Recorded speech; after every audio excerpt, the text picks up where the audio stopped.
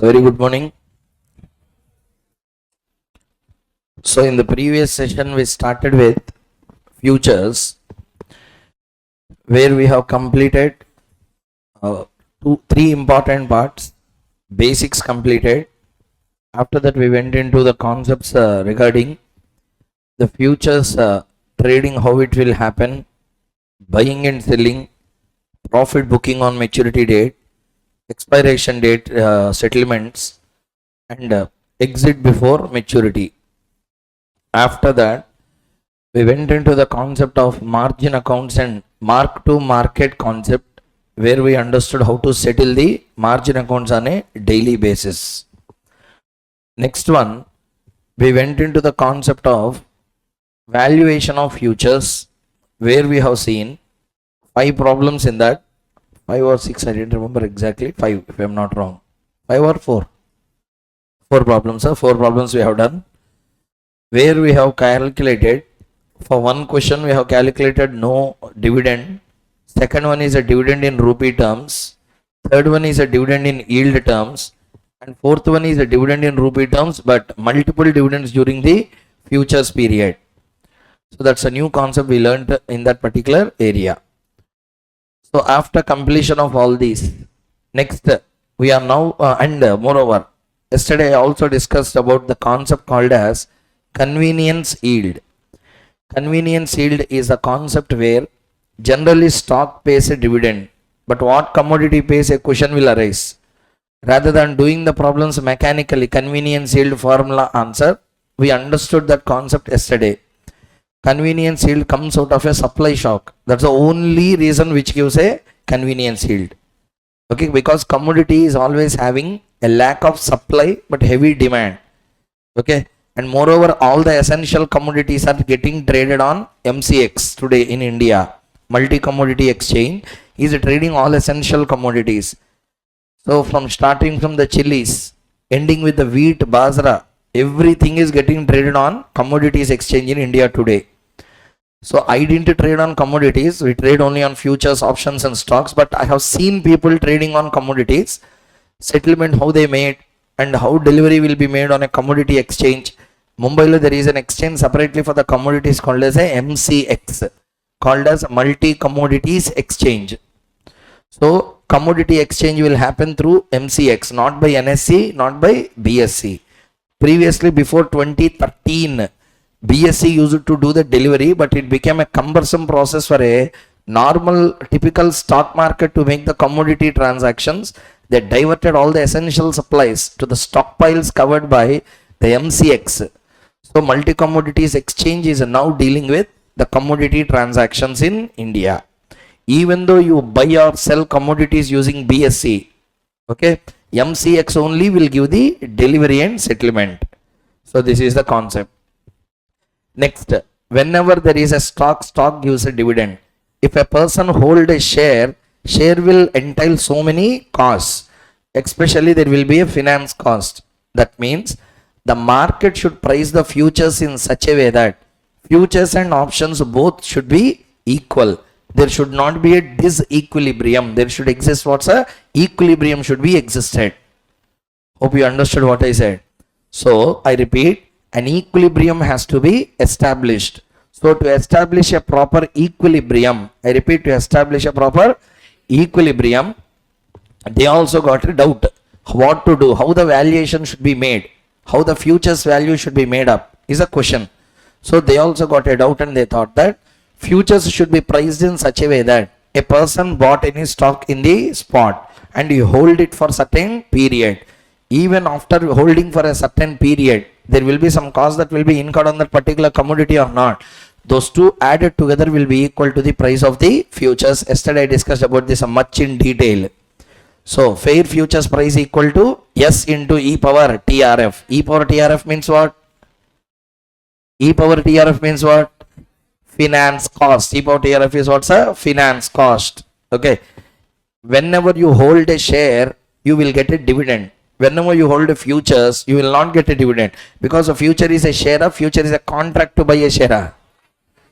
That too, that contract is existing today na in future. That means present dividend you are getting or not getting. Therefore, we will reduce that value from the spot price. So spot minus PVD into E power TRF is a valuation mechanism that has to be made. Hope everyone understood up to here. Okay, so that's we have done later. Next, we are coming into the concept regarding CTC concept. CTC means what? Cost to carry models. Cost to carry model. Okay. What is a cost to carry model? Let me explain this concept clearly once again. Whenever you have a commodity with you, that commodity will incur lot of costs. Inventory carrying cost, storage cost, or carrying costs. So there are so financing cost, insurance cost, so many costs you have to incur. If the product is physically available, if you want to trade in futures, physically if you buy a stock, all these costs you have to pay. But if the same stock is available in the form of a futures, you need not pay anything this way. Yes or no? So therefore, you can escape payment all these costs. You can literally escape the payment of all these costs. So therefore, the advantage of having a futures is you can escape all these costs. Therefore, the advantage of futures will be added to the futures price. So therefore, S plus CTC. What you escape in futures is the advantage of a future. Advantage is always a positive number. So they added it. After that, whenever you hold a stock will have an advantage of taking exorbitant advantage called as supply shock. For example, yesterday I have shown you an example. Sorry, on the screen I will show you. See here, this is a point. 0 month I purchased 1000 wheat bags at 1000 each. 1000 wheat bags I purchased at 1000 each. So 0 month I have done that. Till how many months I am holding it? 3 months, 6 months I have to hold it, because I entered into a futures seller, futures buyer. Futures seller, futures buyer. Futures sell. So I am already agriculturist. I am already having a produce of wheat. I will enter into futures sell. Futures sell. I want to sell each wheat bag at 1000 each. Okay. For me, the agriculture, everything, the cost is only 800 per bag. I want to sell it at 1000 per bag. This is the intention that I have. Everyone understood the point or not? Next, after this, what I want to do is 0 date I started. 3rd month, I got a message, or whole stock market is aware of one information that there will happen to be a supply shock in the market for the next 3 months. Okay. If you remember, okay, even last 2 years back also, tomato prices, suddenly there is a hike. We came to know early only. That means they immediately give us a message. Government said a message that tomato prices are going to raise 2-3 times. Sometimes onions will raise. We will get a message even 1 week in advance. How? Like that only they also got a message. These are all practical concepts or not? So obviously what will happen, the moment market is knowing about a message that onion prices are going to increase, automatically there is an intention that demand is very high, supply is very short. Sudden shock in supply will happen. Immediately what will happen, no one can sacrifice using the onions and tomatoes in the food. They have to use. So immediately what will happen, the prices will immediately hike. The skyrocketing prices will start. kg tomatoes which will be available at 30 will be available at 80. Onions are skyrocketing literally. kg onions will be available somewhere at 35-40, will be available at 130-140. 3 times, 4 times profit will come at that time. If I am holding 5,000 bags of onions, how much profit I can make during the shock period? Clear? But at the same time, I am having a right to buy the onions in future. At the end of 6th month, can I get this advantage of a supply shock?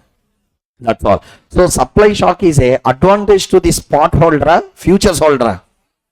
It is a disadvantage to whom? Futures holder. Therefore, that means this convenience yield, the convenience given by the economy, the yield means a return, convenience means the benefit given by the economy can be exercised only by a person who is having a stock itself, but not the futures contract.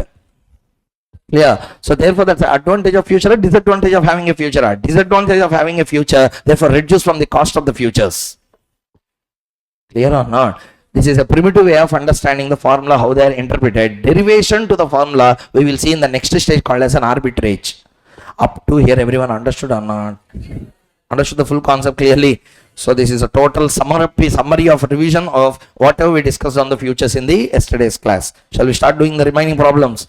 Before going into that, lot more concepts are still pending. I have to first explain you certain important concepts. Once after that, we'll be going into the writing part of the problems. See here. There are certain concepts still there. Convenience yield we completed. What is the next concept pending? There are some concepts like contango market, backwardation market, basis, convergence.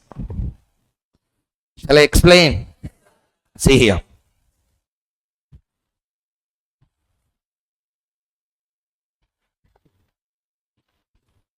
See here once. Contango, backwardation markets. Let me explain.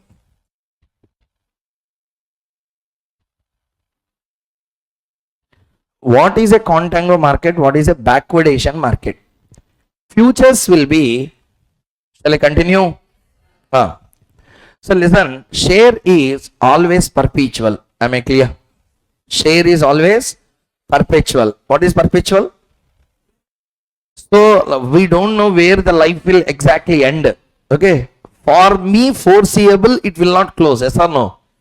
Futures is such a contract which you don't have going concern assumption because it has a predetermined expiry. Here or not, everyone? So futures are having a predetermined expiry. Expiry will be there for the futures because when I open, I will tell the end also. When I open the futures contract, I will tell this will close on 12th June, like that I will tell, or it will close on 30th June, like that I will tell. Yeah, that means futures that when they open, we also tell the closing date for them. Clear? That means futures will be perpetual. Futures will be for a period. For a period, futures will be open, not for perpetual period. Clear? So therefore, see here. Any given day, say for example, my futures are opened for 30 days contract. Generally, futures open for 3-4 months. For a bare example, let us take, we open 1 month futures. We open what futures? 1 month futures. See here. Day 1, it started. Everyone answer me. Spot will be more, futures will be more. Why? Future will add financing cost to the spot. Clear or not? Tell me. Today, spot available at 100. Futures available at 100. This is a buy contract. This is also a buy contract. Which is more beneficial? Which is more beneficial? Why? If I buy it at 100 rupee today, it will cost me same 100 after 1 year. Financing cost will add.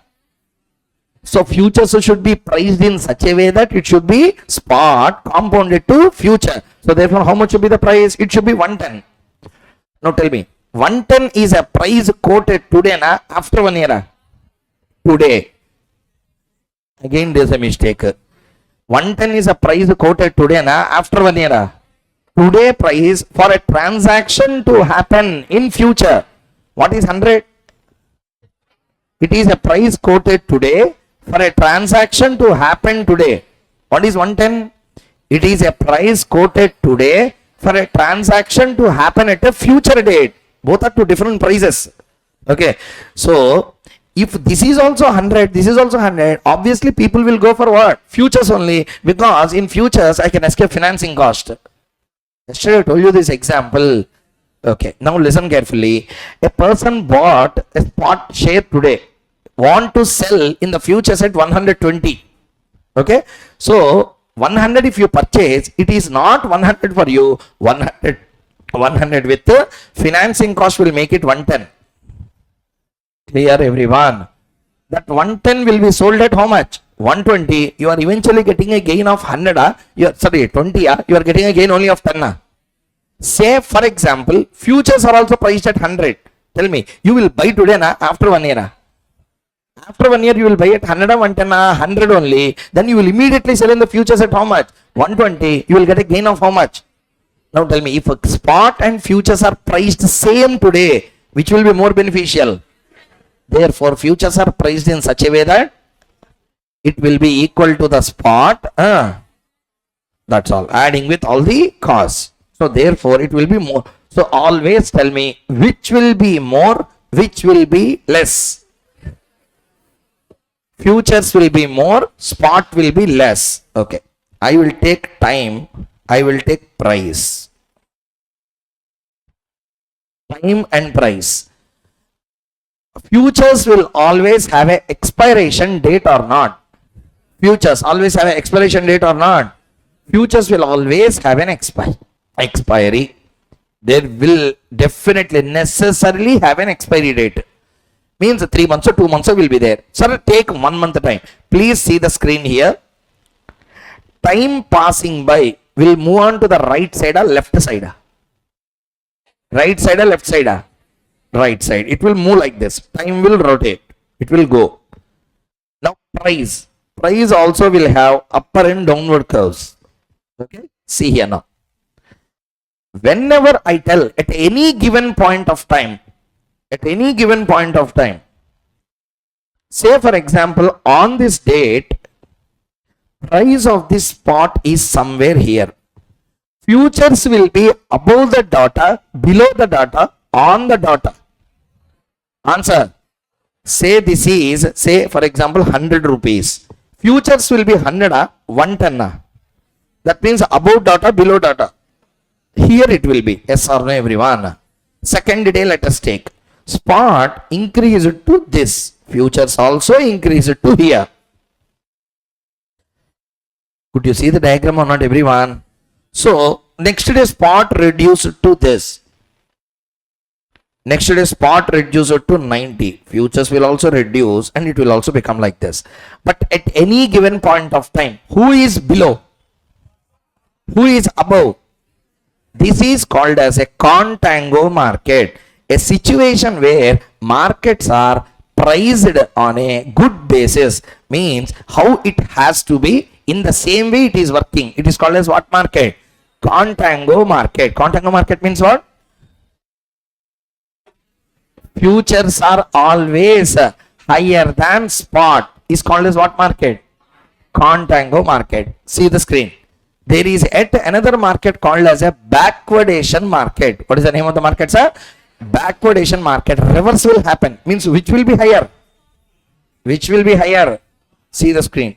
That means at any given point of time, sometimes what can happen? The below number.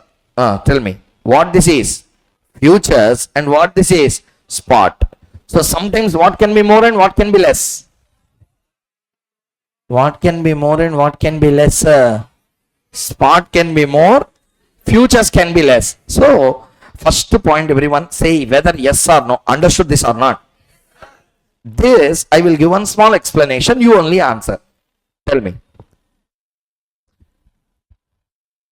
F equal to S plus CTC minus CY. Okay. Now answer. Spot, let us say each wheat bag is, okay, 1000 rupees. Plus cost to carry each wheat bag for, please everyone listen, some are not in this world. 1000 is a spot price. CTC, let us say 100 on this. Storage per bag, 100 rupees per bag cost. Clear? Sudden supply shock came. 1000 rupee wheat bag went up to 1800 rupees. I am getting a very big gain or not? The convenience yield is 500. Now in this case, my convenience yield is more than CTC, less than CTC. It is a net CTC, net CY. Net CTC, net CY. That situation will be called as a backwardation. Whenever there is a supply shock, the prices of futures will fall below the spot. Are you understanding the point or not? So therefore tell me, what is the price? 1100 minus 500. How much it will be? Answer, sir. Now tell me, what is the value of the futures? What is the value of the spot? Who is more? Who is less?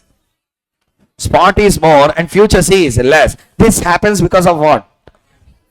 This happens because of what? This happens because of cost to carry. This happens because of convenience yield.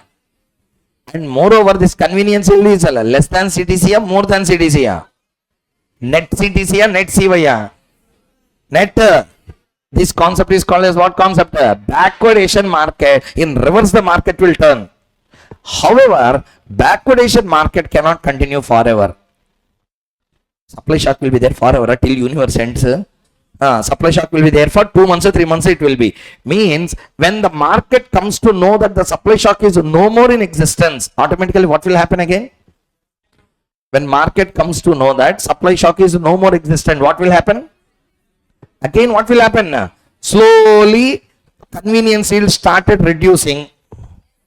Suddenly, what will happen? Again, CTC will cross the CY. Again, market will turn into contango. Now, tell me which market is stable?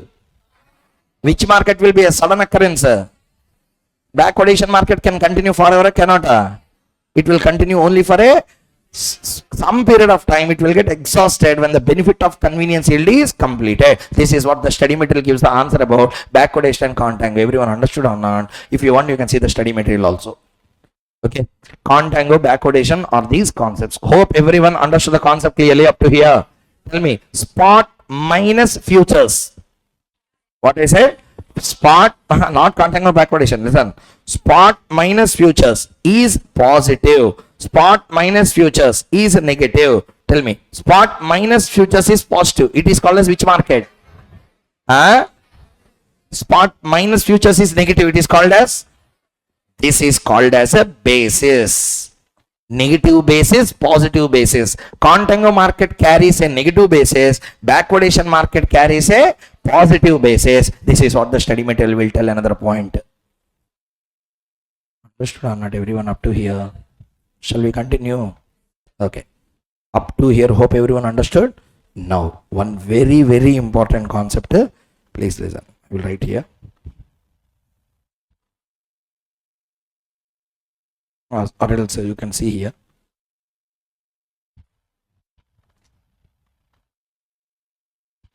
Fastly you read once. Once you complete your reading point, I will go into analysis.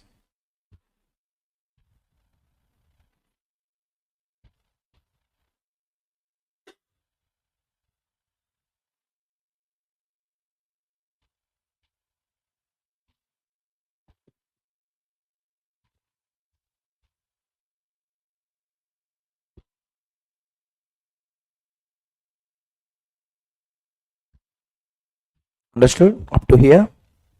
Sir, fastly read.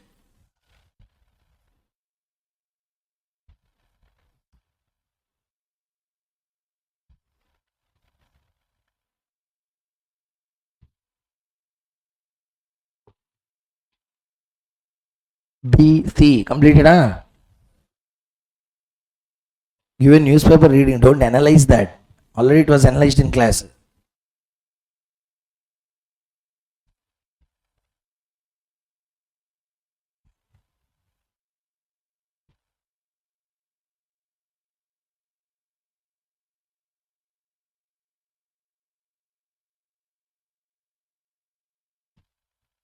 Okay? It is similar to what?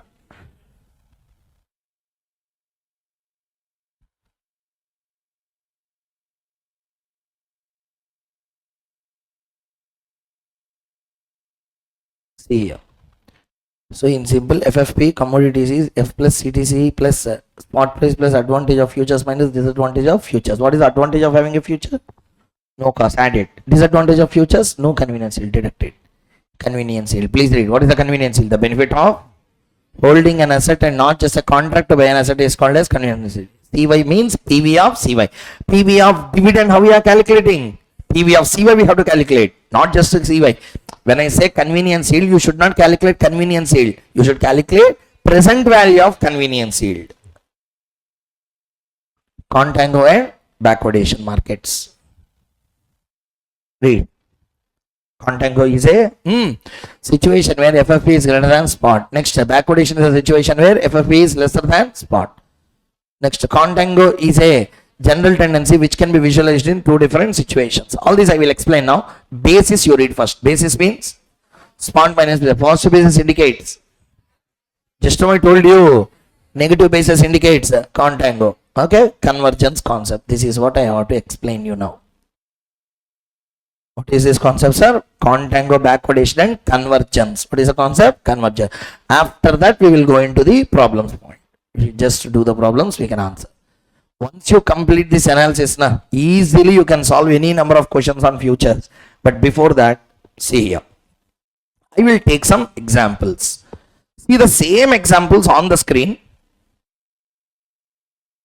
Sir, everyone, shall we start with the concept understanding? Everyone in the class. Now listen. Spot how much? Risk-free rate is how much? How many months to expiry is there? Very good. Answer. Take calculator and do. Is it really 103.05 or not? Already answer is there. Sorry, lights off change around. Yes, sir. 2 lights off change. So listen. Answer is how much, sir? 103.05. Now answer one question from my side. If I have to draw a graph, which is more, which is less? Futures is more, spot is less. So tell me. Here futures, here spot. Futures, spot. This is today, na? This is today, na? After 3 months, today. How many months is completed in the next example? 1 month is complete.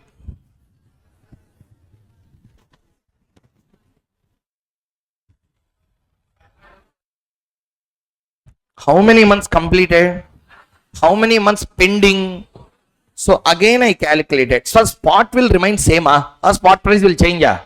Will change every day, right? Not every day, every minute it will change. Every second it will change. So 1 month after same spot price will be there. A different spot price. Different spot price. So spot price 1 month back how much? You should not ask why you change. It will change. So spot price changed to 105. On that basis, I calculated E into 2 by E power 2 by 12 into 0.12. Everyone understood what I am working on? Tell me, what is the S? S. F. Again, which is more, which is less? Futures is more. Spot is less. For this, how many months expiry? 2 months expiry. How many months completed? How many months completed? 1 month completed. Now, 1 month to expiry means how many months completed? 2 months are completed. Okay. Next I will draw a graph this way. Tell me how much is the S? How much is the S? How much is the F? 98.98. Now tell me, this is future or spot? Future. Slightly it will be below. It will become S. Why? Previously 105, 107, 2 rupee difference is there. That previously 100 to 103.5, 3 rupees difference is there. Gap between F, S is increasing when the time is decreasing, or is decreasing with the decrease in time? Answer. On maturity date, see there, on maturity date, how many balance number of days are there? 0. E power 0 means? E power 0 means 1. So 102 is the spot and E power 0 is 1. 102 into 1 will become how much? Now tell me, what is the graph? This is F and this is S. That's called as a convergence. On maturity date, spot and futures will match. That's why in any kind of currency futures question given in the examination, spot price of dollar in the cash market and futures market both will be same. గమనించకపోతే ఓం నమ శివాయ యత్పరం శ్రీ పరమేశ్వరార్పణమస్తు. అసలు గమనించలే లేకపోతే ఇప్పటిదాకా అసలు ఇక మనం ఇంకా we are the most luckiest person. Always in currency futures, if you see spot price of dollar on maturity date with the banker, spot price in the currency futures market, both will match. This is the reason. Because on maturity date, convergence will be established between futures and spot. Spot and futures will have different value, same value. Same value. Same value on which date? Because spot derives value, for futures derive value from? As more future is there, more value will come. Less future is there, less value will come. Future A not there, spot will be futures. Are you understand the concept or not, everyone? That's how the convergence, all these concepts came. This is how the points are. Please see there. So tell me, what is this point popularly called as a convergence? Okay, what is this called as a convergence?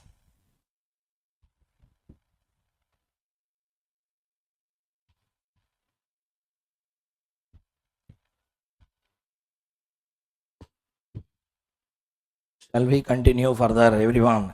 Now, it is our turn to do the problems now. Don't make unnecessary sounds first. You are making sound. What happened? You are in there. Jabba, labutedi.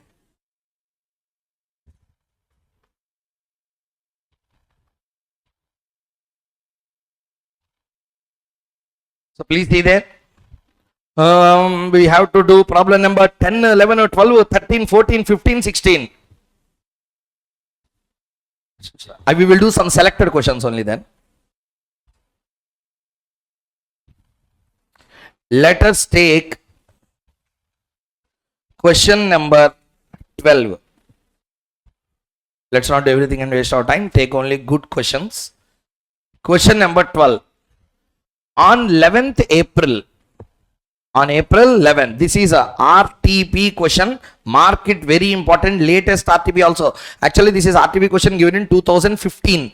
After that, again repeated in the recent times. Therefore, I kept this in the material, thinking that it may come in the next exams coming. Okay. So let us see.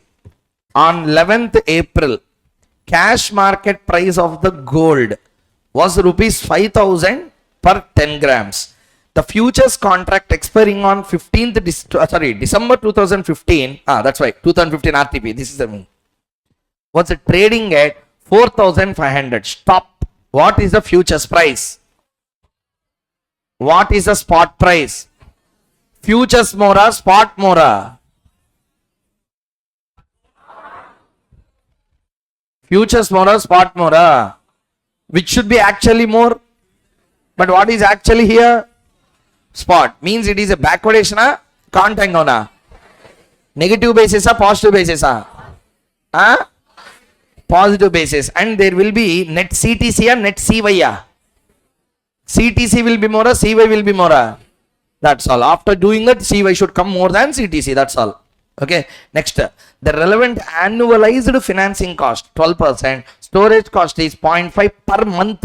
We have to convert everything into annual terms. So, sir, 0.5 per month means per annum it will become 6%. Don't calculate it. 0.5 into 12.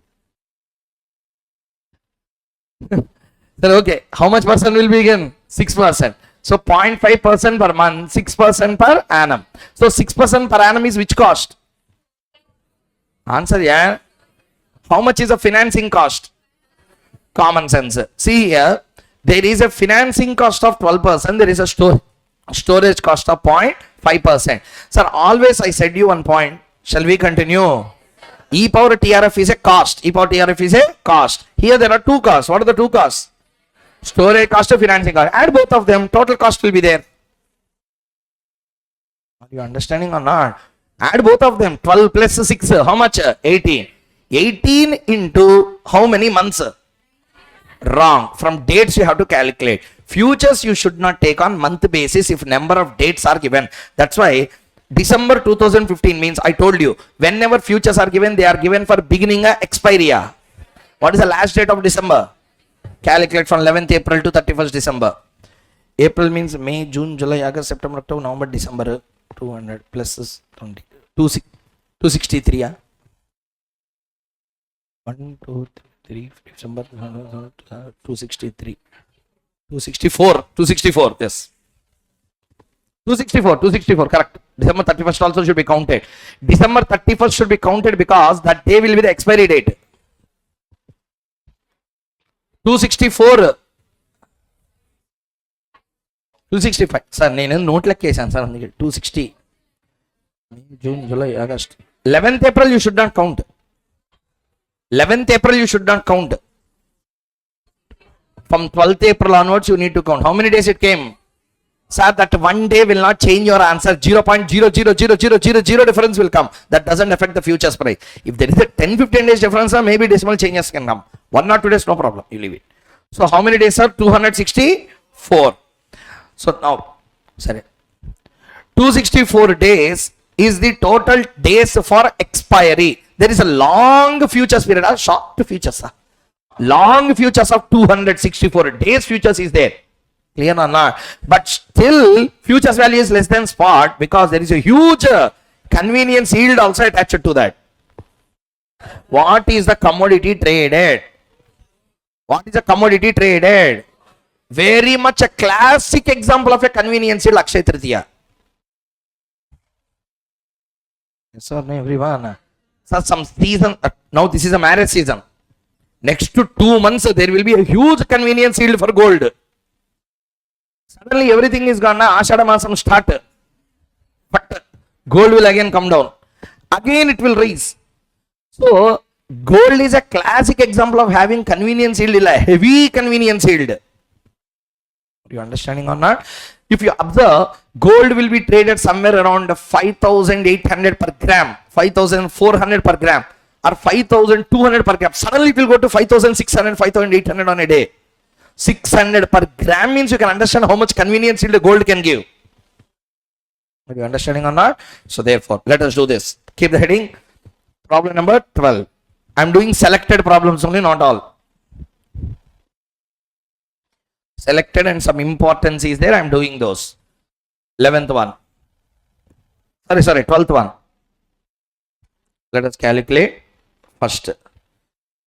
Calculation of cost to carry. Calculation of cost to carry.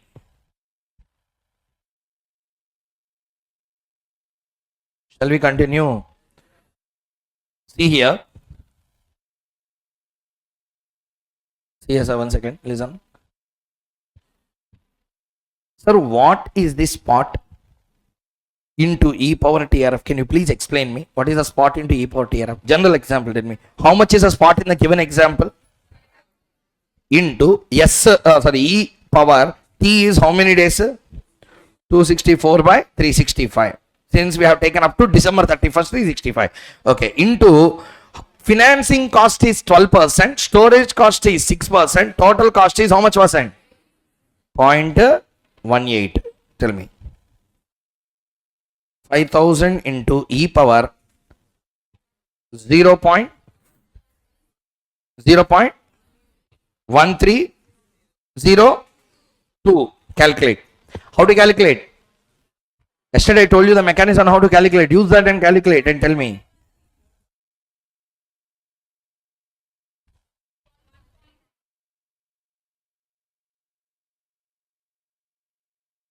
So 5,000 into 1.139. Okay. 569. Okay. So 1 second. See here. This is the model. See here now. Whenever you have to calculate CTC, formula is, you can do this way. S into e power TRF minus 1. Tell me what is the S? 5,000 into what is the e power TRF value? Already we got 1.1390 minus 1. So 5,000 into 0.1390. Tell me what is the value? 695. This is what? CTC. We separated CTC first. Okay. Calculate this. Step number 1. Calculation of CTC. S into e power TRF minus 1. So e minus 1 is not to the power. Minus 1 is not to the power. Minus 1 is to the number. To this whole number we are making minus 1. This is the formula for CTC separate calculation.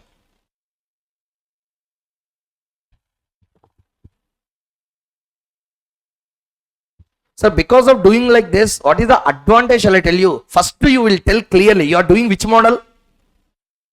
Normal stock model or CTC? CTC, what are the two things we have to separate? Storage cost, CTC and convenience yield or not. Here we will separate CTC first. Clear? Shall we continue, everyone? Now you should only tell me. F equal to S plus CTC minus CY. What is the F given in the question? 4,500. Spot is how much? 5,000. Plus CTC is how much? 695 minus convenience yield. Convenience yield equal to 5695 minus 4,500. Rupees 1195.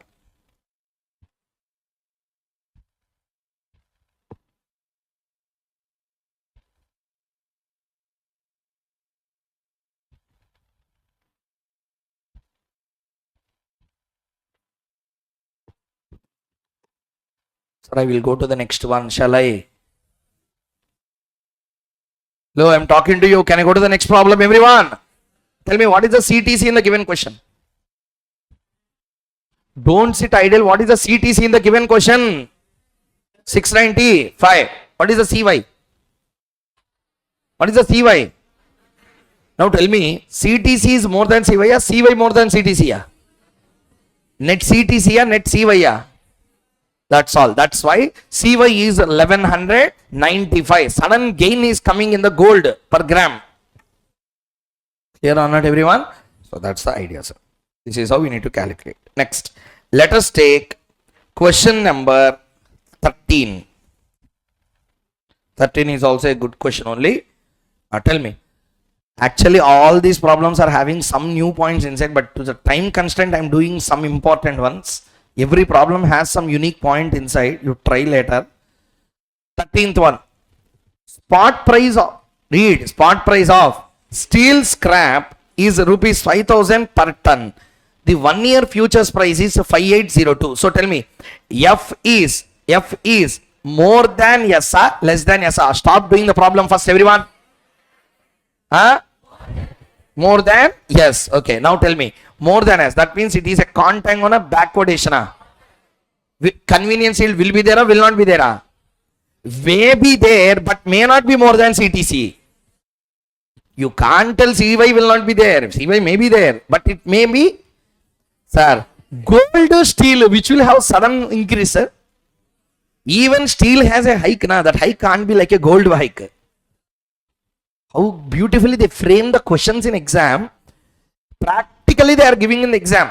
Gold means there will be, the supply shock will rise in thousands. Steel will have supply shock in thousands. Maybe supply shock will be there in tens. Convenience yield is there in steel, but what is not there? Convenience yield can't be more than the CTC. Maybe there. That's why he is asking to calculate convenience yield. Shall we continue? Let us do. So tell me now, what is the RF given in the question? 15%. What is the storage cost per annum? Answer, sir, 250. Calculate the convenience yield assuming the futures are fairly priced. Now first answer, how to do? How to do, everyone? 5,000 plus, that's not dividend. Now tell me, 250 is a cost which will be incurred today in future. Answer, it is the present value of a future storage cost. It is the present value of a future storage cost. So how much is the present value of future storage cost? 250. What is the present value of the price of the steel?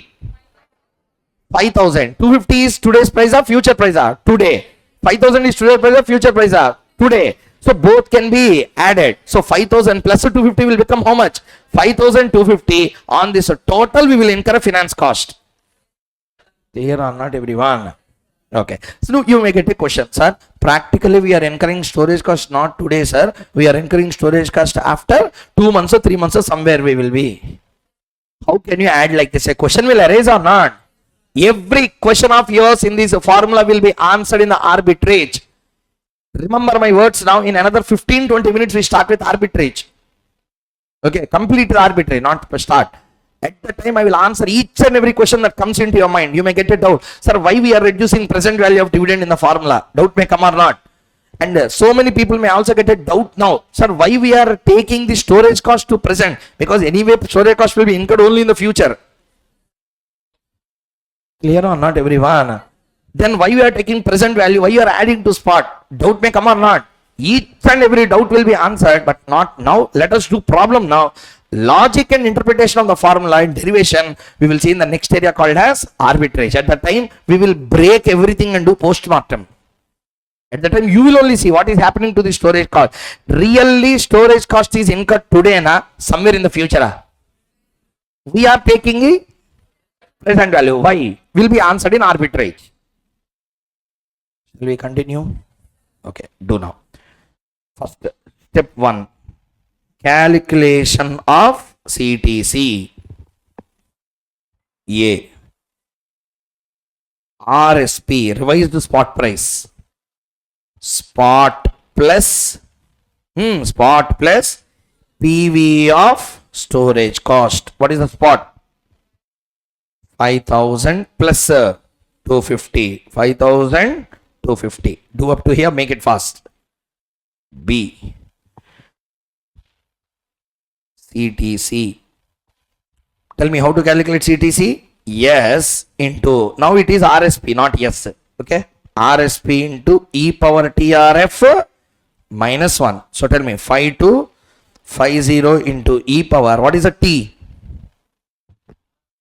How many months or years are given? 1 year. Oh, safe. 0.15 minus 1. 5250 into, everyone do on your calculators. 0.15 e power. 1.1618 minus 1. So tell me what is the cost? 849.45. Step 2. Calculation of CY. Tell me. S plus CTC minus CY. S is how much? S means normal spot price or RSP here. RSP. How much? 5250 plus 849.45 minus convenience yield equal to, what is the future? 58? That's given in the question 5802. Okay. Calculate the CY. 297.45.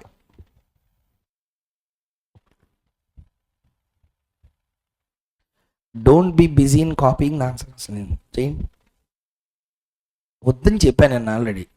Don't copy the answers. You do that, you will get the answer. After that, you check with this.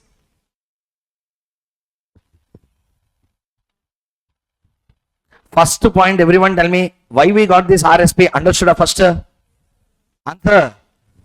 Understood this 849.45 everyone? Later calculation of this CY. Understood everyone? That's all. What's so great in this? To copy from the board. Can you go to the next one? Then I will give you one assignment. Please do problem number 14. 14 to 15 are RTP questions. Very, very important. Exam definitely it will come. Take my word. In 1 hour the other attempt they will definitely give. Latest RTP questions. 14 to 15 both. Do both. 2 minutes for each problem.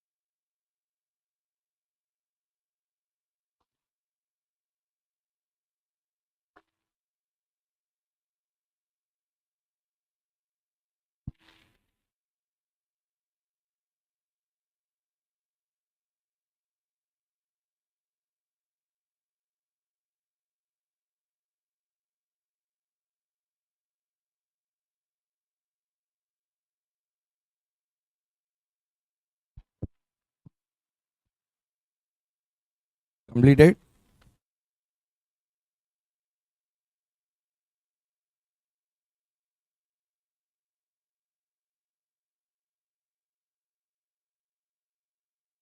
Completed, everyone? So tell me, what is the answer you got for question number 14? Huh? 1000? There's some amount after decimal. Next, 15th one, how much you got?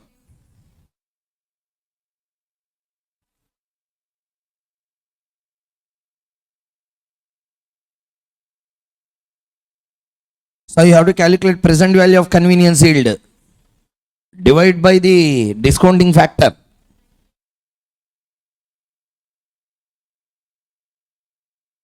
Those who couldn't do, see here. These are the answers.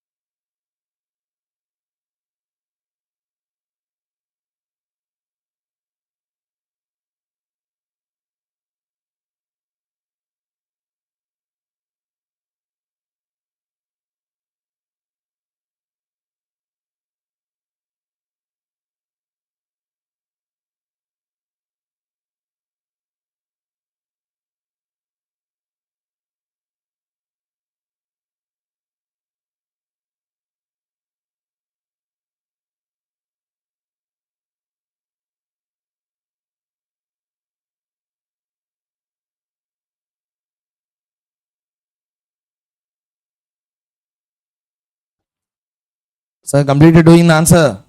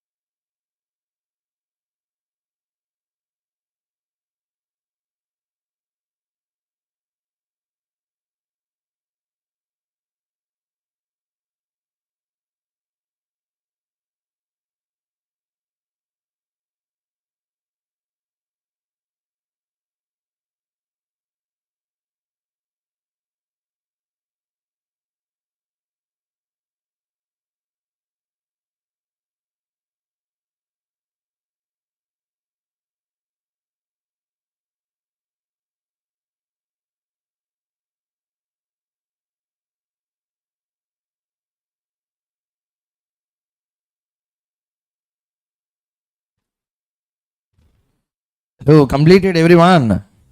The completed, keep it aside. If you write, it will get completed. Understood or not, everyone? Now we have completed question number 14 and 15. Next, try question number 16, May 2012 question. Easy question only, not so great. Solve it. Question number 16. First tell me, see the question on 31/8/2011. Stock value of the stock index is 2200. When I tell stock index, it is spot value of futures value. Spot of futures are spot. Risk-free rate is 8% per annum. Dividend yield is given as follows. January, February to December they have given. Okay. Assuming that interest is continuously compounded daily, find out the futures price of the contract deliverable on 31/12 given e power 0.01583 equal to 1.01593. This is a question that is being asked. Okay. So first tell me, we are doing stock futures, commodity futures here. Till now we have done the commodity futures. Now we are again coming back to stock futures. So tell me, in a stock future, we have to take yield on a basis. If the percentages are given, had we already considered or not? Tell me. Common sense we require, nothing more. Tell me, on which date we are holding? First September, you can tell like the 30th, 31st August or 1st September, we are holding at that time. We are doing which chapter? Therefore, future is relevant for us, not the past. Therefore, up to August, nonsense. Okay? From which date we need to take? September, October, November, December. Now tell me, listen, September how much percent dividend? October, November, December, 3%. So now tell me, what is the total yield that I will get? What is the total? 1 second, sir. Don't get excited. How much is the total? Some percent you will get, some 13 something you will get. Now tell me, these are all, sir, 3 to Jan to August is past or future? Answer. Already happened, yet to happen. September, October, November, December is already happened, yet to happen. Probability, no probability. What is the probability is given in the question? Yes, 0.25. Equal probability. What is the probability, sir? Equal probability is there for all the months. Therefore, we will take average. Why we are taking average? Because the future is always a probabilistic. We don't know what will happen. Therefore, we are taking equal probabilities in the absence of information. Clear or not, everyone? So, average. You might have done that problem before. You are telling average. But the reason for average is it is a futuristic. Future is always a probable. It may happen, may not happen. Therefore, you are taking 0.25 probability. That's why I am trying to explain the way in which you have to understand the question. Average, everyone know.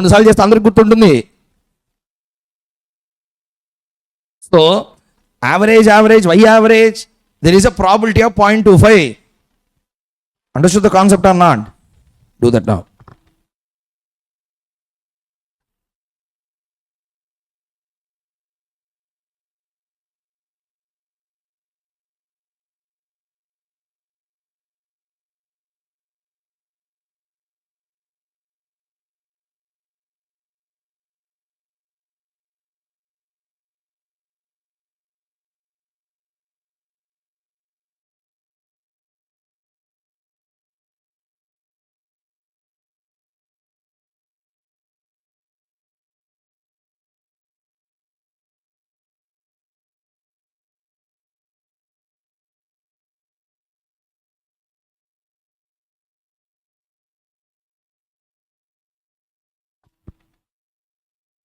So tell me the answer, how much you got?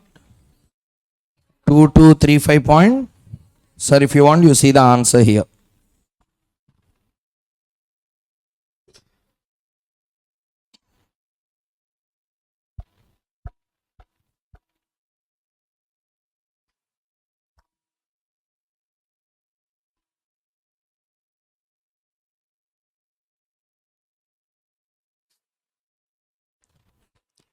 Completed? Next one.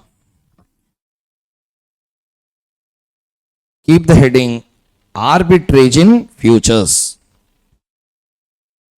Arbitrage in futures.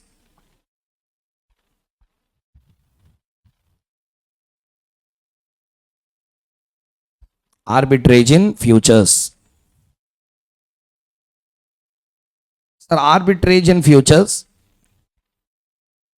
Very famous question. 17, 18, 19, 20, all the questions I kept are already asked in examination for 5 marks and 4 marks already. All are past exam questions. Every book you follow, you will find those questions. Okay. Those 4 are already asked in examination. RTP also, they reappeared. Some are study material come exam questions, some are only exam questions. Okay. First question is a study material question, old study material, 2017 study material question, which is asked in 2020 attempt also. Old syllabus is running in a Jan time. At that time they asked that question. Same question, ditto, numbers change. Concept is ultimately the same. So, 17, 18, 19, 20. All are past exam questions. Each concept, each problem will have one new point inside. None of the 4 problems look alike. Are you understanding? None of the 4 problems look alike. In all the 4 problems, you will learn 4 important things. So those are the 4 only things you need to understand from the exam's point of view. Shall we continue? Now we are going to do which problems, sir? 17, 18, 19 and 20. 17 and 18 I will do. 19 I will make you to do in the class. If you do mistakes, we will rectify here itself. Clear everyone? Let us take question number 17. Please sir, my discussion will take around 10 minutes to explain. Once we start doing the problem, 16 we will do, 17 we will do, I will do first. 18 we will do together. 19, 20 I will make you to do in the class. Okay. So now let us start problem number 17. Sir, what is the concept we are starting with? Arbitrage in futures. Okay, start. X Limited, read, X Limited, a company that historically has not paid any dividend and has no plans to do so in the future, is currently quoted at BSE at how much? 60. You wish to enter a futures contract on this stock maturing in 3 months time. If the risk-free rate is 8% per annum continuously compounded, what is the futures price? First you need to calculate FFP. If your futures price is 64, what action would you take? What is your action if the future is priced at 61? Exam question, 6 marks. Read the question first.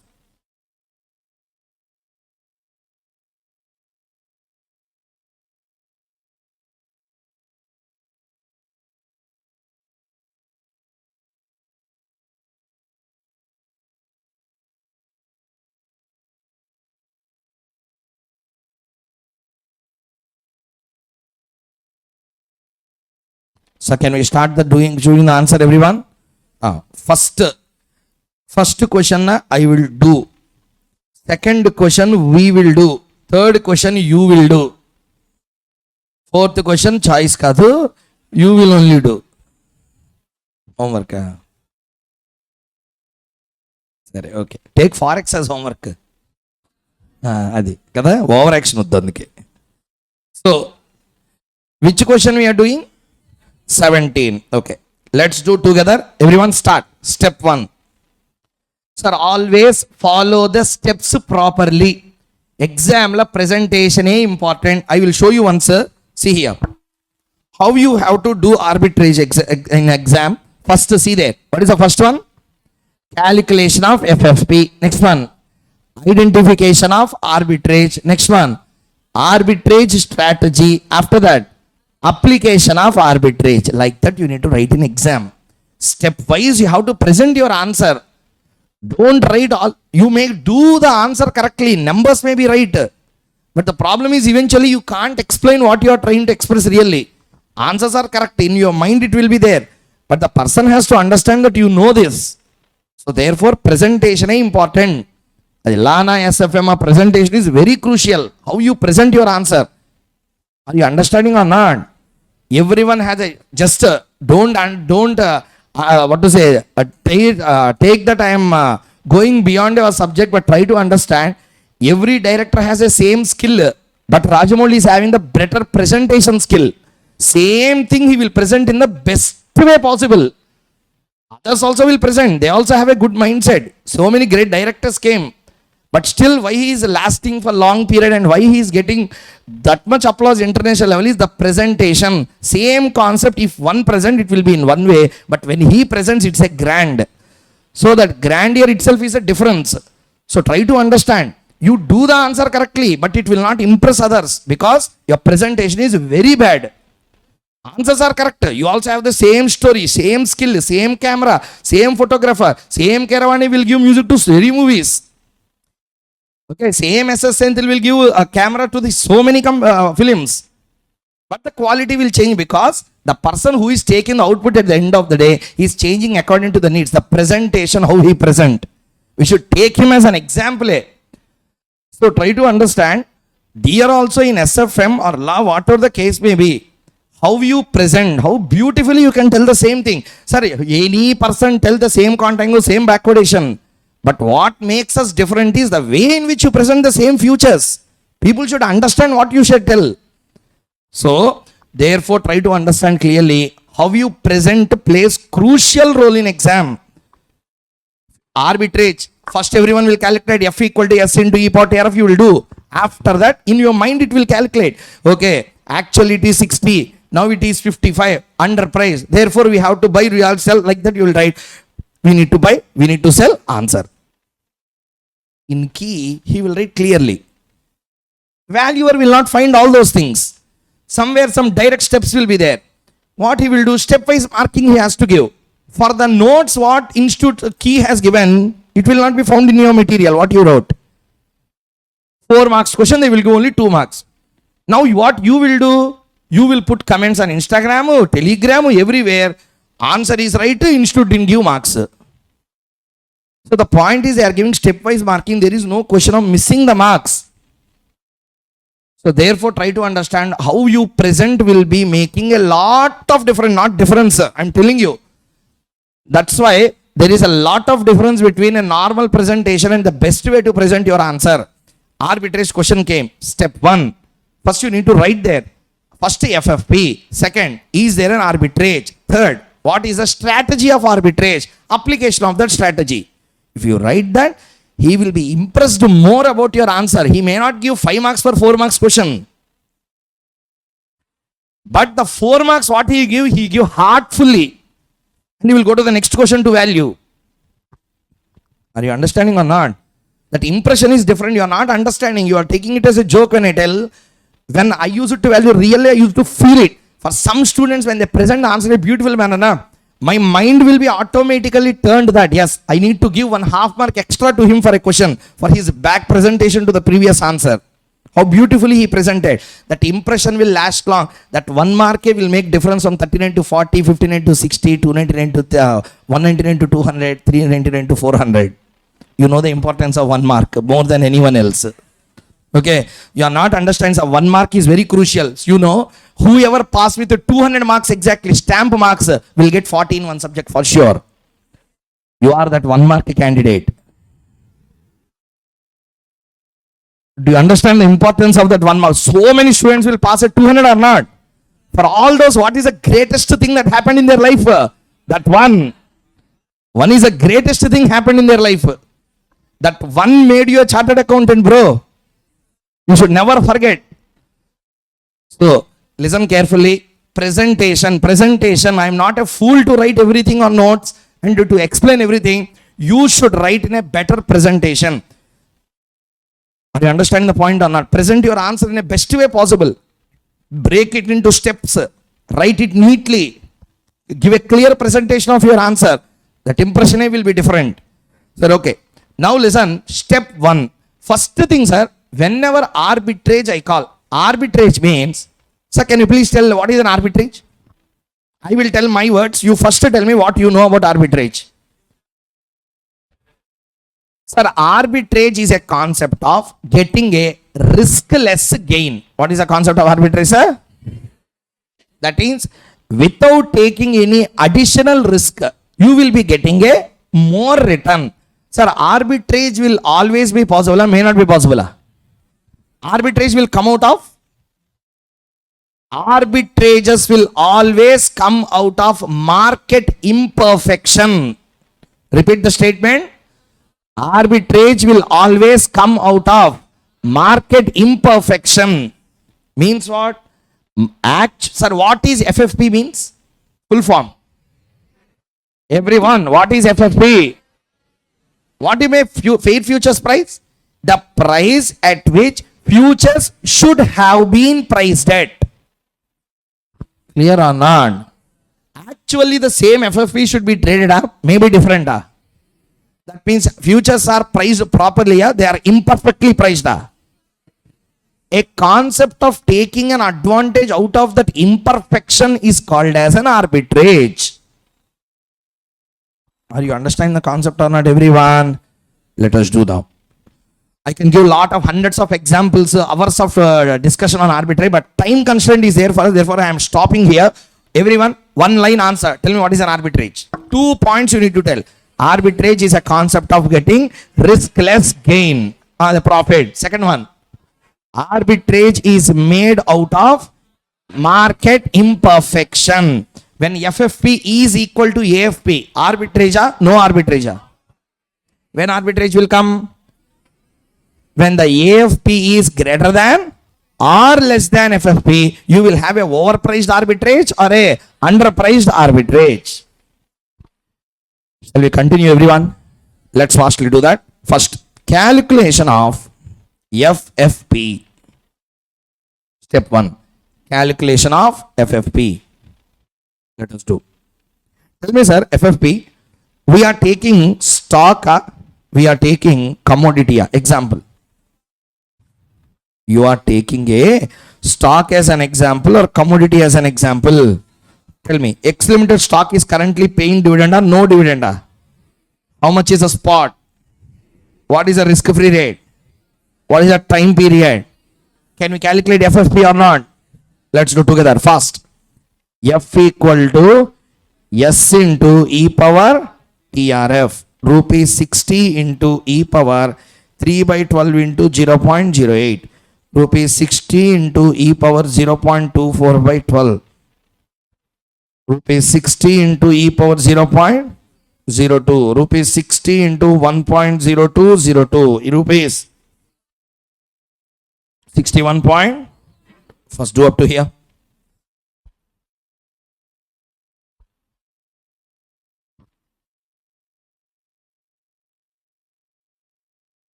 Okay now. 61.212. Sir, up to here completed, everyone. Step 2. Step 2. Identification of arbitrage opportunity. Keep the heading. Identification of arbitrage opportunity. Shall we continue? First, write down, sir, everyone. Follow this pattern always. What is AFP? See there and tell, sir. What is it? AFP? Actual futures price.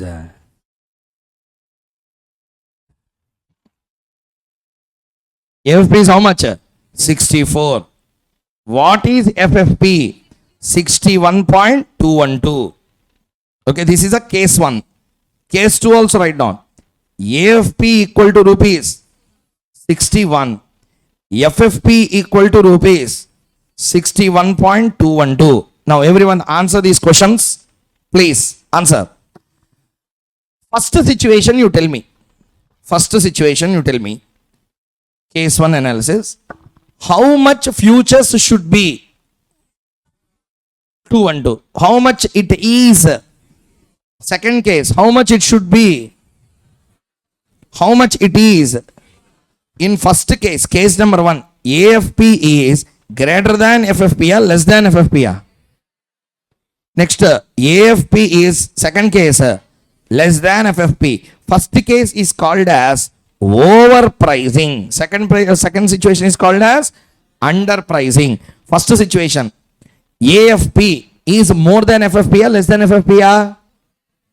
More than what required, less than what is required? More. Therefore, it is called as overpriced. Second one is called as a underpriced.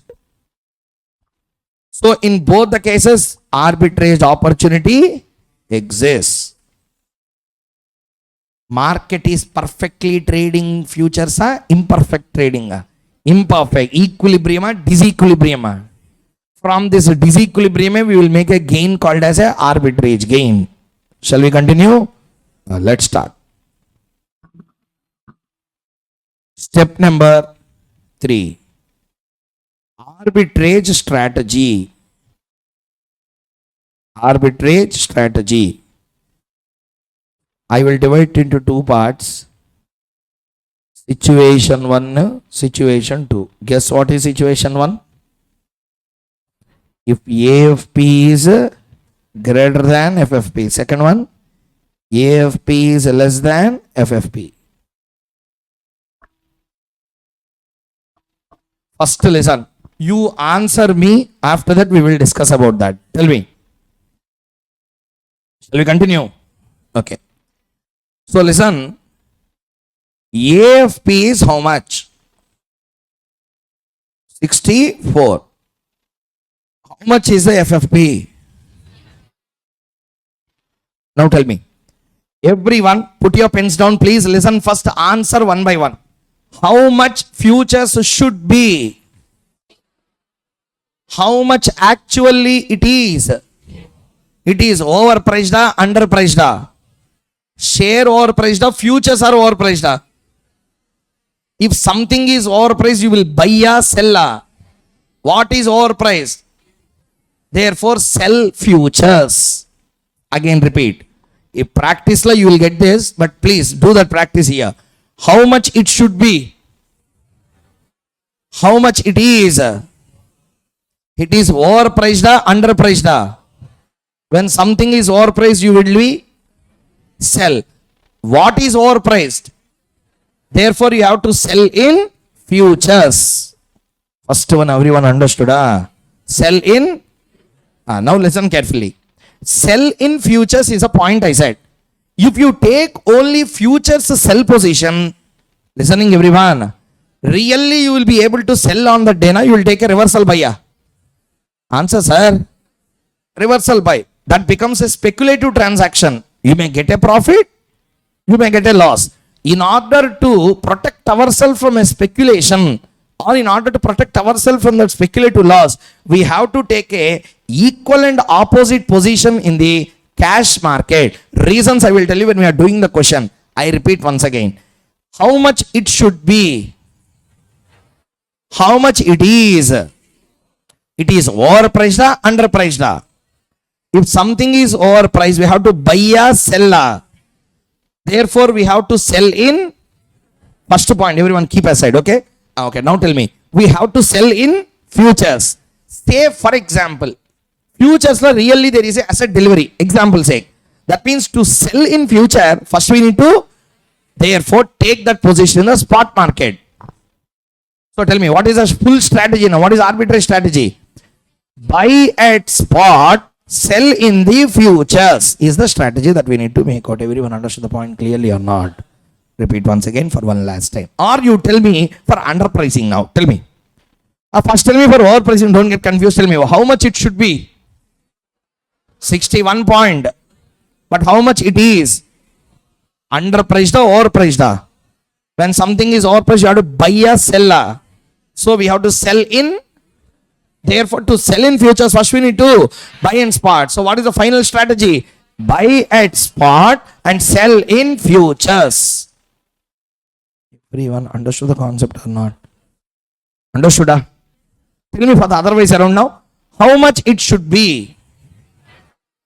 How much it is? It is 61. It is underpriced or overpriced? Underpriced. When something is underpriced, you have to buy or sell.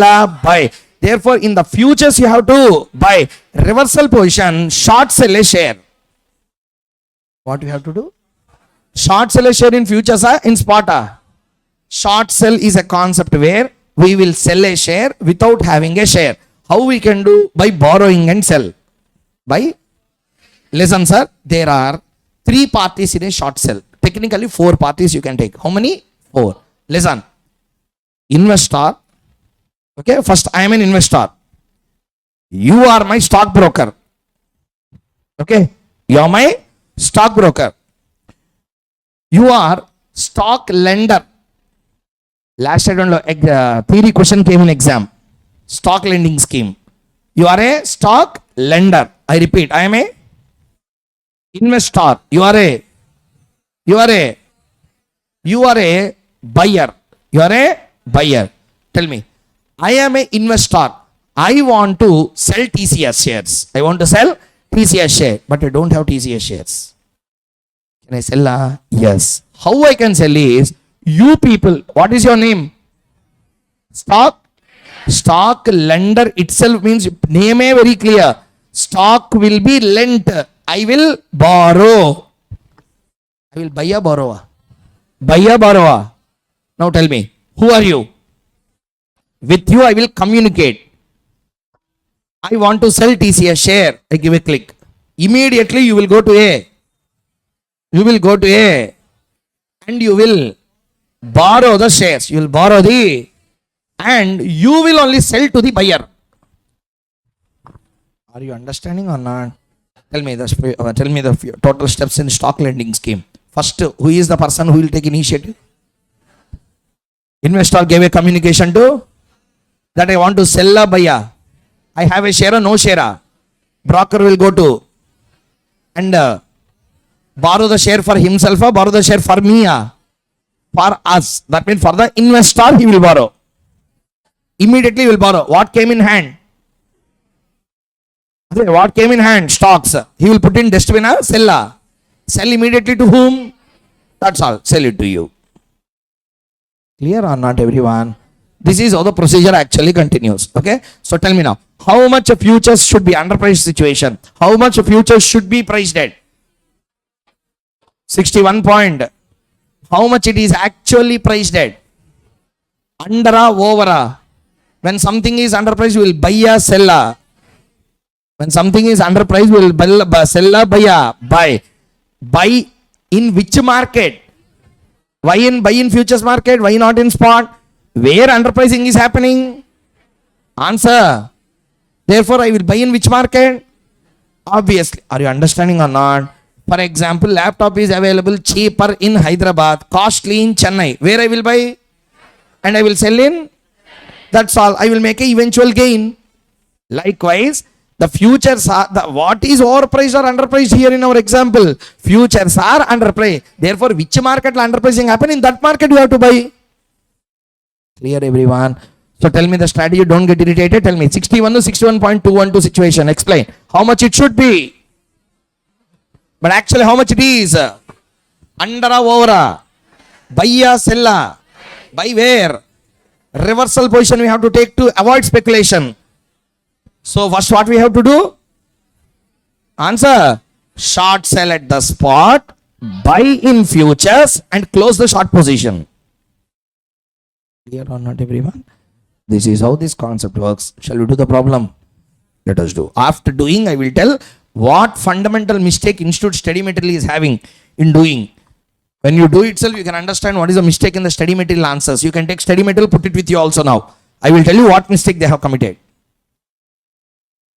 First, write down here clearly.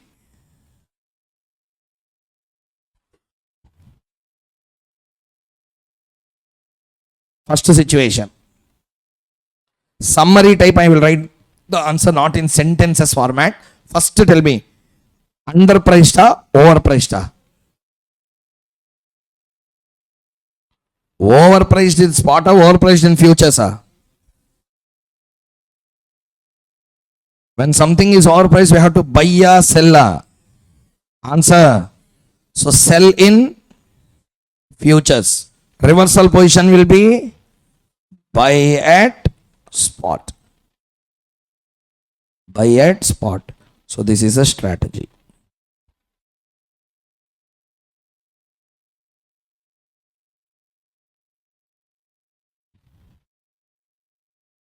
Buy at spot. Shall we continue? Okay. Next. AFP equal to 61. 61 second case. 61. FFP equal to, that will not change, 61.212. Tell me now. It is underpriced or overpriced? What is underpriced? Underpriced in futures. When something is underpriced, you will buy or sell? Buy. Buy in which market? Futures market. So future la buy. Reversal is spot. What you will do in spot? Sell. How you will sell? How you will sell? Short sell.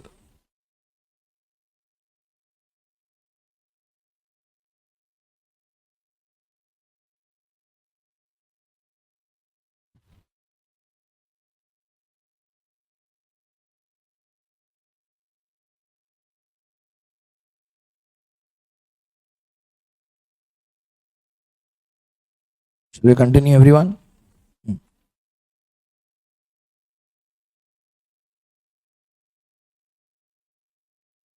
Okay, tell me, what is the strategy that I need to apply and complete the process now? Tell me, first one, write down above case 1. Case 1 means underpriced case or overpriced case? This itself, please help me with the numbers. 1 I will do, second I will give time for you to do. Please listen, like this you have to present your answer. First tell me, don't get irritated, have patience, answer how much it should be. How much it is? Over under? Sell buy? Sell in? Buy at? Now listen, please. Let me first to do. I will give time for you to copy. First one, always write down spot transactions. What is the first one? Spot transaction. Today what you are going to do is a question now. Tell me, today what are the things you are going to do? Number 1. Just now you said na arbitrage strategy, apply the strategy. Buy at spot. Sir, buy at spot means it is a outflow na inflow na. How much is the outflow? How much is the spot price? 60. So 60 rupees is subjected to a opportunity cost or not? Or you can also take that you are borrowing that amount. Okay. So write down also borrow rupees 60 for how many months is a contract? 3 months at the rate of how much percent? 8% per annum. Write down up to you.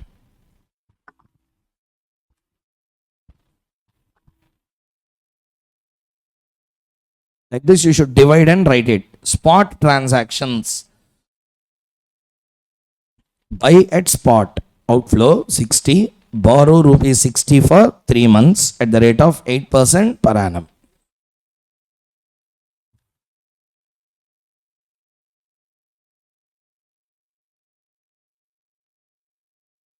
Next. Second. Spot transactions over. So now tell me, shall we continue? Write down.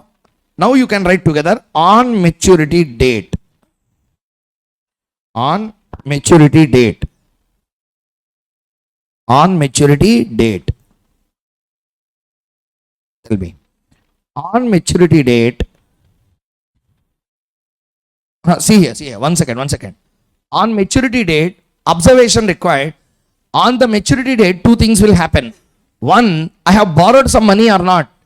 What is the market of that bank borrowing is called as money market. Which market? Money market. And I am also entering into the futures market or not. So therefore 2 market situations you need to write. Write down below. A, money market. Money market. Tell me, maturity value of borrowing. Maturity value of borrowing. Tell me how much it will be. Rupees 60 into e power 3 by 12 into 0.08. Already you have this number or not? How much? 61.212. 61.212. B, futures market. Futures market. Now you entered into a futures seller, futures buyer. Sell in futures. Sir, borrowing is a negative number or positive number? Borrowing. Maturity value of borrowing is a negative or positive? Negative. So sell in futures at what price? Rupees 64. What is the arbitrage gain? Rupees 788. So that's not a gain, arbitrage gain.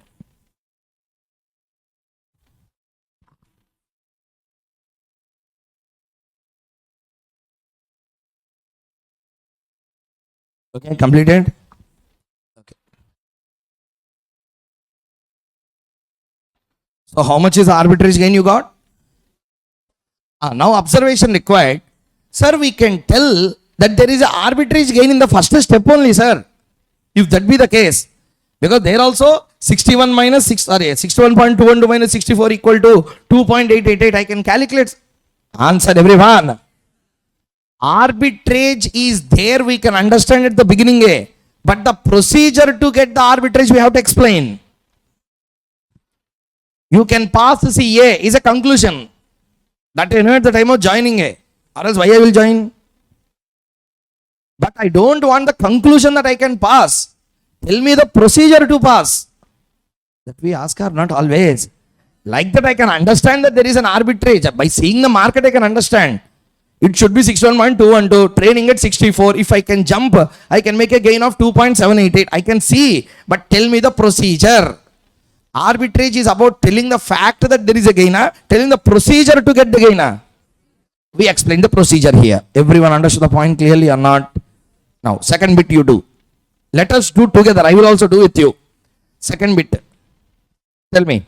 Second bit, what is our strategy? That means B bit. First one, one second. Tell me. We are making a short seller. We are in the spot. What we are doing? See the strategy and tell. Short sell at spot, buy in futures. Yes or no?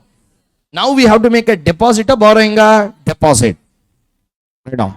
Number one. What is the first one? Spot transactions. At spot, what we have to do? At spot, write down. Short sell in spot. When you make a short sell, it is an inflow na outflow na. How much you will get? 60. You will put it in dustbin, you will deposit a deposit. Write down. Deposit rupees 60 for 3 months at the rate of 8% per annum. That's all. This is a spot. Now, futures market. Or you can write on maturity date. Rather than writing futures market, write down on maturity date. On maturity date. On maturity date, I am having two positions or one position. Two positions. One in money market. Tell me. In money market, I will have a maturity value of a borrowing, a maturity value of a deposit. Maturity value of a deposit. Same answer. How much? 61.212. In the futures market, I am having a buy futures, sell futures.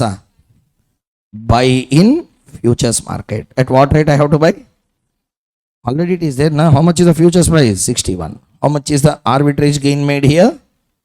Rupees 0.212.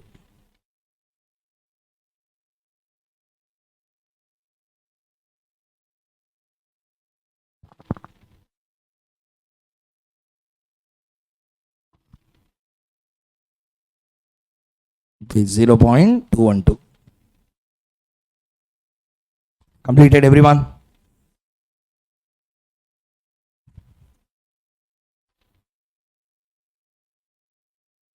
Shall we continue?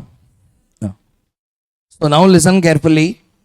We have now completed, listening everyone, we have now completed a plain arbitrage question. But one small rider point before we go. If you can observe the question clearly, in that particular question, futures are done as if there is a asset delivery.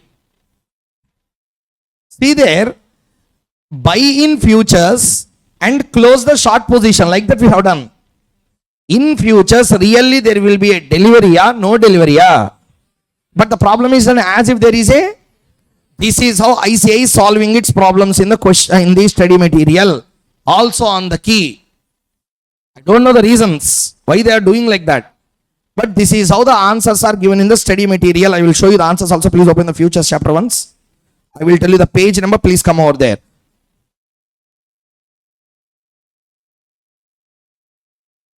Come to page number 8.41. 8.41.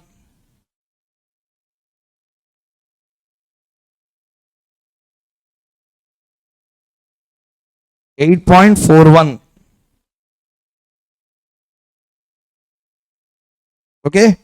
In that second question, you can see second. The following data relate to the Anand's share price. Hello. Have you seen? What is the current price of the share? 1800. What is the 6 months futures price? 1950. And assuming it is possible to borrow money in the money in the market for transactions and securities is 12%. You are required to calculate the theoretical minimum price. Can we calculate or not? Yes. After that, what he is asking? Explain the arbitrage opportunity. Means we have to tell that there is arbitrage. We have to tell the procedure of getting arbitrage. Procedure of getting arbitrage. You come to the answer once. Question number 2. You can see the answer. I will give you 2 minutes time. Tell whether they have done on a net settlement basis or an asset settlement basis. Check the answer from the study mat.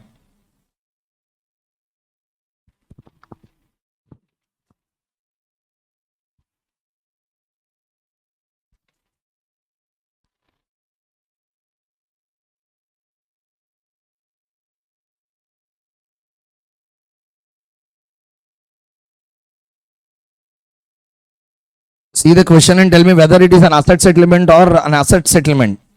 Sorry, a net settlement or an asset settlement. Actually, in futures there is a net settlement or asset settlement.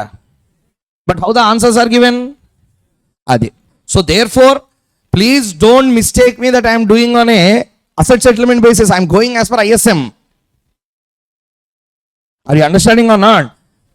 I am doing as per the ICAI module only. But in reality, this is not how the actual situations happen. Because the futures are in India, not in India, entire world, futures are not traded on asset settlement. Futures are always traded on what? Cash settlement and net settlement on the date. But the problems are done as if asset settlement is there. I will show you alternative how to do this. Okay. If you want a net settlement concept in CFA, we will do the same question if it comes in CFA. They don't even touch this way. They will do in another way. It is called as a net settlement basis of settlement. Net settlement basis. Just to 2 minutes I will show you. If you want, you take a snap. Okay. Please, you should only tell me. I am an arbitrator. I have my legs in 2 different markets. One is a money market. Another one is a arbitrage strategy till everything is same. Okay, what is arbitrage strategy in the first case? 64 case, tell me. Sir, please be in this world, sir, first. We are overpriced, underpriced, buy, sell.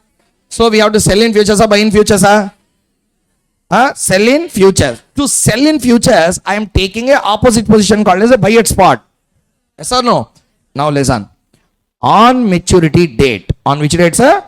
Maturity date. On maturity date, let us say, first you should tell me, what is my position in cash market? No mistakes needed. See the strategy and tell me, what position I have taken in cash market? Buy, sell. Why buy? Because you are speaking a sell in futures. Therefore, reversal position is what? Buy. Buy in which market? Answer, sir. Cash market. Buy in cash market. At what price I have to buy? Everyone. 61.212. On maturity date, buying price will become 61.212. You only said in the 30 minutes back. I am buying when? Today. Spot. But I am waiting till. Then my cost will be 60. My cost will become 61.212. Ila answer ustane, I have written clearly. On maturity date, what is your buying price? Listening, everyone. Okay. On that date, on which date? Maturity date, price will be something. We don't know what is the pricing. I will ask one person randomly. You tell one number around that 60 and 50. Don't tell 185. Don't tell 2 rupee, 3 rupee. Okay. Bro, you tell one number. You tell one number. 63. Okay. I'm taking your number. So tell me, I took which position in cash market? Buy position. I want to be in the market as a member of that company. I want to be a trader. I will automatically sell. Sell at what rate you said? 63. Okay. 63. Tell me, I am getting a gain or loss. See there and tell, sir. Tell me how much is again, rupees. 1.788, huh?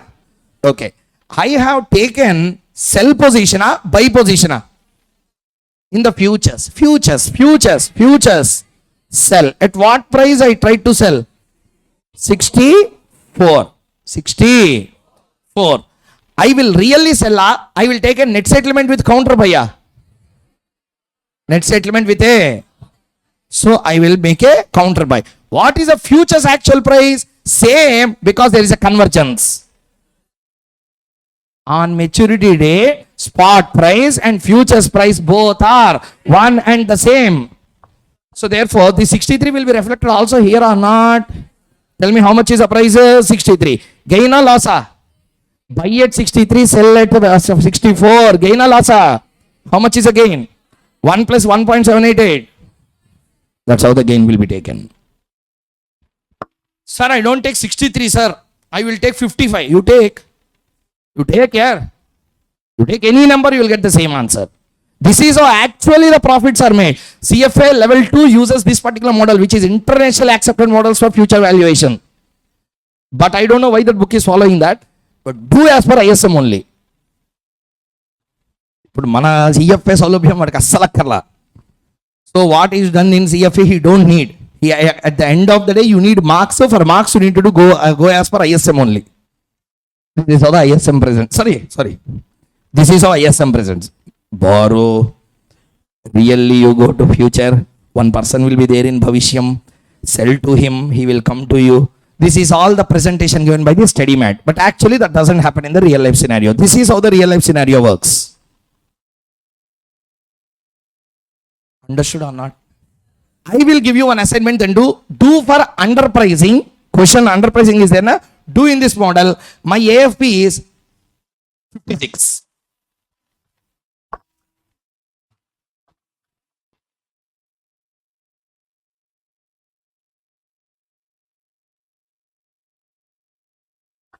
Do in this model.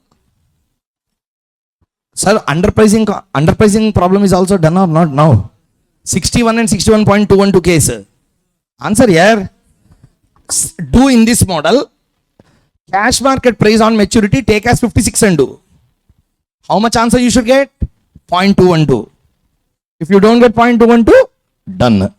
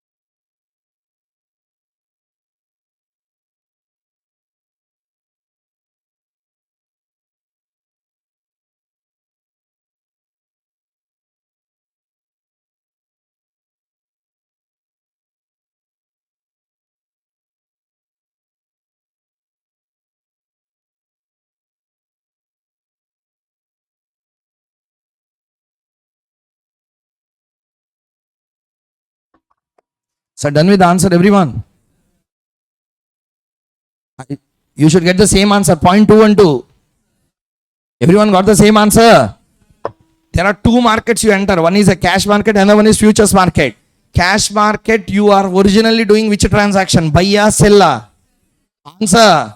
So you are forced to buy to close the short position. You have to buy at which rate? You sell at what rate?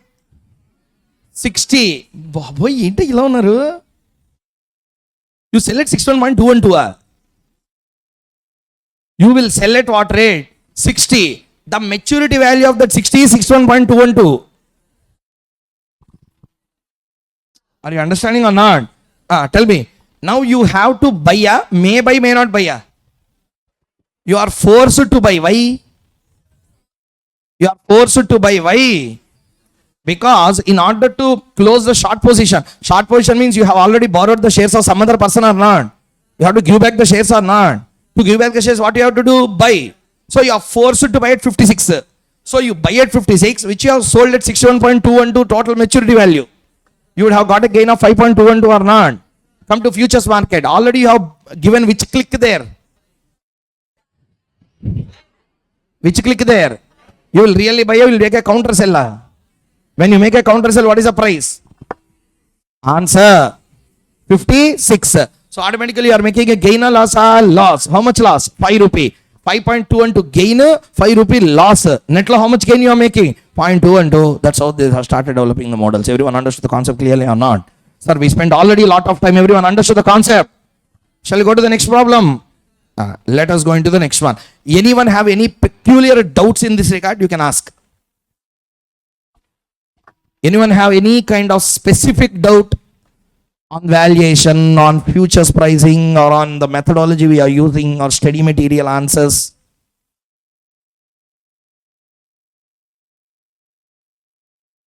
At least say yes. Can I continue? Are you comfortable up to here? Let us go into the next one.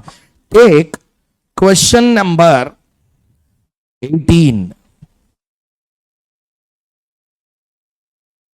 Take question number 18. Break after 18th question. Read. ABC, please read. ABC Limited is quoted in the market at rupees 40. A 6 months futures contract on 100 shares of ABC Limited can be bought. Continuously compounded RF is 12%. ABC Limited is certain to pay a dividend of 2.5 per share 3 months from now. What should be the value of the futures contract? Devise an arbitrage strategy with futures price being 4,100 or 3,800. So how many situations he has given again? One is 4,000. Second one is 3,000. 8 marks question given in examination. 8 marks. The next question is also given for 8 marks. Unique models on futures valuation. Let us do now. What is the question? We are going to start with question number 18. Shall we start, everyone? First, I want one answer. Point number 1. What is the price quoted in the market today? Answer 40. Period. 6 months. RF. Dividend 2.5. Today na after 3 months. After 3 months. Now, so many has a doubt now. Just now I said, why present value of dividend is getting reduced from the spot price? I told that in arbitrage I will discuss. This is a place we are going to do now. Shall we start with the answer? Okay, do. Let's start. Question number 18. Let's do together. Step number 1. What is the step 1? Calculation of FFP. Calculation of FFP. Sir, I will go very fast to do along with me. If you could not follow, I can't do anything. In revision class, I can't do more than this. Please see here. Answer, everyone. Start. We are doing with the dividend or without dividend?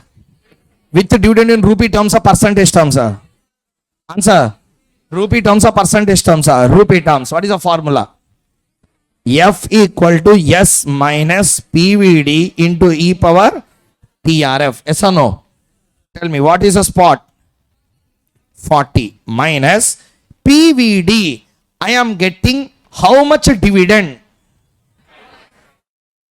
Present value means compounding or discounting. Discounting means divide or multiply. Huh?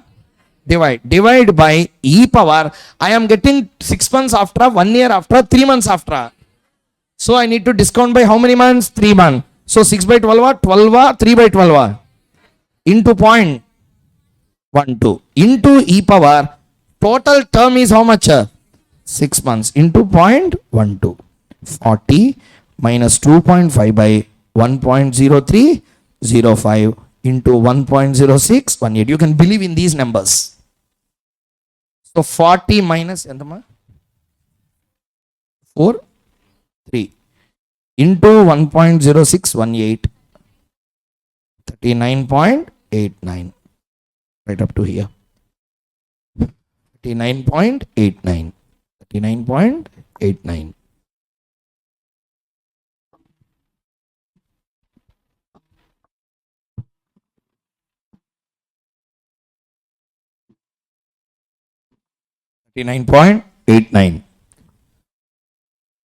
If you are completed, we'll go to the step number 2, everyone. Step 1 completed. Take step 2. Arbitrage opportunity. Identification of arbitrage opportunity. Sir, I will do for bit 1. Will you do for bit 2? 3800 answer. First, these you will write together. Tell me. First case, case 1, case 2. Tell me. You should give the answer. What is the AFP? 40? 4100. Okay, then we will do for total then. 4100. What is the AFP? 398. Sorry, FFP. 3989. Second case, what is the AFP? 800. FFP is 3989.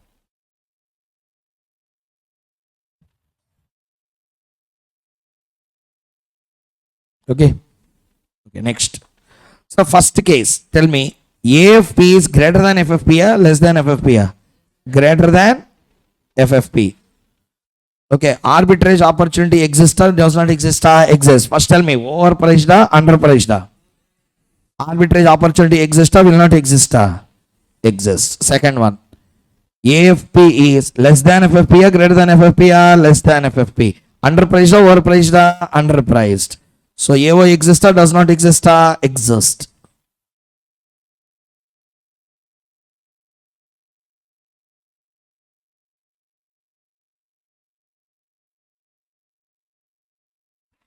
So arbitrage strategy.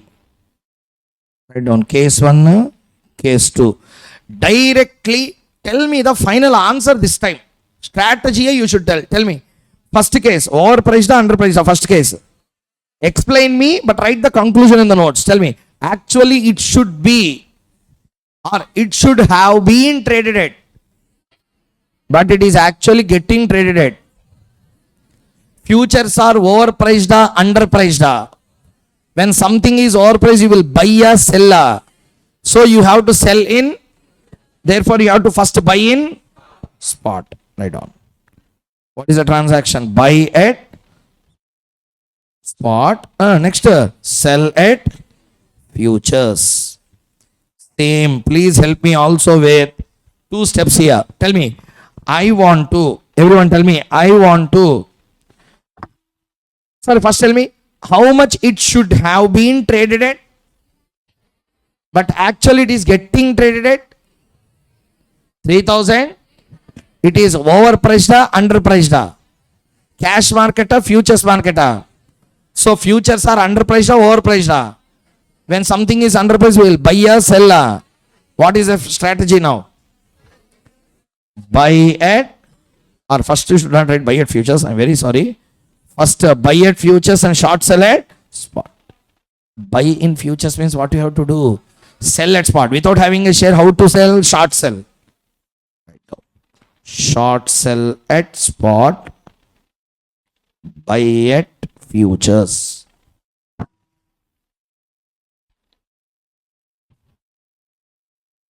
Shall we apply the strategy, everyone? Step 4, I am doing there itself. So now, no more me doing that. Let us do together. First, tell me what is the first one you need to do? Spot transactions. Tell me what are the spot transactions we are going to do? First one, buy at spot.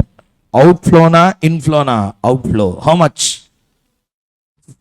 Sir, spot la 40 rupees he has given or not? 100 shares, how much? 4,000. So buy at spot. Sir, why buy? You have to borrow and buy or not? Therefore, what we need to do? Borrow. Clearly write down rupees 4,000 at the rate of how much percent? 12% for 6 months. 12% for 6 months. Second.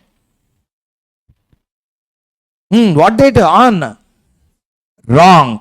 3 months after you will get a dividend. 3 months after what you will get? Dividend. So they have given in the question or not? 3 months after you will get what? Dividend. Now tell me, 3 months after you will get a dividend of how much? Answer, sir. That 3 months after dividend of 2.5, you are going to withdraw, you are going to deposit. You are going to deposit. You will get the dividend. You will immediately deposit. Deposit for the next 3 months period. So you will deposit for 1 month or 2 months or 3 months. Write down. After 3 months. Like this you need to present your answer. Deposit rupees 2.5 per share being rupees 250. Why 250? 100 shares at the rate of 12% per annum for 3 months. Now third one. On which date? Maturity date. On maturity date, I am taking one position or two positions or two positions. One is in which market? Money market. First, you should tell me, I am having borrowing a deposit. Both. I am having both. I am having both. What is the first one? Borrowing. Second one? Deposit. Okay, tell me. First one. Maturity value of borrowing is the first one. Tell me what is the maturity value of borrowing. Sir, how much I borrowed? Please help me. 4,000 into 1.0618. Yes or no? Tell me. 42? Okay. Second one. What is the maturity value of deposit you made?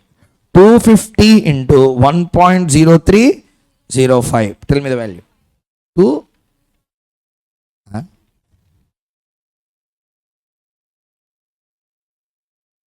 250? 663. Total. This is the outflow, this is the inflow. So tell me net outflow.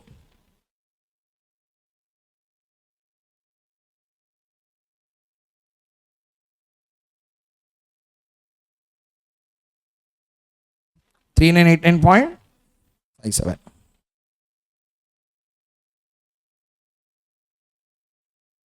First write down up to here.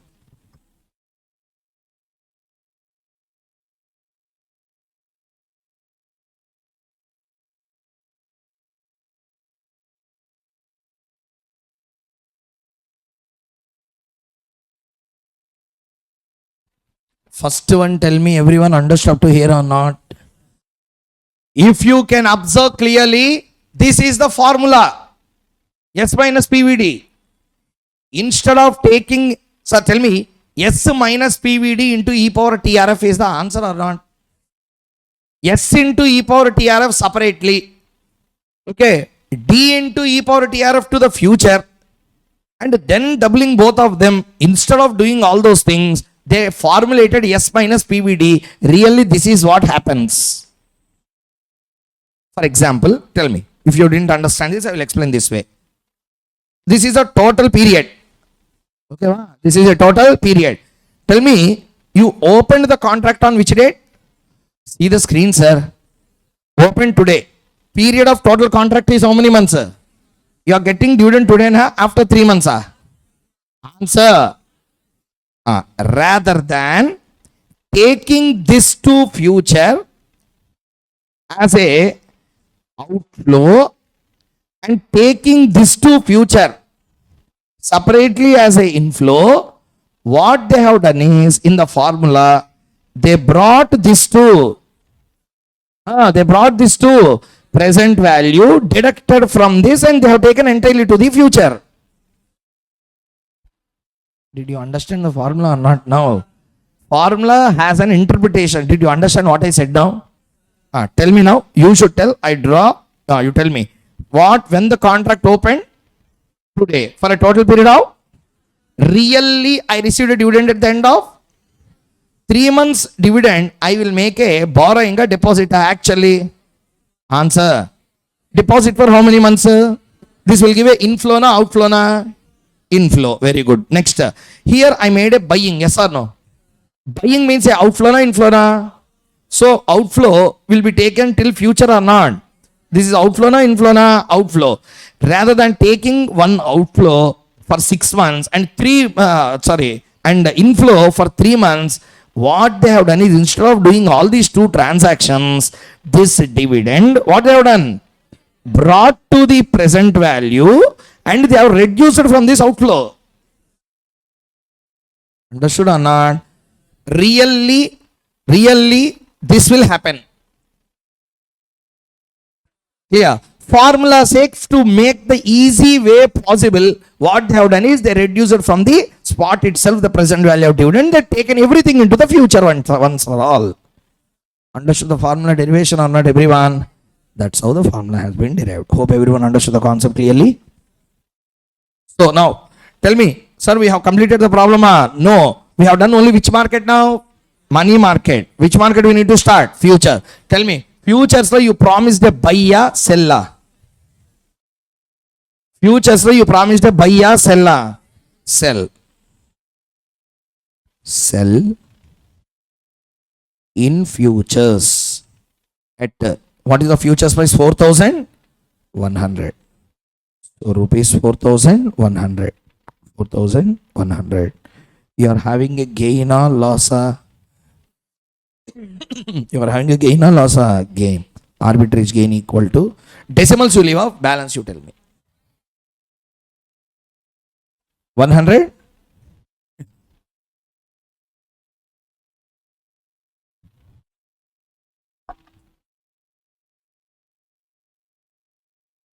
Will you do it for 3,800 now? I am giving you only 2 minutes time. Please do that. So don't waste time. We have hedging in futures, main area still pending.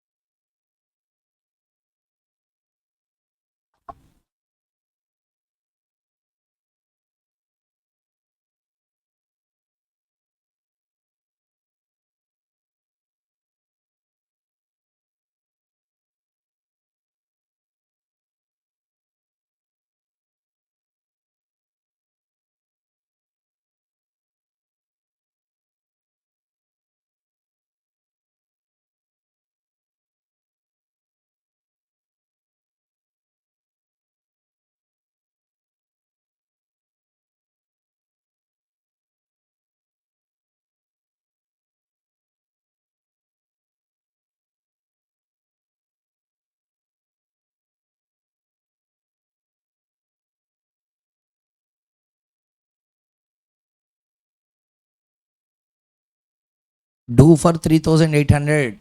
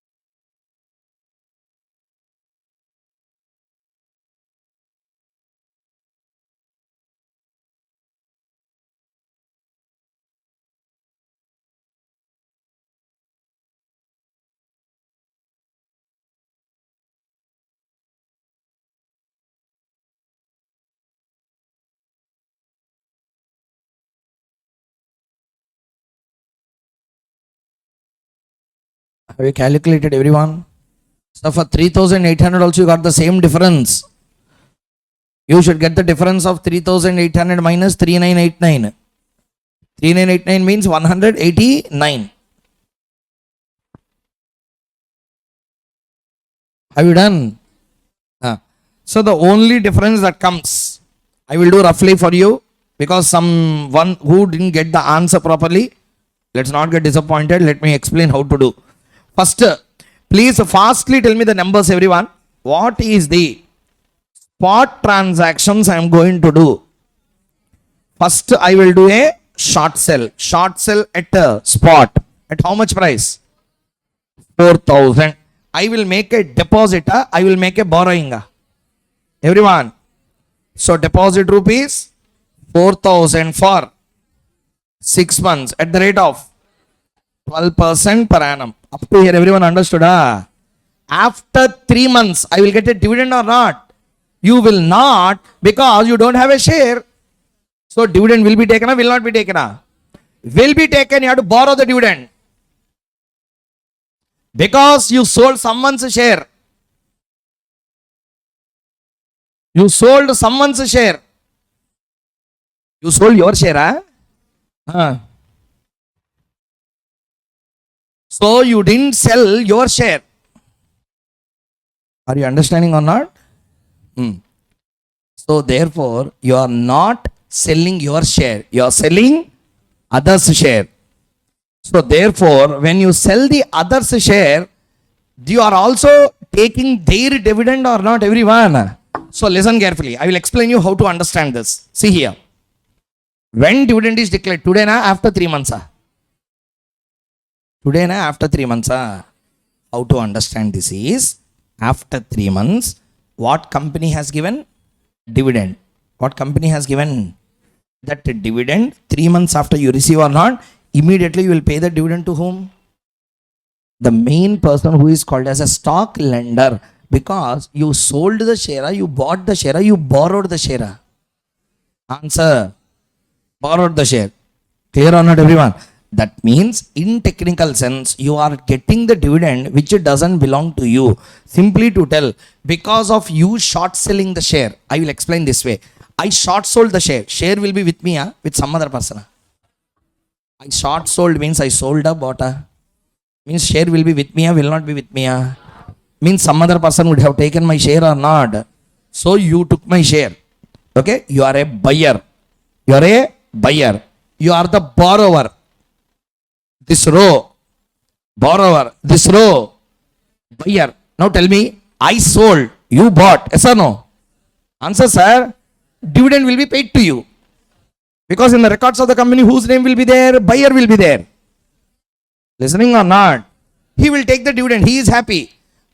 Okay, I am also happy I short sold. But who is unhappy here? You. Why? Because you borrowed, you sold the share, lent the share. That means you will feel that I am still the owner of the share.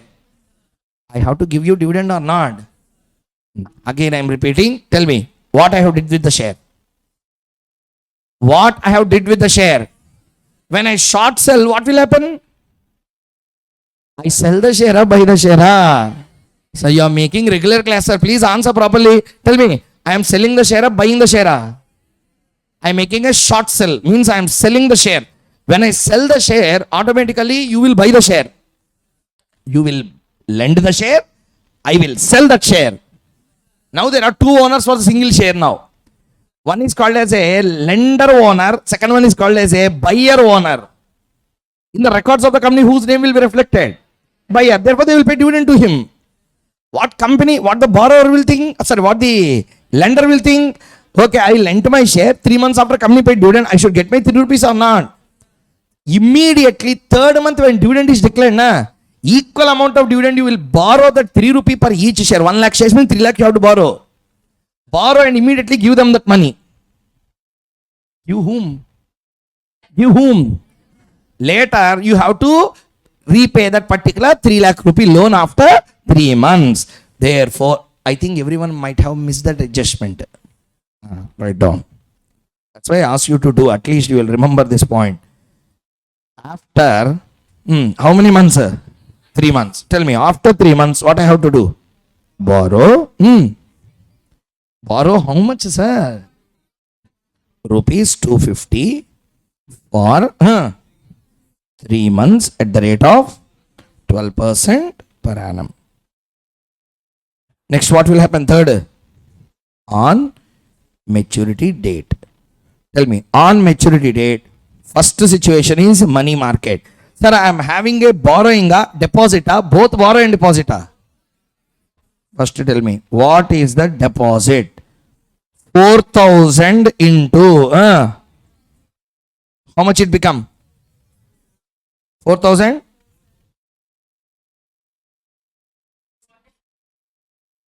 247, Okay, sir, point to leave off. Next, there is also a borrowing for you. Yes or no? How much? 250 into 1.0305. Tell me how much? 250? Sir, 258. 258. I'm making 258. So tell me what is the net? Net inflow na outflow na? Inflow. How much? 39? Exactly. 3989. Now, in the futures market, you said that you will buy or you will sell? Answer. Buy at what price? 3,800. So you are getting an arbitrage gain of 189, which is exact difference between 3,989 and 3,800. With this, we have completed arbitrages in futures. First thing, everyone understood the problem or not? Okay. So now, you do question number 19. Do that, take break. With that, arbitrages will be fully completed for us. Fast. Question number 19.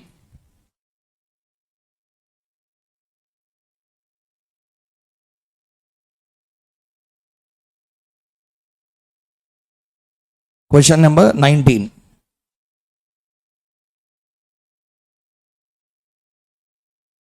How to check the answer whether you are doing right or wrong? How to check the answer whether you are doing right or wrong? Difference between FFP and AFP will be your arbitrage gain. Do it. Mark it very, very, very, very important.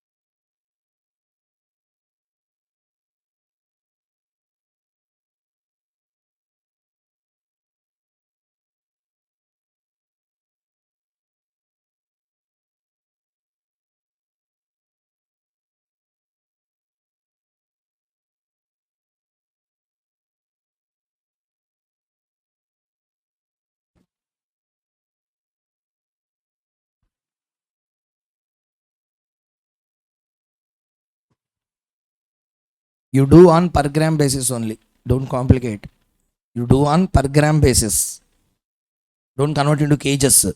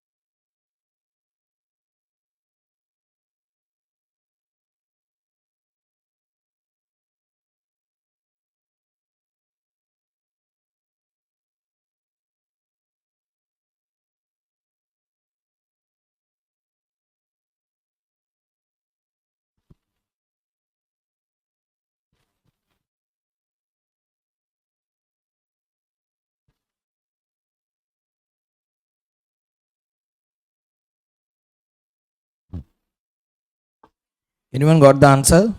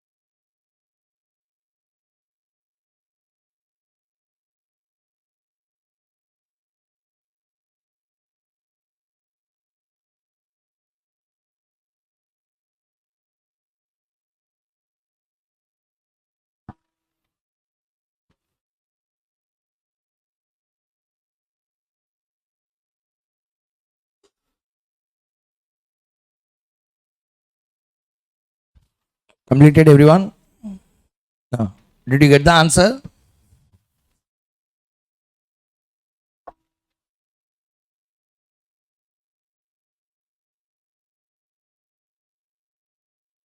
Did you get the difference with the same answer? So how much is the AFP? AFP 620. FFP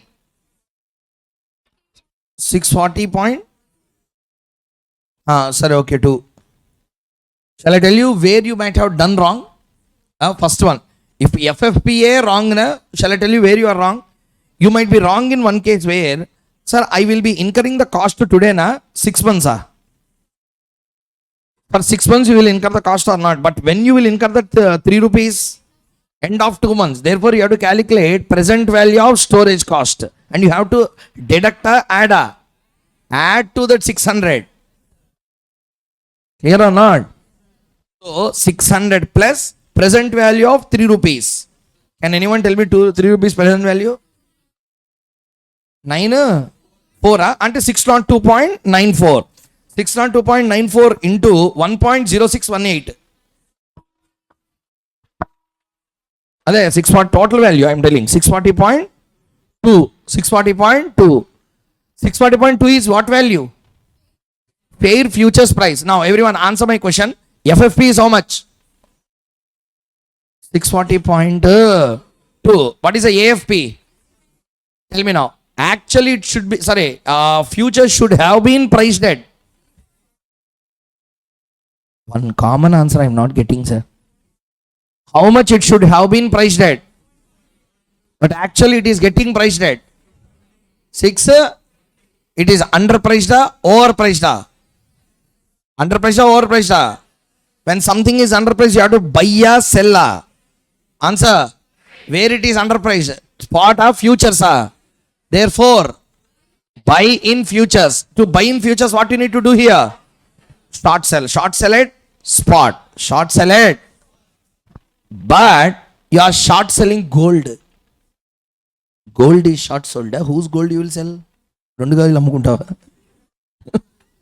Whose gold you will sell here? Did you understand the point or not? Here the given is commodity or stock. Commodities can be short sold. Gold you will short sell. Whose gold you will short sell here? Whose gold you will short sell? Did you understand the point or not? You can't. Therefore, always listen. Gold question whenever given. Sir, regular classes means I can tell the entire concept behind, but I will give you conclusion. Remember this. Gold whenever given in the question in futures, it is called as a gold fund units of equal value, not gold really. Physical gold no one can buy and sell. Gold is always represented by what? Gold fund units. Everyone repeat, what is it? Gold fund units. That means sell gold fund units worth that amount. Short sell gold fund units worth. Sir, okay, tell me now. 1 second, answer. How much is FFP? How much? How much is a AFP? Under over? When something is underpriced, you will buy or sell. Underpriced in spot or underpriced in futures. Therefore, in futures you have to buy. In futures you have to buy gold fund units, means in short sell what in spot what you have to do? Short sell. Continue. Short sell gold fund units worth 600. Worth 600. Now tell me, gold fund units are traded instruments. Okay, those you are selling or not, short sold or not. That means short sold means you have bought, you borrowed. You borrowed. Now tell me, what are the transactions you are going to do? Strategy designed. Tell me, spot transactions. Explain me what you have done. First one, short sell gold fund units worth 600. Up to here, everyone has done. Next, when you short sell gold fund units, you will get an inflow na outflow na? Inflow. Inflow will be borrowed or deposited. Everyone, deposit how much? Deposit how much? 600 at what rate? 12% per annum. Yes or no? For how many months? That will mature to some amount. Okay, sir, that you keep it aside. Second, after 2 months. After 2 months, tell me, storage cost you will incur or not? Will not. You short sold. First point, you don't have a gold to have storage cost. You have gold, gold fund units. Sir, a gold day you have, let's say for example, you short sold gold anyway. Short sold gold means you have physical gold with you, will not have. That means you don't have, means you can escape the storage cost or not. Now keep it aside. Gold fund units you have sold. Yes or no? Gold fund units have a great advantage. You can escape the storage cost. Yes or no? That means you are escaping the storage cost of the gold or not. That becomes notional income of this particular futures. Therefore, try to understand clearly. Originally, you might have incurred 2 rupees expense at the end of 2 months or not. Just because of selling the gold fund units, you are escaping the 2 rupees or not. That 2 rupees opportunity income you have to calculate here. That's the point. So how much? How much you will deposit? 2 rupees or 3 rupees? How much rupees he said? 3 rupees. 3 rupees you will deposit at a 12% rate for how many months? 4 months, because that's a balance period. That you might have not done. Please do.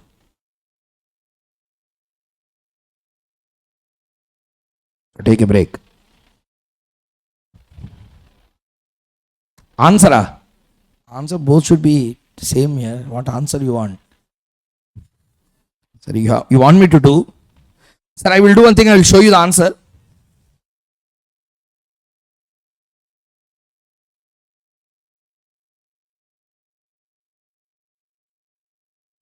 This is the answer. Final answer.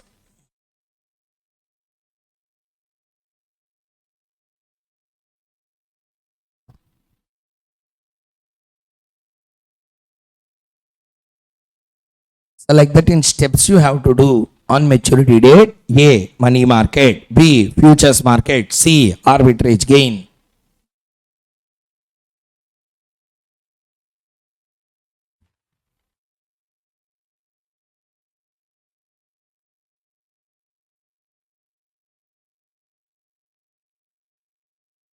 Clear, everyone?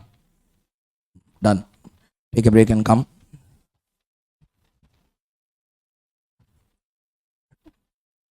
Take a short break and come soon.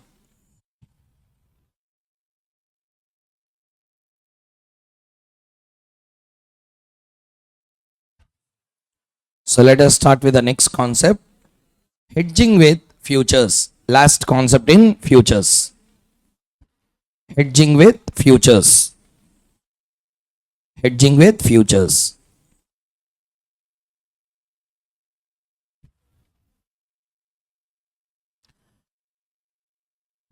Hedging with futures.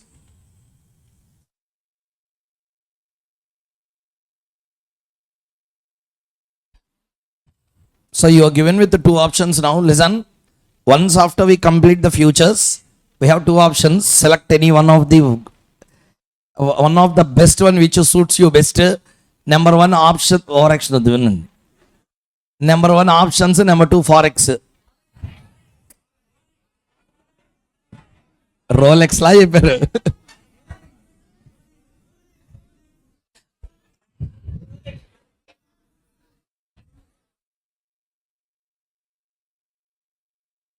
For me anything is okay, but huge IBC. So listen, hedging with futures. So listen. Hedging with futures. We completed all the concepts in futures. One area is still pending for us. That's called as concept of hedging. Hedging is a concept of risk mitigation or risk reduction or stop loss strategy. Hedging is not profit making strategy. Hedging is a stop loss strategy. It is stopping you from getting a loss. It don't give any profit. Sometimes hedging may give profit, but those profits are incidental. Clear everyone? Profits are incidental. Incidental means by chance, by incidence of a transaction you got. You can't anticipate a profit on hedging. Clear everyone? So therefore, point number one, listen carefully.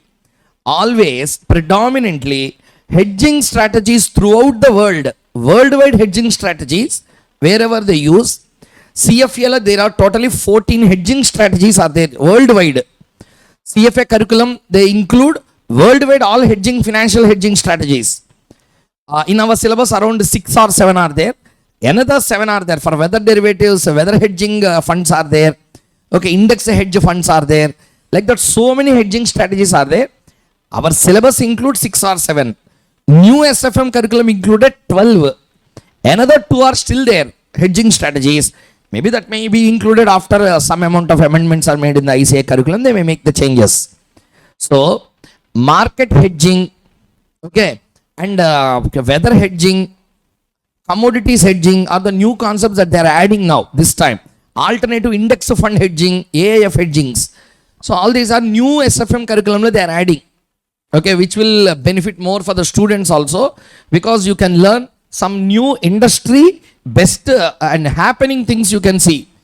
These are all also very much popular in today's scenario, but new things are not there in our material now. My material means not mine. Everywhere in the ICA material they are not covering that syllabus. So without covering, I can't put up unnecessarily by telling weather derivatives concept, but syllabus la there na, I can take a CFA questions, I can explain more how the questions are actually built up. So okay, now let us try with the concepts on hedging. What is this concept of hedging? As I already said, you can see there. What is the hedging? First, I will make you to see here. First, look here. There are 3 important parties in any market. In any market, how many parties are there? 3. Number 1, speculators. Number 2, arbitragers. And number 3, hedgers. First one. Number 1. Listen once. Before I start, I will tell you one conclusive and then I will start. Class will be up to 2 o'clock now. Okay? Listen first. Don't make any comments. Listen first. Class will be up to 2 o'clock. Don't stop me in the middle. Exactly 2, I will give the break. But before that, listen carefully, sir. We have to complete the hedging strategies. At least I will make you to do 6 problems in hedging. 6 exam questions. You can check the study material also. They are there. I checked just now. In that 6, at least 5 we have to complete before that. After the break, we will do 1 and we will start with Forex. Listening or not, everyone? When I do Forex, we will also do Forex with the futures. What do you mean Forex with futures? Currency futures. That also we will do. Take any question from study material, I will solve for you. Okay. So currency futures also we will do together. That chapter also will complete simultaneously along with the forex. Shall I continue? Okay. There are three parties. Number one, speculators. Number two, arbitrators. Number three, hedgers. We already completed about speculator. First 5 to 10 problems are on speculator. That means a speculator is a person who put his leg only on a single market. What is the market covered here in this chapter? Doctor, what is the chapter we are reading? Means which market we are covering?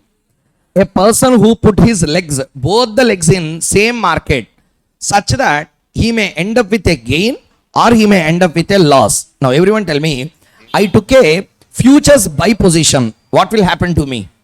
Gain or loss? I took a futures buy position now. Listening or not? I will get a gain or loss. I may get a gain, I may get a loss. It's a speculation only.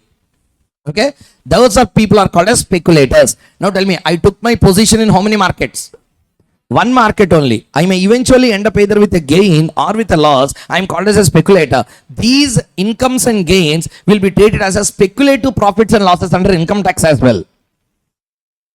Okay, so first, in 90% of the firms, they are treating the treatment of profit and loss on the trading wrongly in the income tax returns. Recently, one of the income tax research firms also given that evidence. 84,000 crores speculative losses and gains are treated as business losses and gains under income tax returns. They are receiving notices now. Not 1 crore, 2 crores. 84,000 crores worth income tax returns are wrong. Means they can't bifurcate between what is a income from securities and what is a income from speculative transactions. Lack of knowledge in the auditors.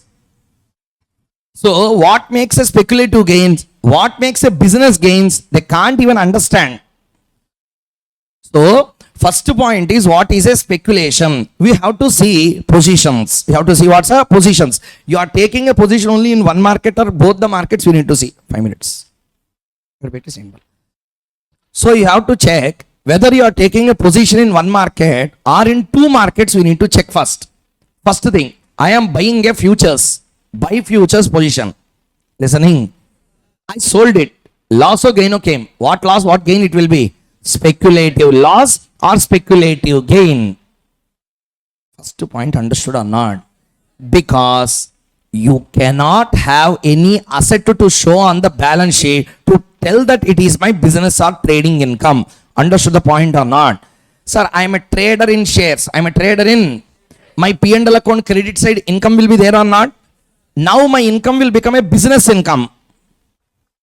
Because asset side what is there? Asset side what is there? Share is there. Share is generating a income. Now tell me, future is a asset you show on balance sheet. No, because you didn't buy it. You bought or not at bought? You have a contract to buy a share. You bought a share. Contracts will come to balance sheet. This become an off balance sheet item. Only what will be recorded in your books? Profit or loss will be recorded. Listening everyone. Therefore it becomes what income or what loss? Speculative income or speculative loss. Okay. First tell me, who is a speculator? Who takes position in one market? Eventually either end up with a gain or with a loss. First one. This is the first type. Everyone. Arbitrage, I need not tell you know. Who is an arbitrager? He will have his position in one market or two markets are. Two market. One in money market, another one in futures market. He will make a gain, he will make a loss. Sure gain. Sure gain. Laptop available in Hyderabad at 80,000. Laptop available in Chennai at 95,000. Definitely will make a gain of 15,000. Ignore a transaction cost. Travel cost, all these ignore that 200 rupees, 500 rupees or 1000 rupees. Laptop available at Hyderabad at 80,000. The same laptop available in Chennai at 90,000. If I sell, I will get a gain of 10,000 or not. That's all. It's arbitrary gain, sure gain. Clear? That means I will take my position in the arbitrage opportunity concept you have seen. I will take two positions, one in money market, another in the futures market. Definitely I will make a gain. I shown you both the methods. Asset settlement like institute, net settlement like main model, not CFA. As CFA takes the original market models. Everyone understood? Tell me, arbitrage la, I have my legs in one market or two markets. Hedging also like that. But what is the difference between hedging and an arbitrage? Arbitrage, I will take position in one market or two markets. Simultaneously I will take. Hedging la, first I entered into cash market. Everyone tell me what is a cash market? What is cash market? Spot market. That means first I had both of my legs in which market? Now the spot market share price is slowly falling down every day. Okay. To protect my cash flows in the cash market, I have taken a reverse position in the futures market. How that is done, we are going to explain now. So tell me, hedging, I will have how many positions? How many? Two positions I will take simultaneously, one after another. First I will have my position in cash. Cash market is shaky. It is going down, going up, going down, going up. I am not getting how my position will be after 4 months. Then to protect my cash flows from the cash market, I will enter into which market? Futures market to hedge myself. Everyone understood the point or not? Okay. So that's the point. So conclusion, everyone tell me. Speculator takes position in? Not answering. Tell me. Speculator takes a position in? Either get a gain or get a arbitrager will have simultaneous positions in two markets. Guarantee he will get what? Gain. Next, hedger will have his position first in cash market. Cash flows are stable or unstable? To avoid the fear of cash market, I will take a reversal position in the futures market. How that will help, we are going to learn now. First I will take position in. Later I will take position in. That's how the hedging transactions will apply. Clear or not, everyone? Listen, before that, one small historic background I need to tell. What is my qualification to explain this? Point number one. The moment I qualified chartered accountancy, 1 year and 3 months, I worked with one of the company called as a Franklin Templeton as a hedge funds. Hyderabad, there is one company called as a Franklin Templeton, very popular, you might have heard. Franklin Templeton, for that hedge departments we worked. So therefore, from that time, whenever I see the stock markets, the hedging funds, how the hedge funds actually work, practically we worked for 1 year and 3 months. After that, I came out, I resigned, I joined my firm, I started my firm, I started teaching, everything has happened eventually over time. I'm talking 2013 time, this is. So 2013, first hedge funds are very little famous in India at that time. At that time, out of my own interest, I applied directly for the hedge fund department to understand how the hedge funds actually apply. SBI will have mutual funds or not? That mutual funds are managed by Franklin Templeton in Hyderabad. AMC, have you heard? What is AMC? AMC is Franklin Templeton for SBI. Every day we use it to check at that time. What stocks are losing value? What stocks are gaining value? Okay. Now answer. Sir, I am a portfolio manager. Say for example. Okay. I have a portfolio of shares. 5,000 crores worth portfolio I am handling. Example. Now that portfolio will be stable. Prices will increase and decrease every day. Sir, portfolio means one share, hundreds of shares. In that, each and every share behave differently. One will increase, one will decrease, one is stable, one will go suddenly, one will come down suddenly. Behavior, can we understand each and everything? On an overall basis, we can understand the behavior of the mutual fund or not. Everyone in the class. Now answer, when the mutual fund behavior is very difficult to understand, each and every person used to analyze one stock. Like that, I used to see the mutual funds taken by SBI at the time. Are you understanding or not? Some persons will do the other banks. So many mutual fund companies Franklin Templeton used to manage. There are very big three investment banking companies in India. Number one, Franklin Templeton is number 3. So second one is called as Invesco. First one is called as a Goldman Sachs. So these are the three biggest investment banking companies in India. Number one always goes to the Goldman Sachs. Number two will be for the Invesco. Number three will be the Franklin Templeton. So I didn't get a chance in the first two, but I got a chance in last two. But I really enjoyed for the 1 year and 3 months. I got a good experience of hedge funds. After that, it helped me to understand this. But one point everyone understand: whenever you touch a portfolio, it has one share, multiple shares. Now listen, sir. Share prices eventually will fall. Suddenly, who will get heart attack? AMC will get a heart attack. Because first SBI manager got heart attack. Because people believe in State Bank. They will invest in the SIP. SBI Bank, if you gonna please invest 5,000 every month in SIP, they will pressure us. They will force us. They will tell you need not pay. Every month from your account we will deduct, they will tell. As if they are doing some great favor. Okay, from my account, this pocket money is going out. They will tell 5,000, sir, mere 5,000 rupees you deposit. Every year, after 5 years, you will see whooping results. They will tell like that. Maybe it's a good only, SIP. So we will invest. Every year, 60,000, 70,000, we will invest in that. Over a period of time, they will give us a CAGR of around 12%, 13%. Very good, I'm not telling no. But mutual funds will give return only if the stock prices inside the mutual fund increases. Am I clear, correct or not, everyone? Answer, sir. NAV increases because of?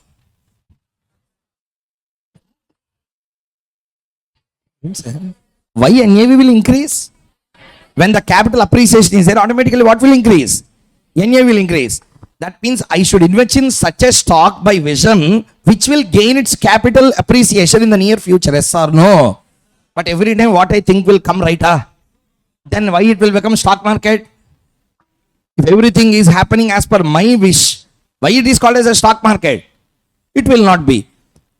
So don't think that I am telling some story in this crucial time. Actually questions are asked in this way. I will show you the proof with the questions also which attempt they tested. So the problem is, whenever there is a portfolio, people will believe and invest in the mutual fund or not? They will start falling in its value. Heart attack first to the bank because they only pressure the public. Public will ask the question or not? They will spew you up. Gontu pisikeస్తాడు వచ్చి bank వచ్చి. You pressure me to invest 5,000 rupees every month. That has become 4,500. Who is the responsibility? Are you understanding or not? So therefore, if you ask a FD na, safely I will put my money. Why? FD na fixed return you will give. But you are asking me to put in a SIP. I will put 5,000 will be 5,000. May also decrease. Then who is the responsibility? Like the people will question bank or not? Banks will not take even a 1% chance because it's a bad reputation to the bank. Bank mutual funds ke bad reputation. Therefore, there are two types of mutual fund. One is called as gilt bonds and gilt funds. Gilt funds means safe. You need not worry because more PSCs, public sector undertaking, PSUs, public banks, all these are involved into the stocks. Are you understanding or not? Cap stocks are there, also called as a small cap, mid cap, large cap, multi cap, bank caps, nifty banks, all these things will be there. Now, those are risky. They will tell when you are investing, they will tell clearly, sir, these are some amount they are risky. Now, conclusion let us bring. Tell me, portfolio means one share, multiple shares. They will have a same value or changing values. They will fall or not. When they fall, NAV will fall or will rise. NAV will reduce or increase. One time NAV reduce means no problem. 2 times reduce means no problem. If continuously it is falling, heart attack to the bank, heart attack to the AMC. AMC gets a heart attack, they will bring heart attack to employees. Are you understanding or not? So that pressure we can't take. If something happens wrong because of I can rectify. Group of people will do. Any one person do the mistake, it will fall also on us. So therefore what happens? So many employees are involved in managing the fund. One mistake, total asset value is gone. Therefore, whenever mutual fund companies finds that the stock prices of their investments are falling down, immediately the hedge department will take a futures position. Will take what position? Everyone. Everyone. Now you should only answer. Now tell me which company share I am for example, I am asking a question. Answer. I purchase TCS share. I purchase which share? TCS prices are falling down. TCS prices are falling down. TCS prices are slowly falling down. Immediately I will take position of TCS futures. TCS. Now listen, subject starts. Listen carefully. I will give you example. In cash market, I have taken a long position. In cash market, I have taken a, what do you mean long position? Buy ya sell? Buy. Now answer my question clearly. This buy position I have taken, there is a chance that the prices can fall. Sir, always remember, we are doing which chapter? You should not take investor, you should take trader. Means he will buy, he will sell. The assumption of this entire chapter is when I tell buy, eventually there will be a future sell also. Clear or not, everyone? Long-term investment, sir, futures, can you really buy a share and sell a share? Then why investors will be there here? Understanding or not?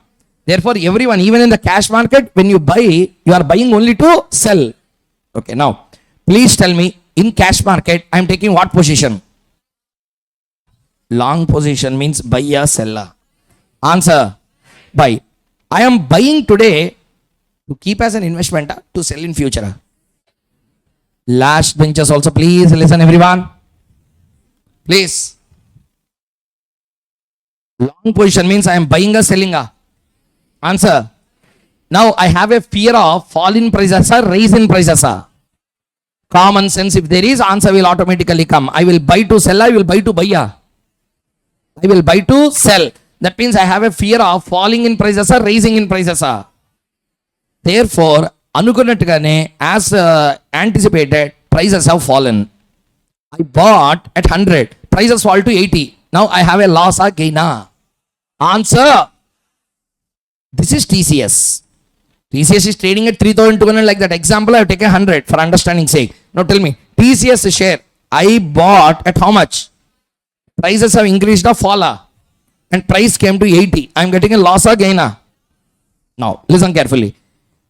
Whenever I felt, first I purchased TCS share today. 1 day completed, 2 day completed, 10 days completed, every day 1 rupee fall. 2, 3 rupees, 5 to 8 rupees a fall happened. Immediately I am getting heart pain. What I thought is I need to go for an alternative remedy. If it falls like that, I borrowed amount in the bank. I have to stop the loss somewhere. Immediately I will take TCS futures position. Which position, sir? TCS futures. Tell me what futures, sir? TCS futures. I have taken which position here? Answer. Answer. Take a reverse position here. What position you have to take? Sell. Reasons I will tell you. First listen. I will take a sell. Now on this date, what is the TCS cost? Spot price how much? Generally in a contango market, futures will be more than spot or less than spot. Say it is trading somewhere at 103. Listening everyone. How much, sir? 103. Now tell me. On the last date, on 3 months after, I try to sell the stock. When I sell the stock, how much is the price? I made a loss or gain? Very good. Now, I have taken a futures reversal position or not. If I give a sell, I will really sell. I will take a reversal buy. When I came to buy, the price is 83. The price is now tell me, I got a loss or gain? Loss or gain? Gain of how much? 20 set off again is this. I am not subjected to loss. This is how the hedging works. Are you understanding the situation or not, everyone? So tell me, cash market my position is long. Futures I should take? Short. Long, cash market I am short. Futures I have to take a long. Everyone understood the concept clearly? Because of this, you will get profits, you will get profits, you will get loss, or you will be reduced with the loss. I will stop I will not give you profit. Sir, when markets are falling, your intention will be to get profit. Your intention is to stop that loss. That's all. I will stop the loss. I will not give a guarantee that I will make a profit to you. I will stop the loss. Listening, everyone. Now change this example. There is a portfolio. There is a portfolio. Now answer my question. There is a portfolio. See the screen once. Portfolios I purchased. I purchased 100 company stocks. Large cap company stocks. 100. Best 100. Top 100. Listed companies I bought. I prepared a portfolio with them. 100 crore portfolio it is. How many crores? How many crores? 100 crore portfolio I prepared. Okay. Now 100 crore portfolio I bought. I bought means long question or short. Answer. In future what I will do in the cash market I bought. So futures 1 second. Cash market I bought, I sold. Portfolio created means I bought, I sold. What? How much worth? 100 crores worth portfolio I created in the cash market. Clear? Now tell me, I will buy. That means in future what I will do? I will buy, I will sell, I will hold. Why portfolio will be sold here? Mutual fund companies will sell all the stocks. Are you understanding or not, everyone? Think properly. Batti kottakan concepts ni buy, sell, buy. If I am a trader, individual trader, yes, I will buy to sell. I will short sell to buy. But I am a SBI portfolio. Why I will sell all my stocks? So tell me, what is my opening portfolio value? Answer. How many companies are there? How many companies are there? 100 companies. What is the value? 100 crores is the value. Now tell me, 100 crores is the value. 100 companies are there inside. So what is the original value at the beginning? 100 crore. Slowly, market is coming down. It came to how much? 80 crore. I am not selling. Market is down. Now I will be happy or unhappy as a funder? Answer. Why I am unhappy? What will fall? NAV will fall. What will fall, sir? NAV. Now I have to control this loss somewhere or not? I don't want miraculous NAV. I want to have the existing NAV to be stable. At that time, I will enter into which market? Futures market. I will enter into which market? Now you should only answer my question. You should only answer my question. I will enter into which market now? To control these losses, I will enter into which market? Futures market. Now answer. TCS share I bought. I am getting a loss. Therefore, I enter into which futures? TCS I am getting a loss. I enter into which futures? Now I bought TCS shares. 100 company shares. Answer. 100 company share. 100 company shares means how many futures contracts I need to enter? Each company, one future contract I need to enter or not? Is it administratively possible for anyone? Therefore, enter into Nifty futures. That's why in the question Nifty futures will be given always. Nifty is a market. Don't hedge with that particular company stock. Hedge with the market. Now tell me that entire portfolio will have a beta or not? Using that beta you have to do. That's called as a beta hedging. Are you understanding the point or not, everyone? I can speak on this for hours and hours to explain you, but in this session, I want to just explain you pinpoint from the exam's point of view what is required. There are two types of questions you will ask in exam. Company futures and Nifty futures. Everyone, number one. What is my company futures? That company investment will be hedged using that company futures. That's called as what futures? Company futures. Next. It will be used, it will be hedged using which futures? Nifty. When Nifty futures are used? When Nifty futures are used? Not just that. Some companies have listing but not having derivative market like HPCL. They are having their listed but not derivative market containing. TCS is having derivative listing derivative both. Therefore, I can use both. But some companies are there. MTNL is there. MTNL is having what market? Cash market is there, listing is there. But what market is not there? Derivative market is not there. F&O is not there. At the time, with what I have to hedge it? Nifty. That company will have a beta with the market or not. Using that beta, we will calculate the hedging. Approximately, we will get the particular profit or loss, whatever the case may be. First point, in the limited time available, I tried to explain all the concepts that are applicable for your exam. Understood or not, everyone? Summarize everything. How many types of persons are there in the markets? Number one. Number two. Number three. We are talking about hedger will take how many positions? One position. That in that one position, what he is getting? Therefore, immediately he will take a position in. Answer. Futures market I entered to make gain to secure the losses. To secure against the losses. Okay. Now understood the point or not? There are two types of futures. Number one. Number two.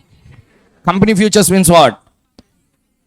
The investment of the company is hedged using same company futures. Nifty futures means what? When the company do have the listing but not having derivative market, or next, there is a portfolio of stocks. In that case, I can use which futures? Nifty futures. Okay, now in your material that I have given you, come to the first question. First question, the last bit.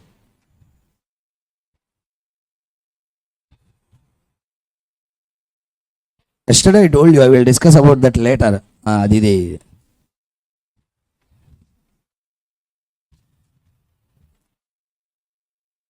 Everyone understood or not? Shall we do the problems or not, everyone in the class now? Tell me, cash market la buy, futures law. Cash buy, futures. Cash sell, futures. I will get profit, I will be ended up with, I will get profit, I will secure against loss. Everyone, tell me, cash market la, I will take cash market, I will take buy. Futures la I will take. Cash market la sell, I will take. Answer. Okay. In this procedure, by entering into cash market and futures market, I will get a gain, I will get a loss. I will get gain, I will get loss, I will secure against losses. Can I get gain?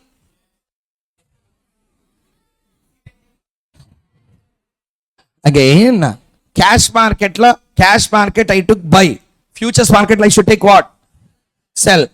I will get gain, loss, or secured against gain. Secured against losses.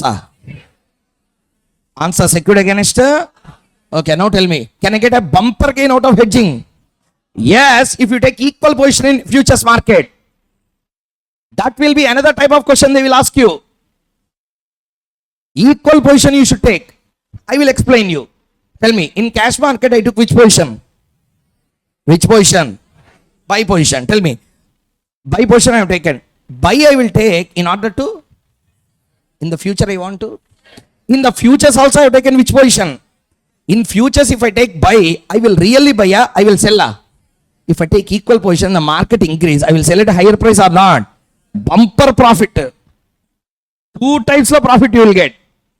But it is a risk. If it is falling, you will get a bumper loss. Not normal loss. Maybe you are subjected to your favorite topic, insolvency code also. So, maybe you may be subjected also to that. That's entirely the guts of a person. If you really strongly believe that, firmly believe that definitely this share will increase like GMR by August. Okay? So, you can take direct call. Okay, just let us go into the futures market. Take equal position. Futures market la. What you will lose? Hardly what you will lose. I will definitely get a gain. I firmly believe that. So hardly what I have to spend? Margin. Let it take 3 lakh. I will enter into minimum lots of 100 lots. Value worth 20 lakhs. You take 1 lakh rupee margin. Lelo. So 20 lakhs I will make. That to 20 lakh rupees profit la 1 lakh is a small amount for me. I am getting one time 20 lakhs. I am getting double time. With 1 lakh investment, I can make profit in cash market. I will make profit also in futures market. But remember, this is very, very risky. Like shown in a movie. Okay, Shayaji Shinde will become rich one person. Again, he will tell that yesterday I played playing cards. I became this time Joker went to that person.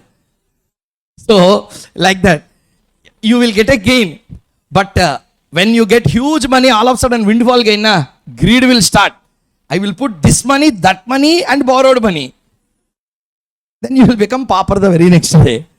Every day will not be like that. So therefore, whenever you get windfall gains, deposit that in a fixed income security. So it's a disciplined way of making your investment. So okay, anyway.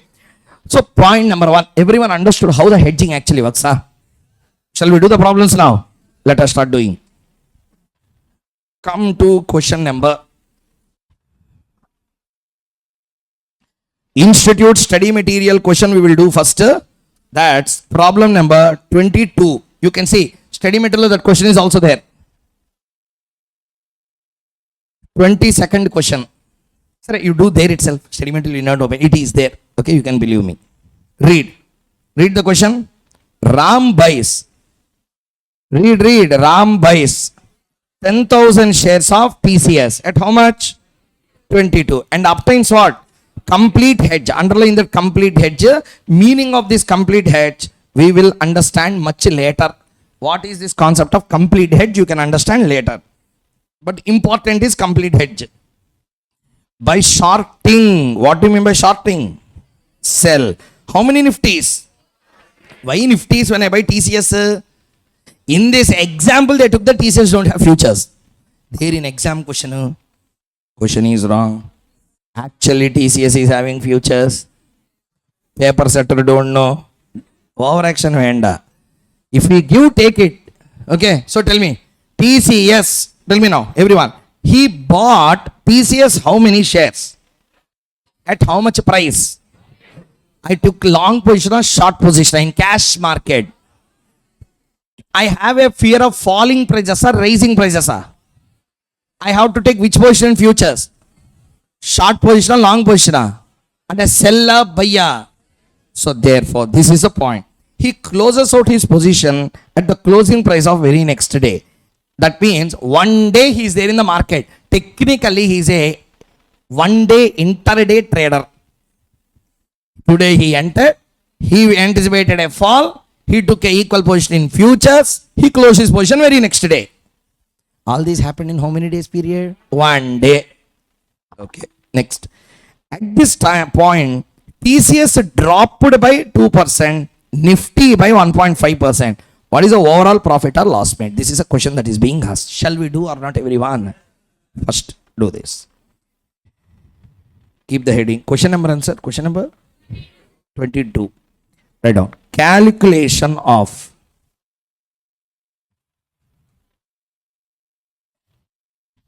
gain or loss.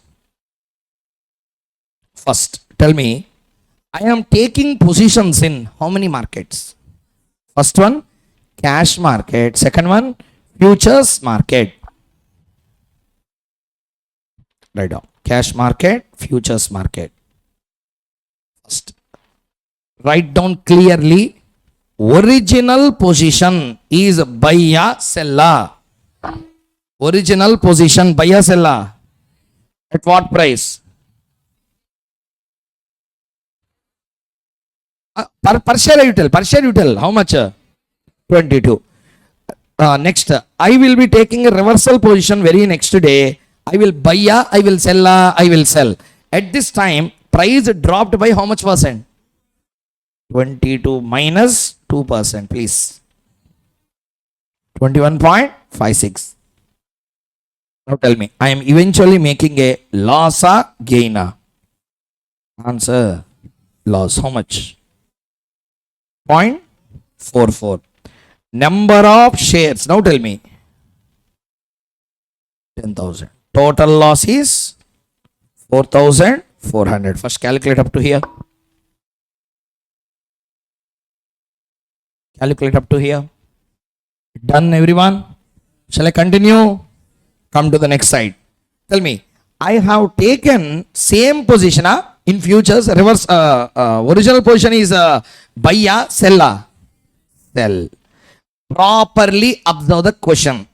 Tell me, How much is the Nifty value when I try to give a futures sell? They have given question clearly. How much? 1100. 1100. Reversal position I will buy, I will sell. Buy. Buy at what rate? 1100 minus 1.5%. 105. Okay. So tell me, I will be making a futures gain, futures loss, profit or loss? Profit. How much? 16.5. Number of Nifties. How many? 400. Okay. 400. Tell me the total profit. 6,000. Okay. So hedge gain equal to how much? Rupees. This is a loss. This is a gain. How much? 2,200. First write down up to here. This is called as a incidental gain. It's not intentional gain. It is called as a incidental gain. Why it will get also, I will explain now. First you do the answer.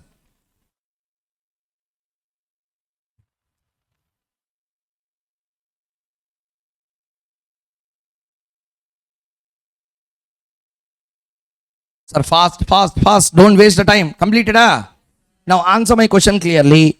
Why profit has come is a question, yes or no? Actually, our intention is to stop the loss or make the profit. But why profit has come? Because of two reasons. One second, sir. Reason number one. We are using company futures for hedging. We are using Nifty futures. Company cash market and company futures market correlation will be +1.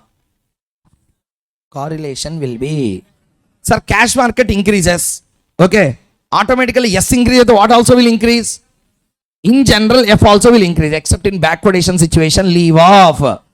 Normal market circumstances like cash market and futures market are positively correlated or not.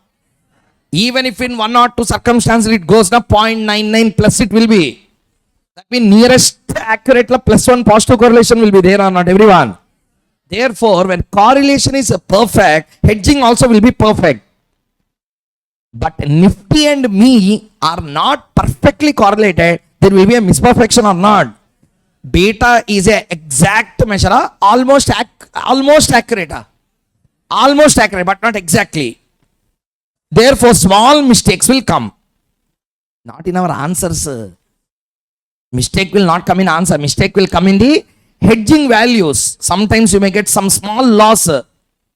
Sir, 4,400 loss has become 40 rupees loss. Then also the loss is covered or not. The small loss you should not consider because that will be an error because of, I should not call it mistake. It's an error because of beta. It's error because of what? Beta. Second reason. Very, very important reason.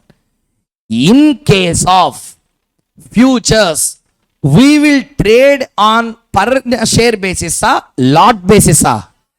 That's the main reason than beta. That's the main reason why we always get a imperfect profit and loss in hedging is standardized lots. I can tell this example, standardized lot concept, better with question number 24 to take it. This is a question which is asked in RTP already. This is a previous RTP question. I want every one of you to participate in this question. Please read. Start.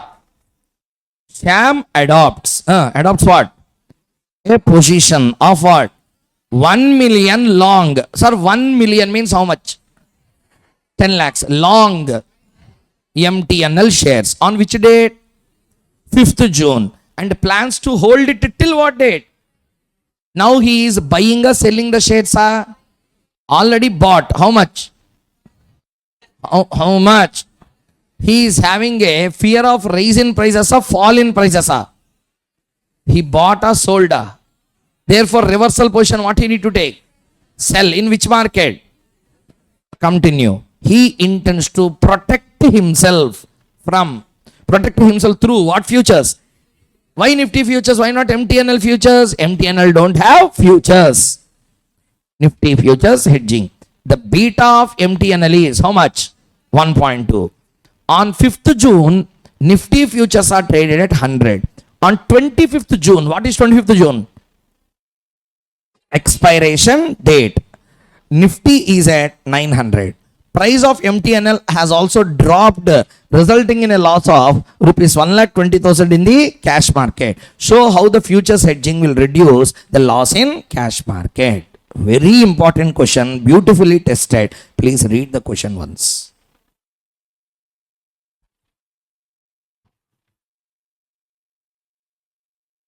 Favorite questions are institute fancy question this type. If you do this question, multiple models in study material and past exam questions you can solve with this one question.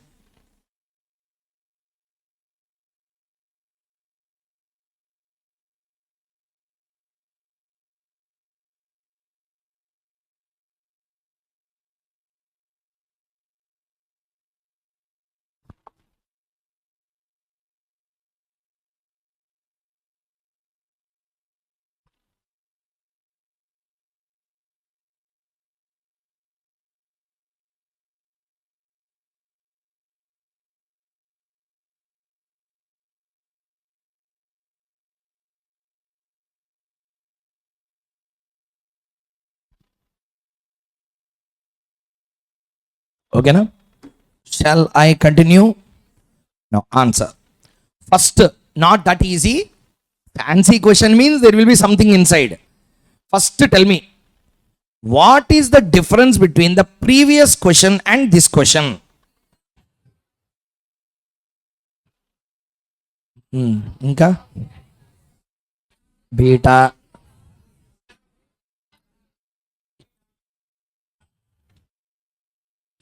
Sir, first point number 1. See the 22nd question once. 22nd question. Whatever we have already done. How many contracts are there? 4A. 100 Nifties in one contract. Like that you should understand. How many contracts we entered, sir? 4 contracts we entered. One contract will have how many Nifties inside? Let's say 100 units are there. 400 Nifties are total contract size. Previous question I am asking. How many Nifties? One contract will have how many Nifties inside? Means how many Nifties I have entered? Who said that? How you got that 400? How you got that 4? That was already given in the question. Now in this question we have to calculate that number of contracts and Nifties. That's the first step we need to do. Did you understand what I said? Tell me what we have to do. We have to calculate the number of contracts and number of Nifties in order to solve the problem now. In the previous question, what they have given? Already Nifties they have given. Nothing we need to calculate. But how you got that? Exactly 400. Why 400? Why not 200? Why not 300? Why not 700? That means through some mechanism he might have got that 400. That's called as a beta hedging. What it is called as? 10 times question has been tested in the examination. Minimum 10 times. Same questions are repeatedly asked in exam. Let us do now. Please put the heading step 1. Calculation of. You should only expect. What is the first question? First point. Calculation of number of contracts to be traded. Calculation of number of contracts to be traded. First, I will ask you question, step by step, go on answering.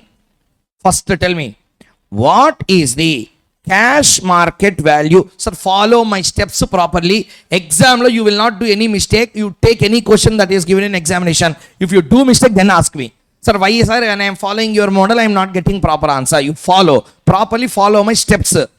Step by step, this is followed by CFA, internationally accepted. Koushik Mukhesh maintained. So first point, tell me, what is CMV? Full form adagatla.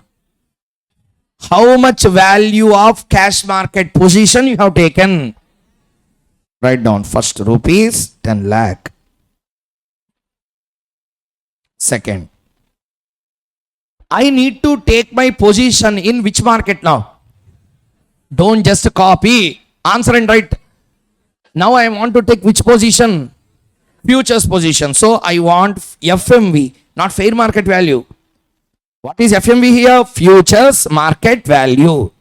How much futures market value I need to enter? Okay? Listen. Don't get excited. Listen, I will tell the logic also. You tell answer, na? I tell the logic behind that also. Listen. First point. Tell me, already we have taken position in which market? Answer? Okay. When the market changes, my share will change by 1.2 times. Market change by 1%. I will change by, I repeat, market change by 1%. I will change by, why I will change by 1.2 times? Because my beta is 1.2 to the market. My beta is 1.2 to the market. That means when market change by 1%, my cash market value will change by 1.2 times. Cash market law already we have taken a position or not? That means can we change that position now? Therefore, if you want to do something, that something you have to do only in futures market now. Therefore, you should not take cash market value in futures. You should take cash market value into beta times. I repeat once again. Listen again. Logic. Again through numbers I will explain you. But first answer this. How much worth of market value in cash market I have taken? That is already taken. Yet to be taken position. Can I change it? Answer. Can I tinker with the values? No. Market la fall happened, that will fall. Clear? How many times it will fall with the market? If market fall by 1, I will fall by 1.2. That means I have to cover myself for the fall in market for 1 time of the cash market value. 1.2 times.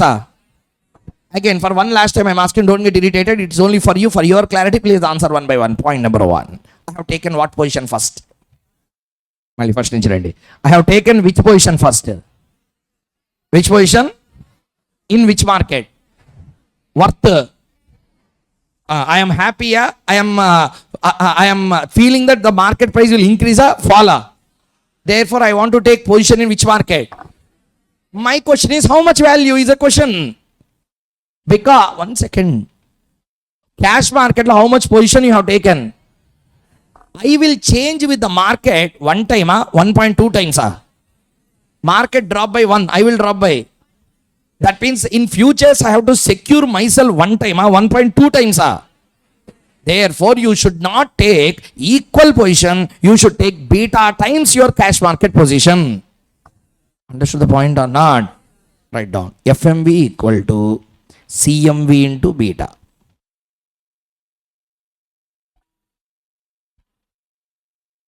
CMV into beta.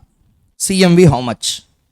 10 lakhs into beta is how much? 1.2. Please tell me how much? 12 lakhs. Okay, now tell me. FMV we calculated. Next, very, very important next question.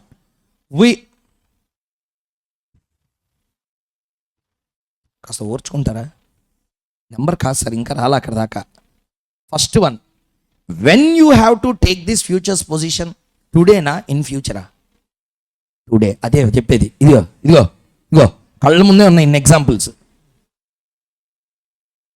Sir, you will click today, but you will actually do the transaction in future.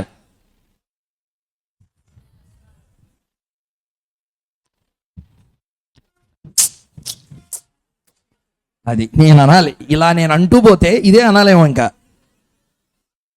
Class అంతా ఇది ఒకటే అంటూ ఉంటా. Class start చేయగానే ఒక class పెడతాం, class అని. In that class I will only make sound. I will ask question, you will not answer. So, listen please.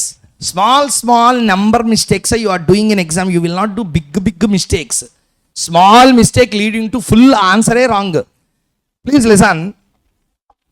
I am first entering into which market? To protect myself, I am now entering into which market? With the same value, beta times the value. Till then I am happy. Now the question is, I am now entering into the futures market. Therefore, when you are in share market, share prices will be traded. When you are in futures market, which value you have to trade? Futures. That's why see here, there are so many numbers. It will confuse you in exam. There is 1,000. Okay. There is 900. Two values are there. If a person is a crack fellow, he will give 2, 3 another number, which will eventually confuse you in exam. Which number I have to take? Now tell me, I am trading in which market? I am trading in which market? Therefore, which values we have to take?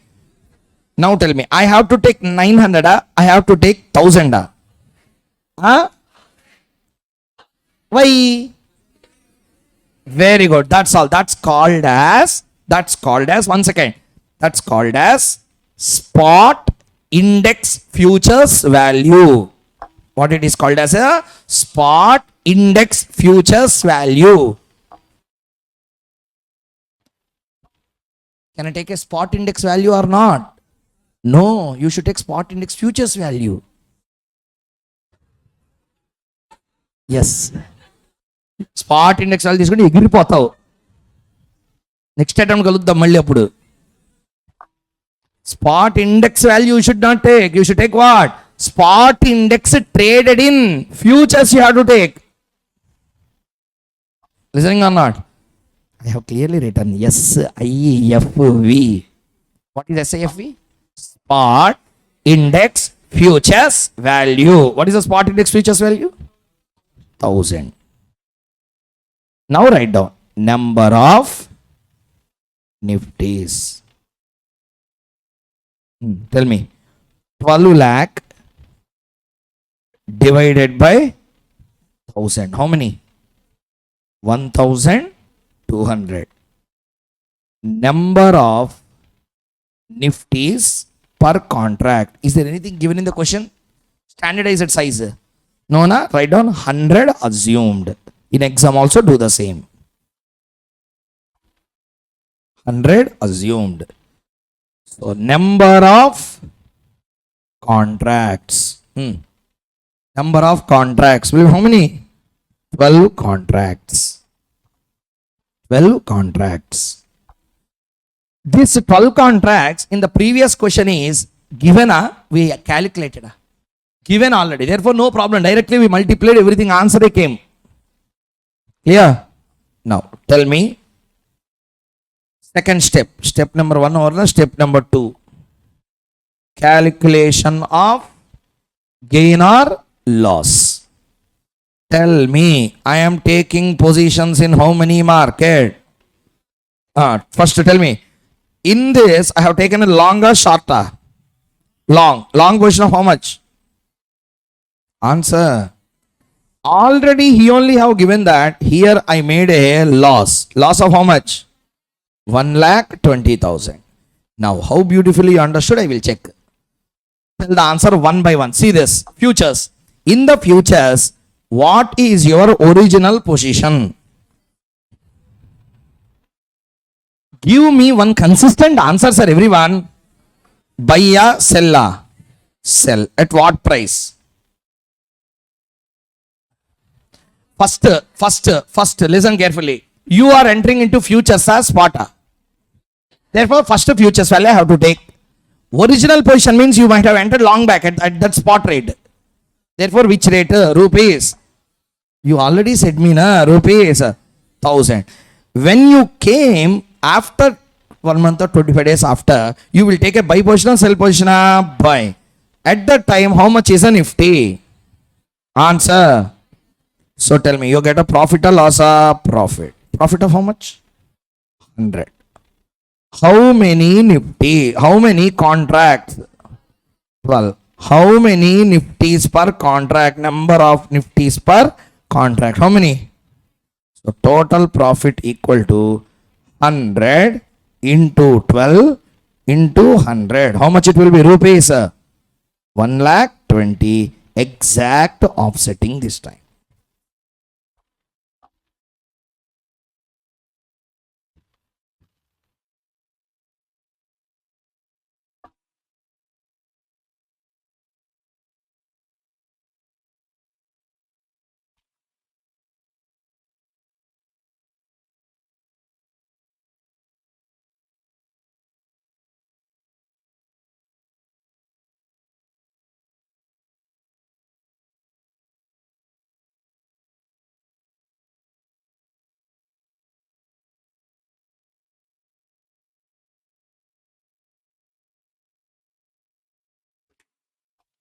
So completed everyone? Very good. Next. So we have completed the calculation in terms of question number 24. So 22, 24 we have completed. Understood or not everyone? Now I will give you 1 minute time exactly. I want answer for question number 25. You can see study material, this question is there. From here all questions are either asked in exam or given in study mat.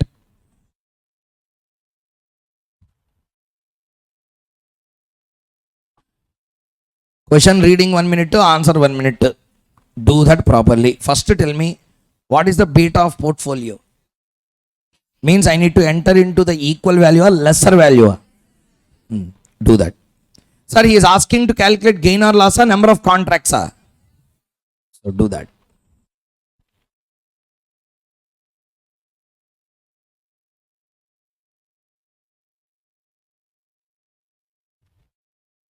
Is there any new point in this question? Current index, he said. Current to futures index, current index. Since nothing is given, assume it to be the futures index. Do the answer.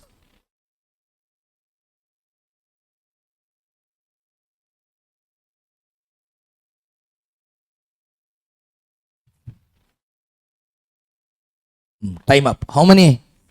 Next question. I will not wait, sir. I told you very clearly. I can't wait more for this question. Next. 6 contracts is the answer. Everyone understood? Next.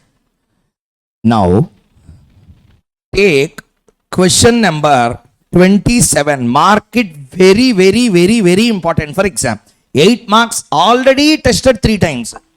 Again, chance is there. One of the beautiful question he can ask.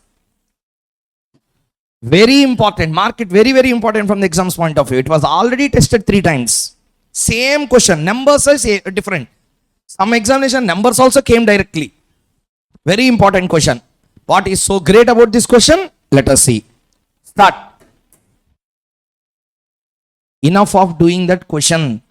24th or 25th now. 20? 25. Then anta scene ledu.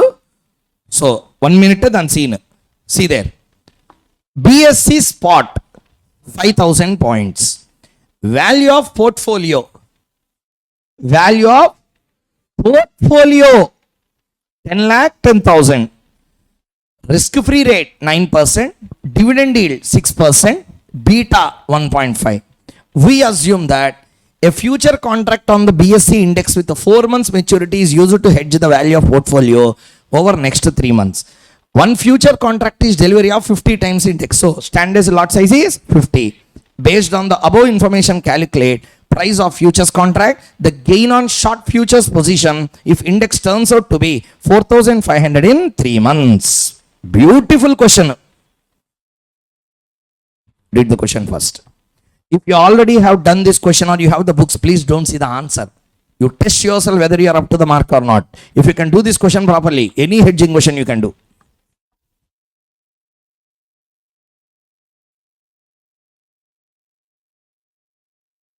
First take 2 minutes time. Read question.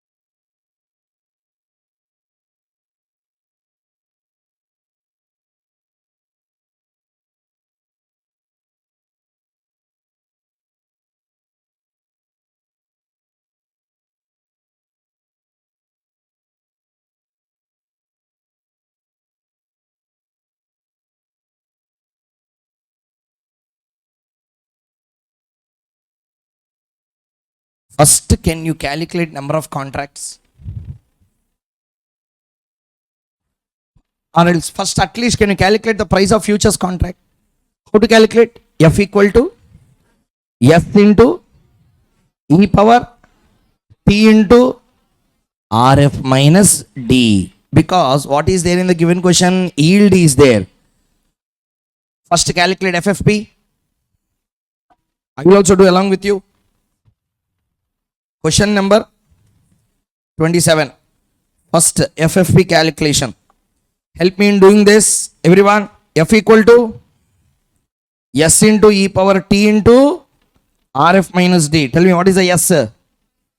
10. How much? Sorry. 1010 na 50 na 5000 na 5000 okay.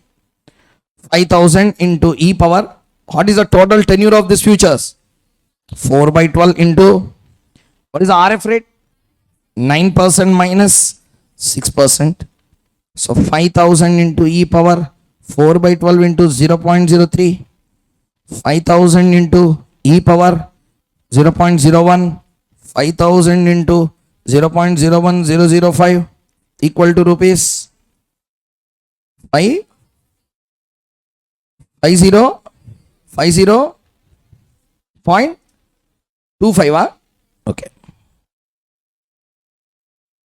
5050.25.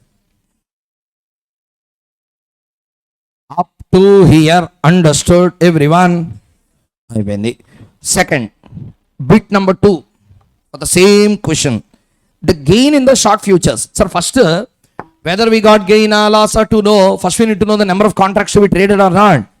Write down. Step 2, calculation of number of contracts to be traded. Calculation of number of contracts to be traded.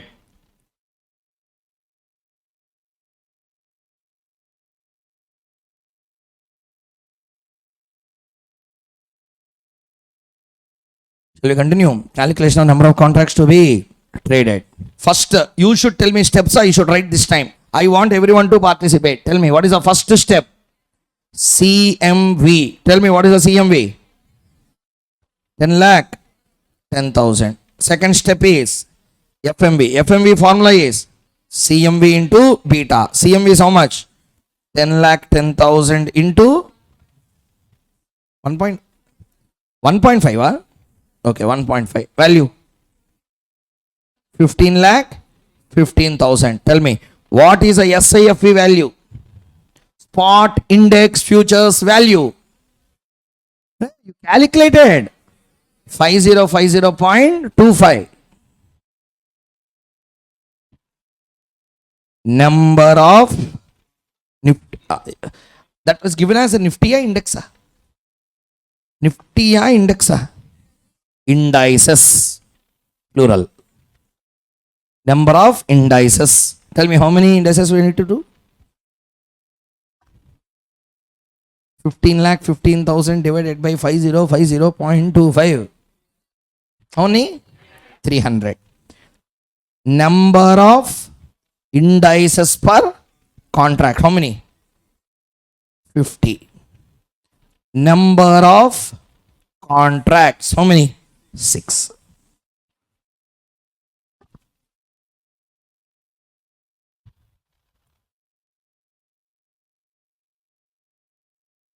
Understood or not? Everyone up to here?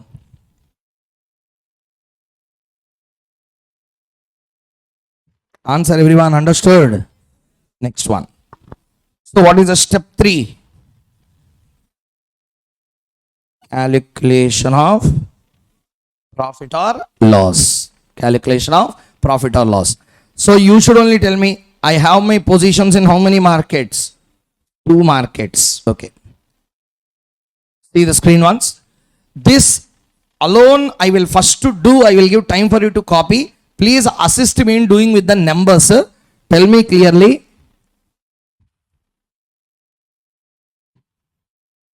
Start. First thing, tell me what? So 1 second I ask you, please stop writing. I have one point to tell. If it is same as previous questions, I would have asked you to do. Please tell me, what is my original position in cash market? Buy or sell? Buy. Tell me how much? 10 lakh 10,000. Did they give any fall in the market now? In this question, did they give any fall in the market? They didn't. They asked only what is the gain in futures. Okay, if you enter, tell me, see the question and tell me. See the question and tell me. I am taking what position in futures? See there, he is clearly short futures. What futures, sir? Short futures. Everyone, read the question properly, yeah? I have taken long futures, sir. Short futures, sir. Short futures at what price I have taken? Answer here, 4,000. Wrong. 4,500 is short futures at the end of the tenure. At what price I have taken short? Answer. Okay, tell me. I have taken my position not at that price. My original position is a seller buyer. Sell at 5050.25. 5050.25. Okay, next. Reversal position is seller buyer. Seller buyer. By the time I went to buy, what is the price? 4,500. Wrong. That is also wrong. Listen carefully. ఒక్క నిమిషం ఆవేశపడకండి, అది చెప్దామని నాకు అడిగింది. Please listen. If you observe, 1 second, he used 4 months maturity is used to hedge portfolio over 3 months. That means this is the value at the end of 3 months. First answer. 1 second. What is this value? We didn't answer properly.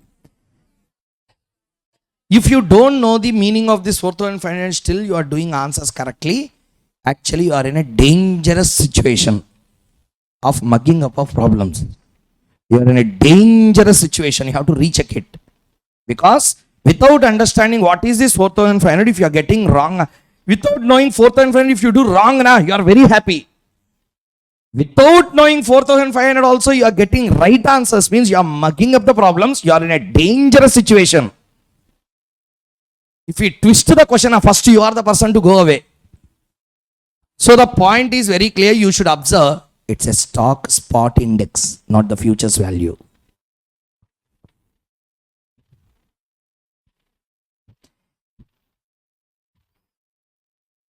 $4,500 is not futures value. It's a spot index value at the end of 3 months. We have to calculate 1 month futures value. We have to calculate. We have to calculate. Again, I am asking question. I will give another 1 minute time. Now I will test whether you read the question properly or not. Read the question. I have one important question to ask.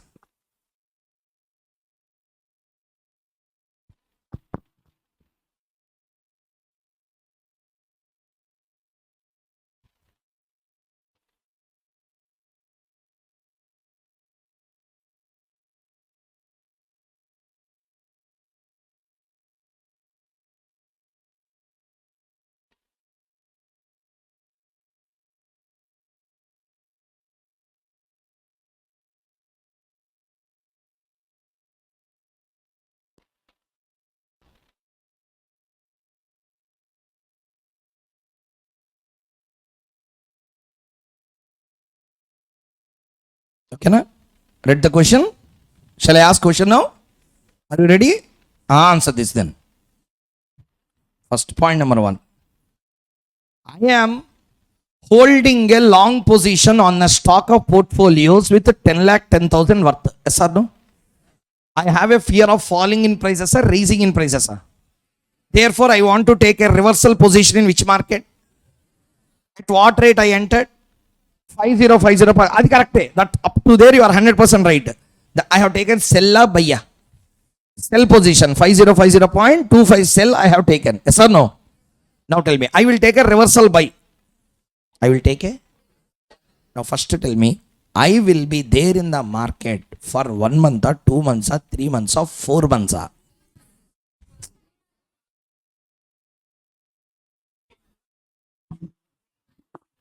This is the problem. Question. I think you might have now understood why I asked the mixed answers. Now who is correct, who is wrong also no one know. Without understanding this, if you are getting right answer, what should we call you? బట్ టీ అంటారు తెలుగులో, by heart అంటారు ఇంగ్లీష్లో.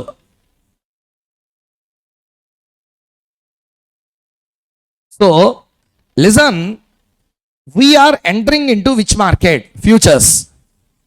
In futures prices will be there. In vegetable market, vegetable prices will be traded. Vegetable market la stationary prices will not be traded. Same way, joka sir, seriously, every market will have its own pricing. Futures la futures prices are there. Spot la spot prices will be there. Means cash market la cash market prices are traded. So observe clearly to the point. I will be there in the market for 3 months. Will be there for full 4 months. Will be there only for 3 months. Will be there only for 3 months. This question was tested on exit before maturity. Tell me. I have entered into the market on a futures of 3 months. Everyone answer. I entered into the futures market. Okay, I entered into a futures contract for 4 months, 3 months. I entered into 4 months futures contract, 3 months futures contract. But I give exit at the end of. I will give exit. I will give exit at the end of which one? Third month. Third month I have to give an exit, means I will give exit on maturity data, exit before maturity. That means I have, listening, I took sell buy, original. Sell. Now I have to take which position? Which position? Buy position. I have to give a buy in futures, buy in spot market. Ikkada correct or cut in majula rend. Point number 1. Tell me, I took which position in futures? Answer. Now a reversal I have to take which position? Reversal which position? So original sell, I have to take a reversal buy. I have entered into futures market with how many months of maturity? But I will be there for 4 months. I will give a exit before maturity. Exit before maturity. When I will exit? 3 months I will exit. 3 months when I am exiting, I will give a buy contract, buy click or not? Buy click at what rate? Buy spot rate. Buy click at what rate? Buy click at futures price on that date for next 1 month. Yes or no? What is the third month ending spot index value? 4,500. For that 1 month FFP we have to recalculate now. Are you understanding the concept or not, everyone? I don't know.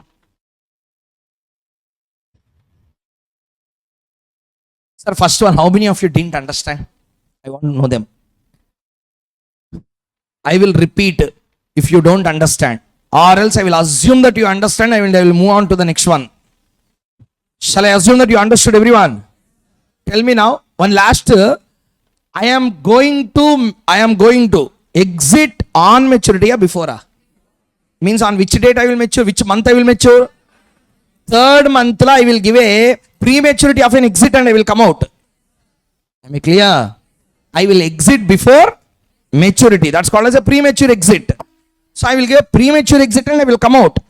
When I am giving a premature exit, I am giving exit in cash market or futures market. I want futures price, not the cash market prices.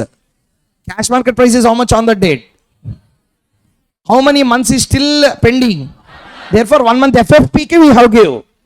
But that question, that information is not given. That's why this question became important for exams. Understood or not? Write down. F equal to formula S into e power t into RF minus D. This dividend comes in the 4th month. Therefore, yes, very good, 4,500 into e power 4 by 12 or 3 by 12? 1 by 12. RF 0.09 minus 0.06. 4,500 into e power 0.0025. So 4,500 into 1.0025. 25. Okay. Tell me the value I will write here. 45 11 to 5 you take, you will get a round number. Okay. Sir, we are buying at the rate or selling at the rate? Buying. Buying means you will get a profit or you will get a loss. Profit. Tell me what is the profit? 538 point? 539, 539. Tell me, number of contracts, number of indices per contract, total profit, 1,61,000. This is the answer for the given question.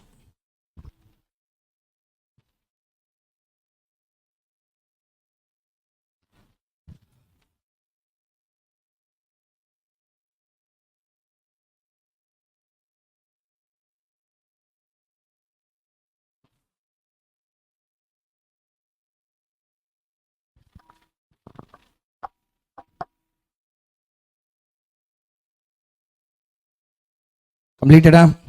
Sir, completion, okay. Understood and completed, everyone. Understood why it got 4511.25, everyone. That's how the answer has come. So this is the end of question number. What is the question we completed? 27. Mark it important. Okay. Take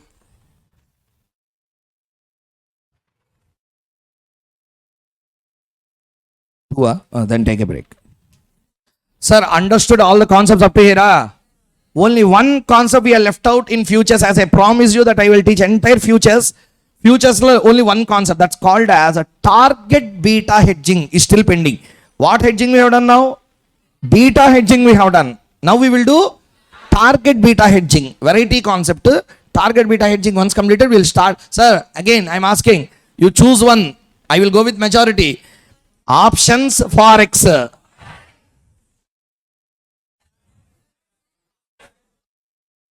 Both, sir, anyway I will take both. First, what you prefer, that's what I am asking. Sir, forex, each model I will do one problem. 18 models, 18 problems. Done.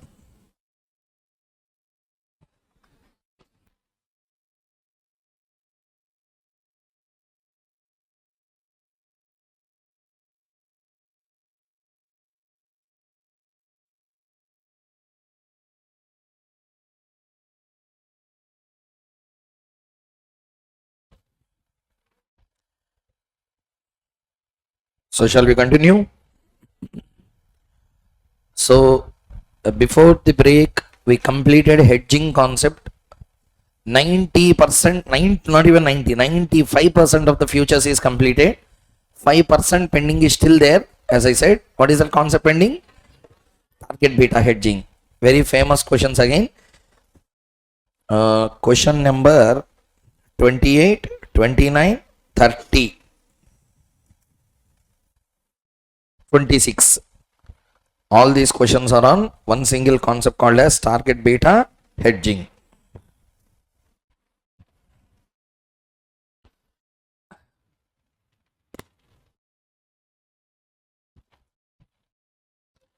So keep the heading target beta hedging.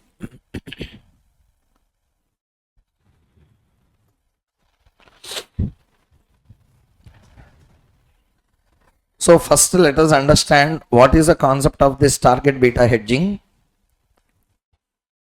Previously when you have done the problem, I said to you there is a word used, complete hedge. I asked you to underline that. Now for that answer I will give first. What do we mean by complete hedge?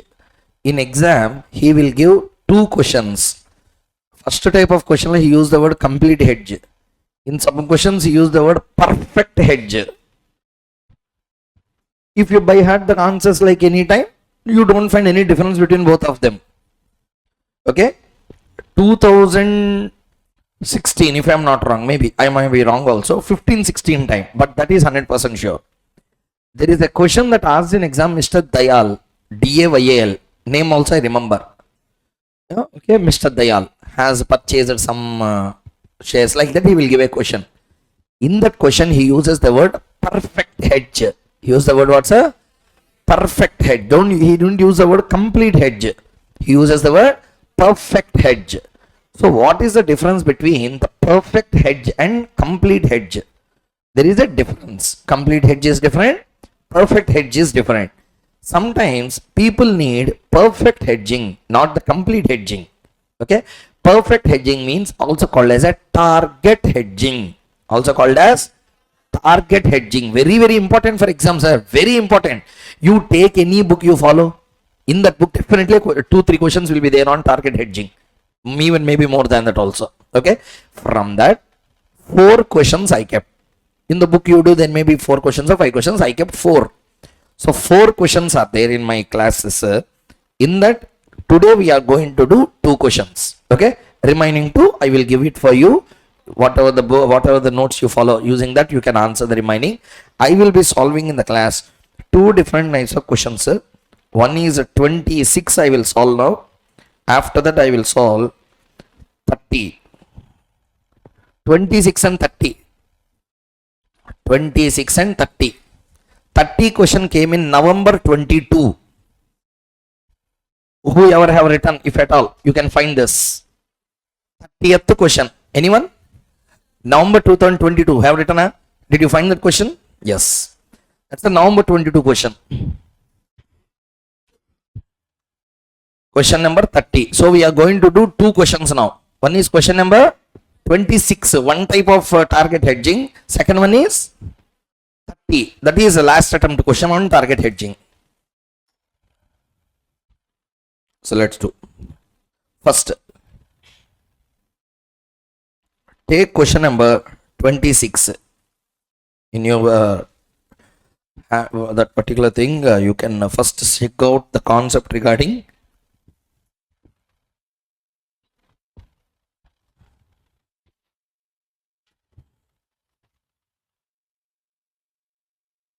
in the handout, question number 26.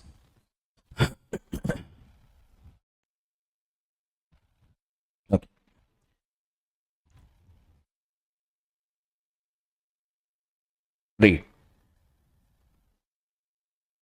Read question number 26.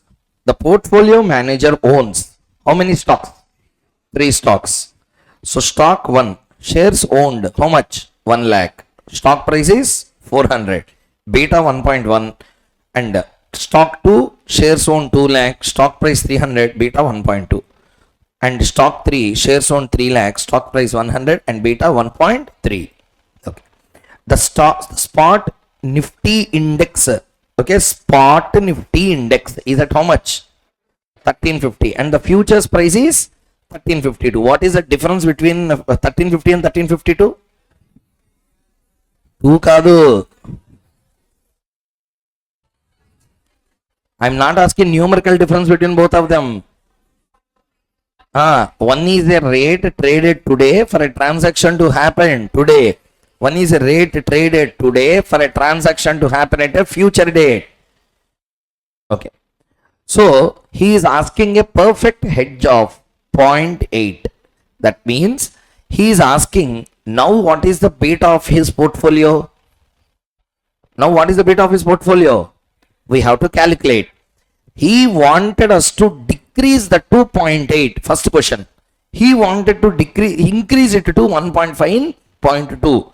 The contract multiplier is 100. What do you make contract multiplier? Standardized lot size. First tell me, can we calculate the beta of portfolio? Can we calculate the beta of portfolio? Let us first do that. Keep the heading step 1. What is the question number? 26. Calculation of portfolio beta. Calculation of portfolio beta.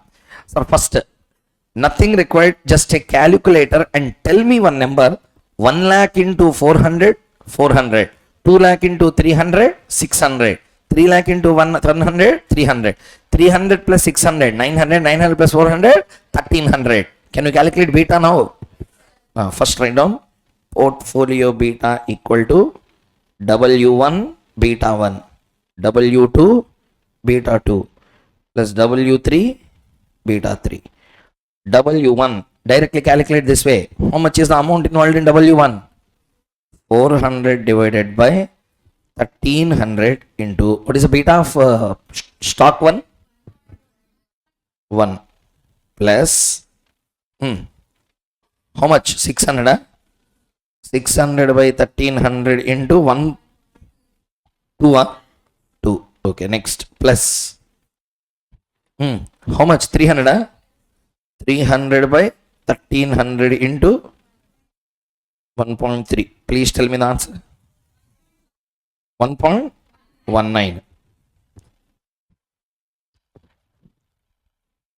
1.19.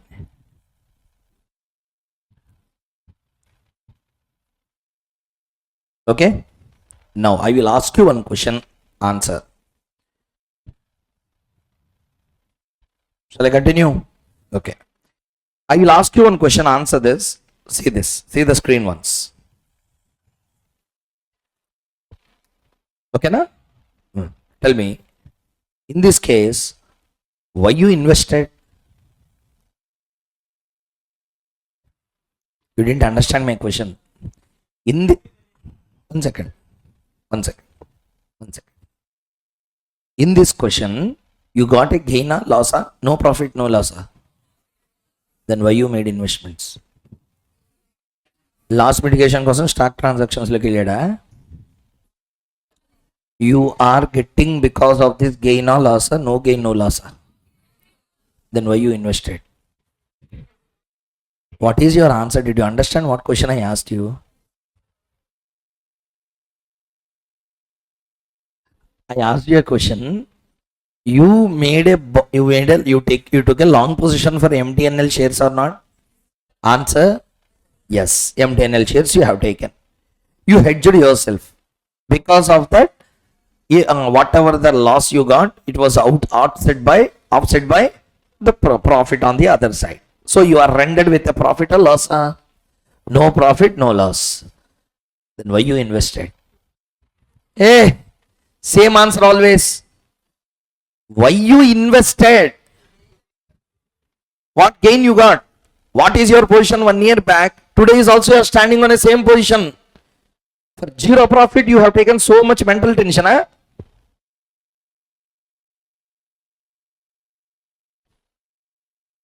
really, I am telling you, at least one person in the class would have asked this practical question. I really waited in the previous class. Maybe at least one student will ask me, sir, if entire loss is getting hedged by profit, there is also equal chance that if I get a profit on the cash market, futures can kill that profit.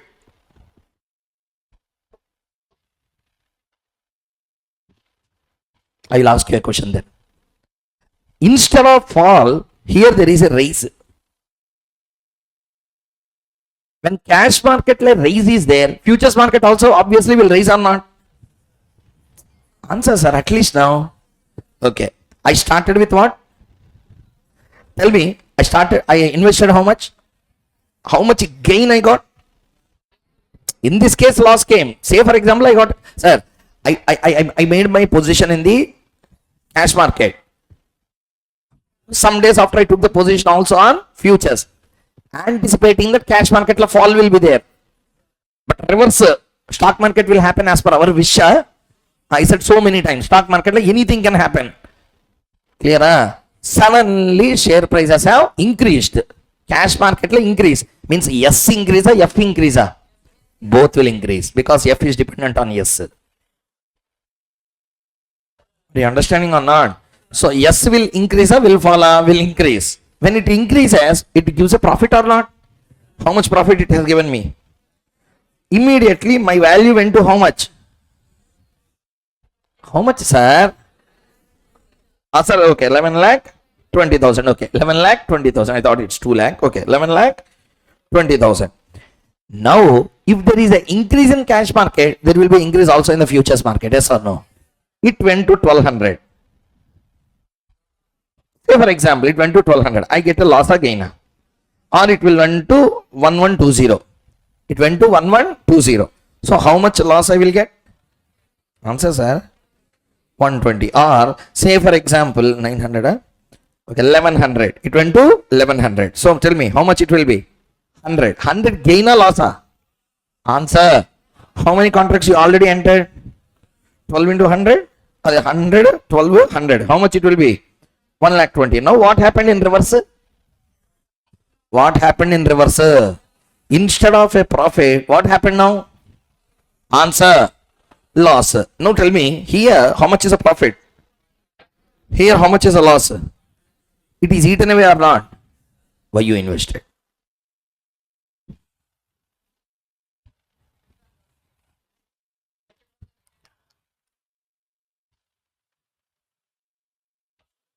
ఏమనుకోకండి కానీ bad answer.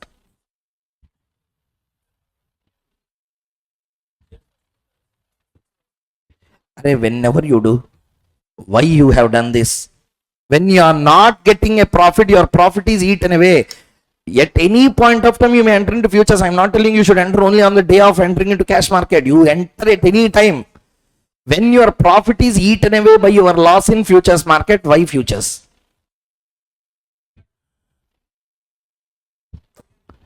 Did you understand my question? I am asking why. You are telling some other answer, but you didn't get. Then what is the purpose?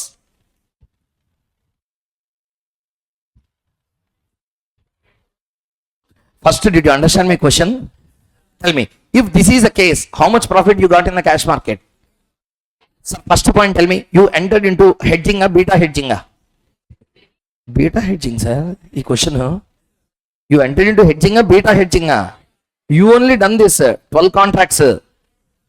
We entered into hedging or beta hedging? That means the day on which you are entering into hedging itself, you know that you are doing an exact hedging of your situation. Whatever may be the situation, the market loss, profit will come here. But there is also other way around possibility. Cash market like profit comes, futures law what will come? Loss, which will eventually strike your profit in the cash market, keeping your position unchanged. Then why you invested? This question was unanswered for so many number of years, even after preparing the hedging strategies. Later, hedging strategies got advancements. Thereafter, a concept started called as a target beta hedging. People started understanding this is happening because of complete hedging. You should not do complete hedge. You should do hedging only to some extent, such that entire cash position will not be hedged there. Clear or not, everyone? Sir, I didn't understand. I will explain through an example now. Anyway, we are going to do the target hedging now. Okay, so the point is listening. Now tell me, what is the steps that we do in beta hedging strategies? Tell me, step 1, CMV. Okay, say CMV is 10 lakhs. Example. Okay, next, second one. Chapan sir, what is the second step? FMV. What is FMV? CMV into CMV into CMV into is the problem. See here. Listen, sir. Listen. CMV into what? CMV into what? Okay, CMV into what? What we have to do? What is this? Everyone. This is beta minus 0. Do you know what does it mean? Your existing beta, you are making it into new beta of 0. Therefore, CMV into beta minus 0 will become CMV into beta. Means your existing beta of 1.2, you are reducing it to 0. Beta is a measure of a systematic risk. Yes or not? Answer. So if you take risk, you will get return. If you are reducing it to 0, no risk. No risk means no return. That's why no profit, no loss. Are you understanding your situation or not, everyone?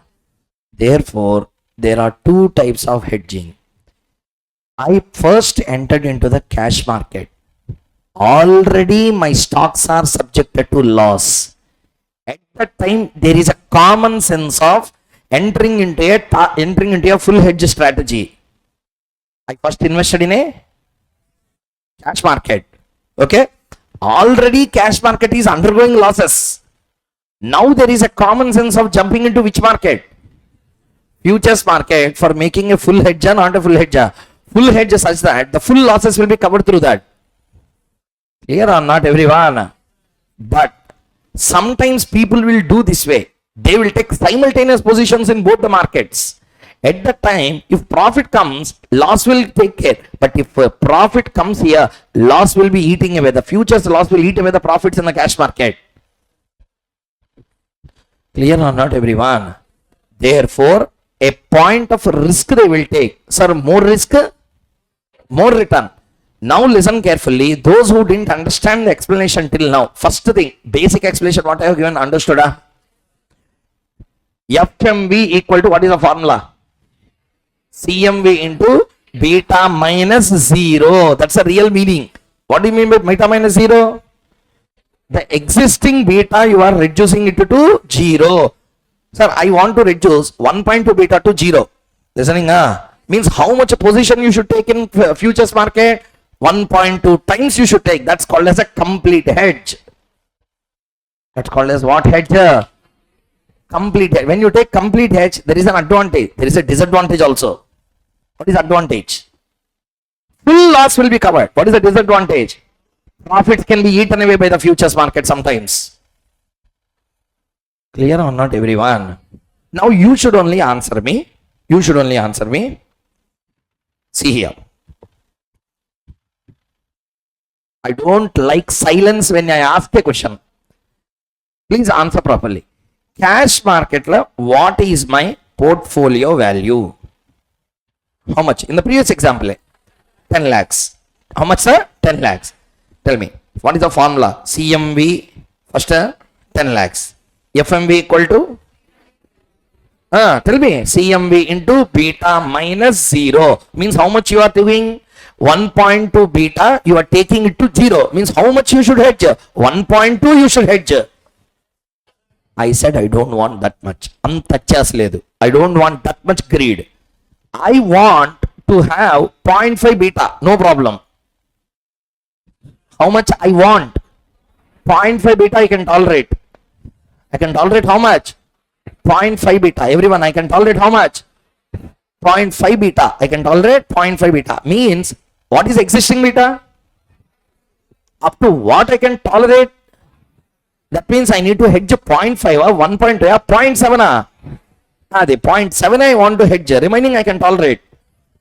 So therefore, tell me how to calculate. FMV equal to CMV into 0.7. How this 0.7 came? 1.2 minus 0.5. For this, institute will give a formula. You are mucking up. Beta new, a beta old minus beta new divided by stock index futures value. You need not do anything, sir. It's more logical. Are you understanding or not? So tell me, 10 lakh into how much you want? How much beta you are ready to take? So how much I need to hedge? Very good. Tell me. So 10 lakh into 0.7 means how much? Answer. Say stock index futures value you will take. Then number of contracts will be full contracts or partial contracts will be created. 7 lakh means, sir, 10 lakh into 1.2. 12 lakhs will be the value. Yes or no? 10 lakh into 0.7. 7 lakh is the value. Yes or no? If you divide by SIFV value, say, take this question only. Take this. What is the value here? How much? Now see here. How much is a CMV?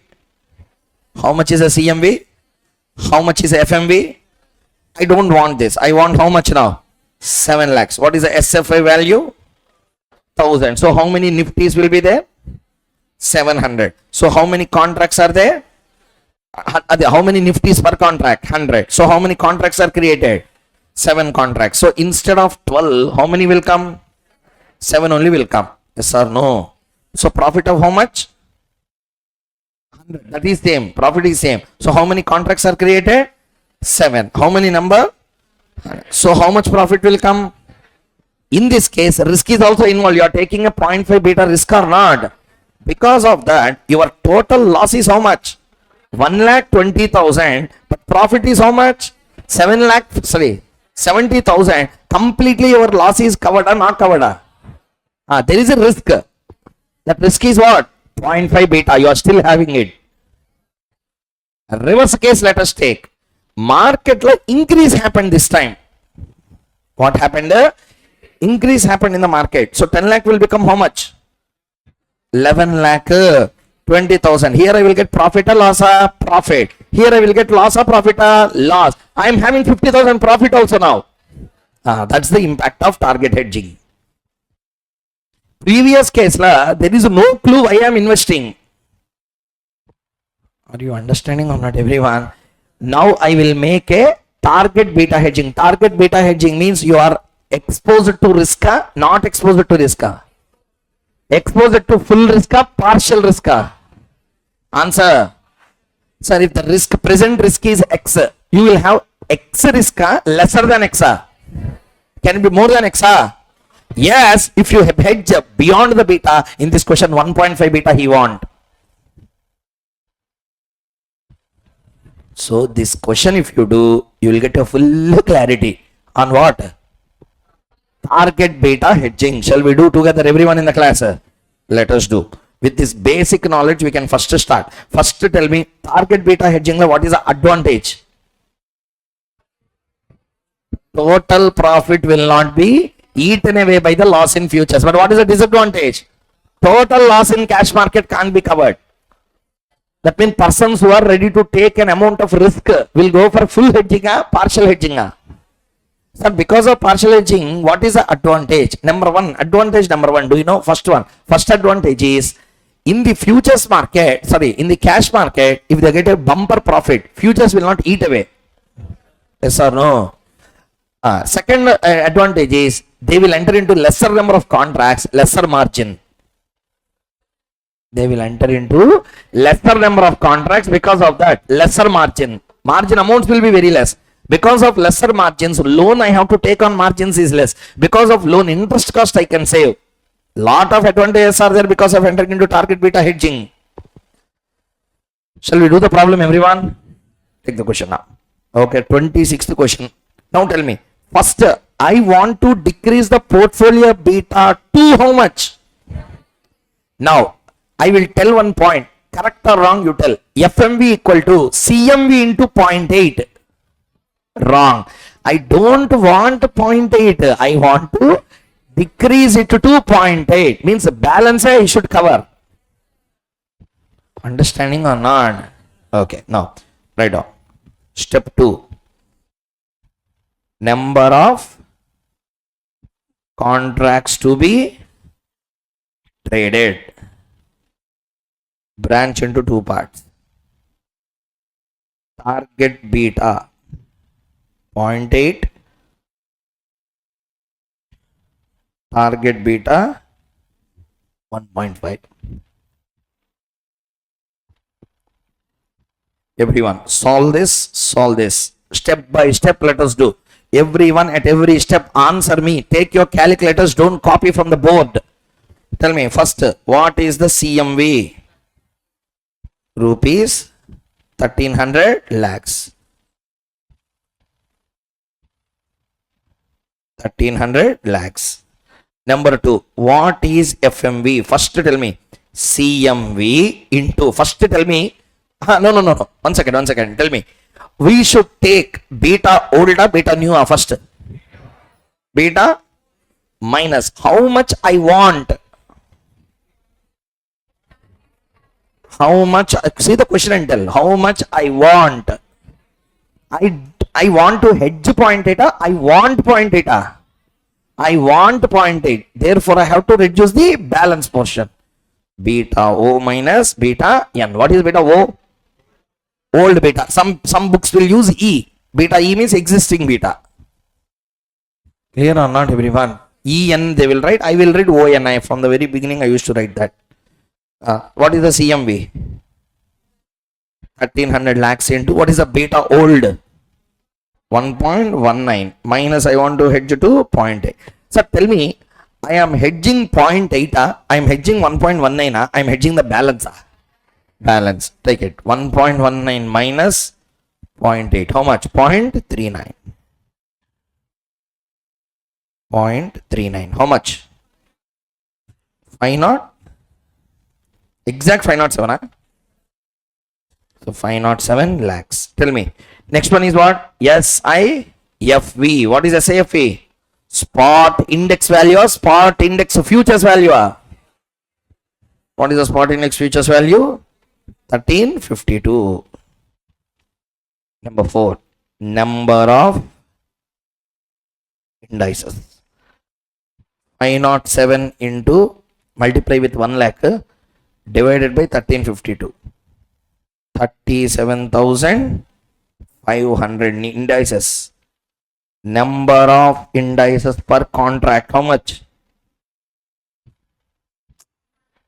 How many? Contract multiplier is how much? So number of contracts equal to 375 contracts.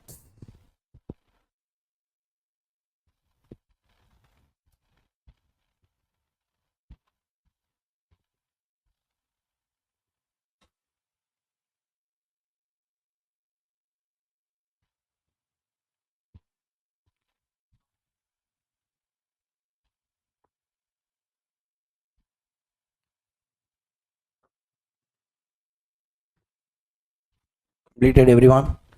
Next. What is the next one? Target beta is 1.5. So please do it fast. In another 10 minutes, we should complete the chapter. 10-15 minutes, we should start with Forex. So please do it. Tell me, what is CMV in the first next case? 13. Sir, second one will you do now? Hello, will you do that? I want a beta of how much? What is beta O? What is beta new? How much I need to be? How much I need to build? Minus. Sir, I will also do. Do along with me. First question I will do. FMV equal to CMV into beta O minus beta N. Do along with me, please. If you have already done, very good. 1300 lakh into 1.19 minus 1.5. 1.19 minus 1.5. Rupees 1300 lakh into 0.31 negative. So tell me how much negative? 1300 into 0.31. 403. Rupees 403. Rupees 403. Minus means what? Taking same position again. Your original position is what position? Longer, shorter? Take again a long position in the futures. That we will write at the last. Number 3. Stock index futures value. Same. 1352. Number of indices.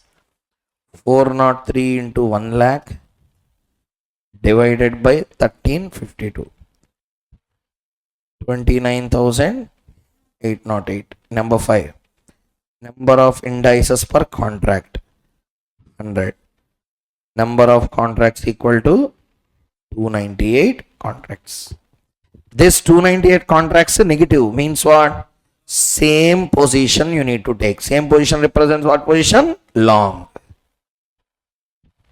Again you have to take long position.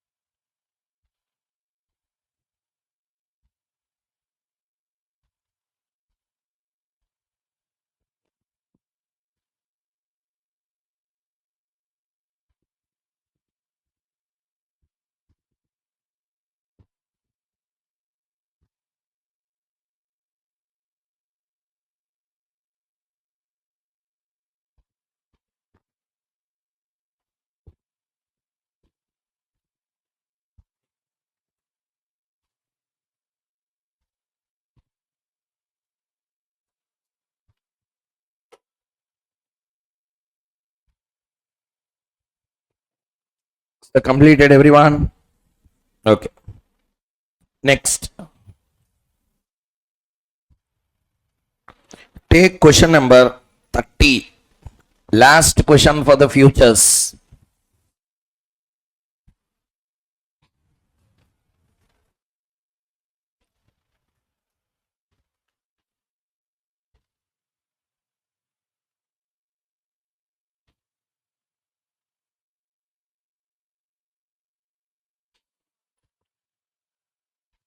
See the question,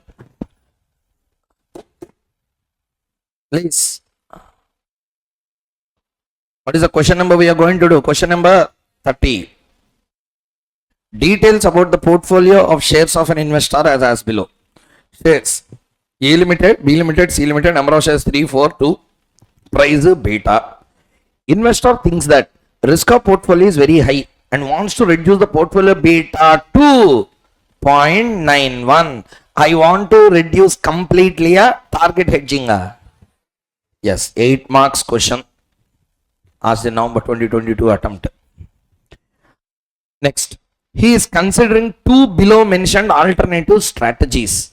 Dispose of a part of his existing portfolio to acquire risk-free assets, or take appropriate position on Nifty futures which are currently traded at 8125. And each Nifty points is worth 200. Means what is the standard lot size? 200.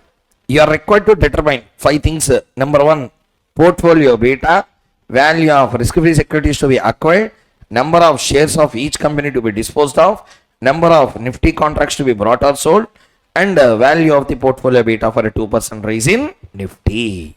These are all questions that are being asked. Use your inference, understand the concept clearly, look at the question. After that, let us solve the answer. First one step is very clear. What is the first step? Portfolio beta. Up to there, first you calculate and stay. Remaining we will see.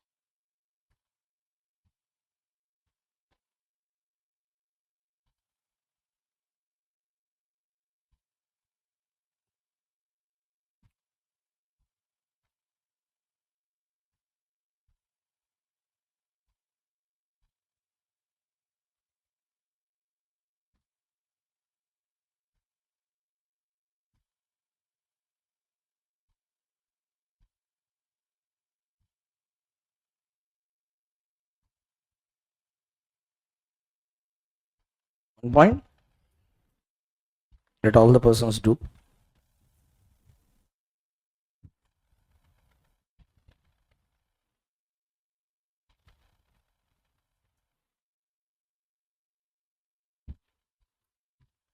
So tell me what is the answer?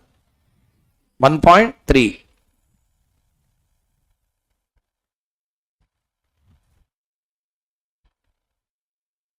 So the answer is 1.3. Sir, first bit beta calculation, at least that everyone done that concept. 1 over. Next, question number 2. Please see there. He is asking to reduce the portfolio beta to how much? Reduce the portfolio beta to how much? How to do that 0.91? Two options are given.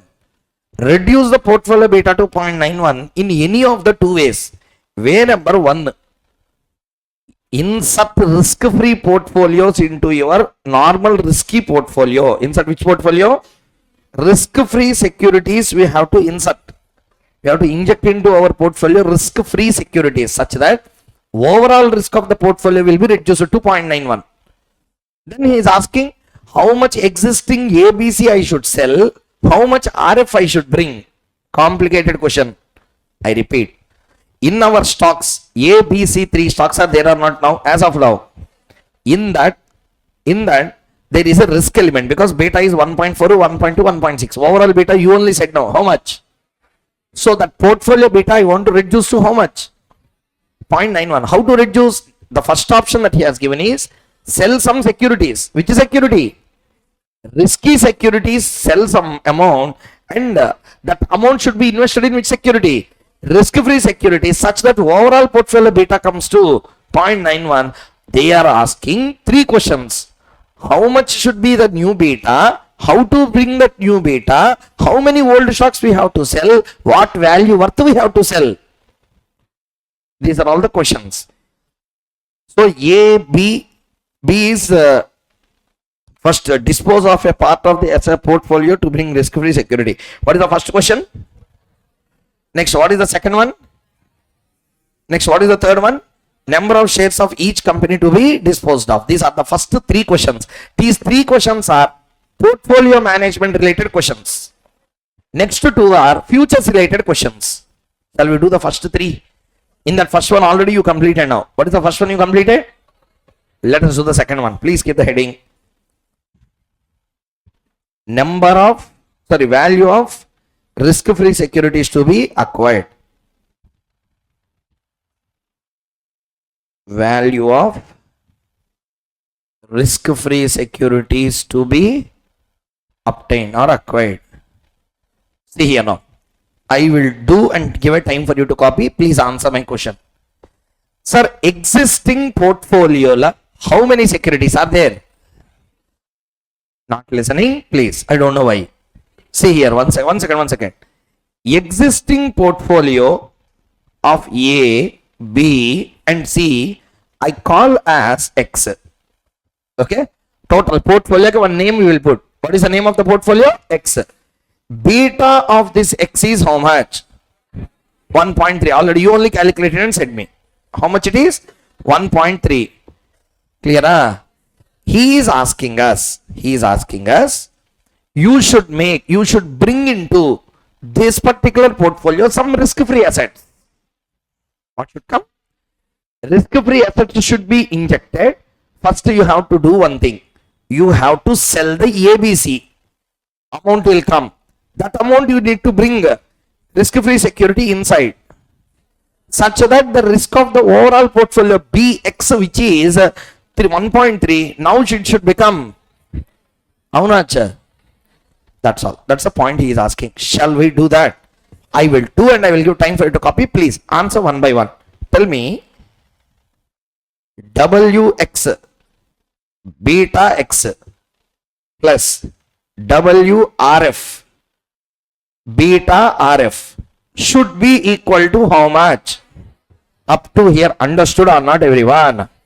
Now tell me. Already we know one point. What is the beta of this? 1 point WX plus WRF. Okay, WRF into beta RF. Beta of a risk-free security will be 0. So this entire element will become equal to 0.91. So 1.3 WX equal to 0.91. WX equal to 0.91 divided by 1.3. Please tell me 0.7 0 0.7. Okay. 0.7. WX is how much? 0.7. So then WRF will be equal to 1 minus WX. Therefore 1 minus 0.7. That comes to 0.3. Up to here, everyone understood? Everyone? Very good. So we have completed 2 calculations now. So tell me 0.3 worth existing portfolio risk-free security should be brought in. Okay. Now answer my question one by one. RF to be brought in equal to, first take calculator, check the total amount of the portfolio worth 500 into 3. How much? 1500. 750 into 4. 3500. What is the total? 5000. In that 5000 into 0.3. How much? I should bring additional 1500. 1500 of ABC I have to sell and invest in risk free. That's all. I don't bring extra 1500 now. I will sell 1500 lakhs worth A, B and C. I will get some money or not 1500 lakhs? Invest that in what? Risk free asset. Clear or not everyone? Tell me. 1500 lakhs. So, amount to be disposed of in shares worth equal to how many lakhs? 1500 lakhs. Now you should only tell how much worth of A, how much worth of B, how much worth of C I should dispose in the same proportions. See there, what is the proportion of A in the total? You have the beta calculation. How much is the proportion of A in total portfolio? So 30%. B 60%. C 10%. So tell me 30% of 1500. 450. Next 900. Next 150 lakhs. So tell me how much worth A stock I should sell? How much worth B stock I should sell? How much worth C stock I should sell? All these are having market price per share or not? See the question. What is the market price per share of A? 500. Next 7. Next 250. Number of shares.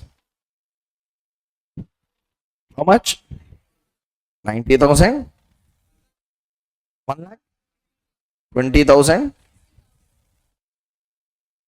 This is the answer for the first 3 bits. What is the first bit he asked? Portfolio beta. You only calculated bit 1. What is the portfolio beta? First bit everyone has done. Second. Tell me 1 second. Once for all. Again repeat the answer. Tell me. In our portfolio how many stocks are there? Existing one is the beta for them. We want to reduce to how much? What are the 2 options available? Using risk free, using futures. Using risk free, first tell me. We have to bring risk free. We have to sell ABC and bring risk free. Such that overall portfolio should be 0.91. So we calculated the proportion of ABC that we need to sell, because by calling X we said that. So 30% we need to dispose of, we know, but in what proportion? In the same proportion, since nothing is said. So we sold in this particular number of shares. Up to here everyone understood? Please copy down this.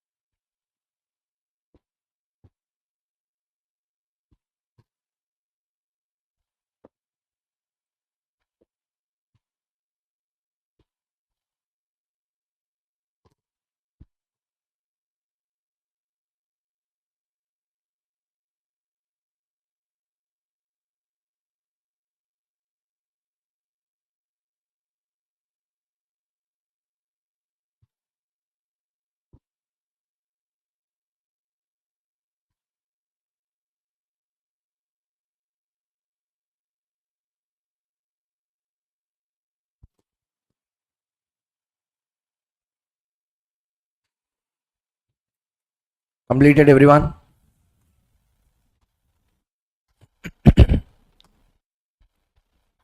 So completed.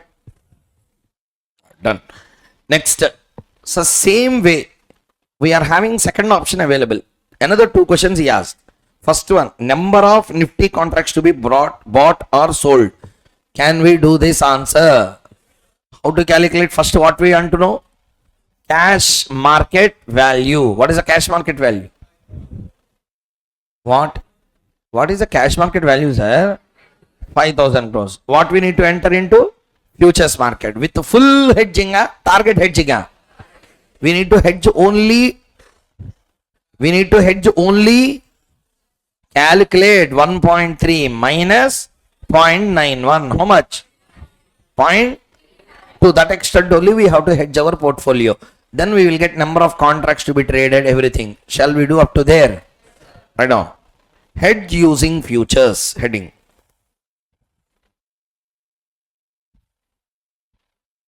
Hedge using futures. Hedge using futures.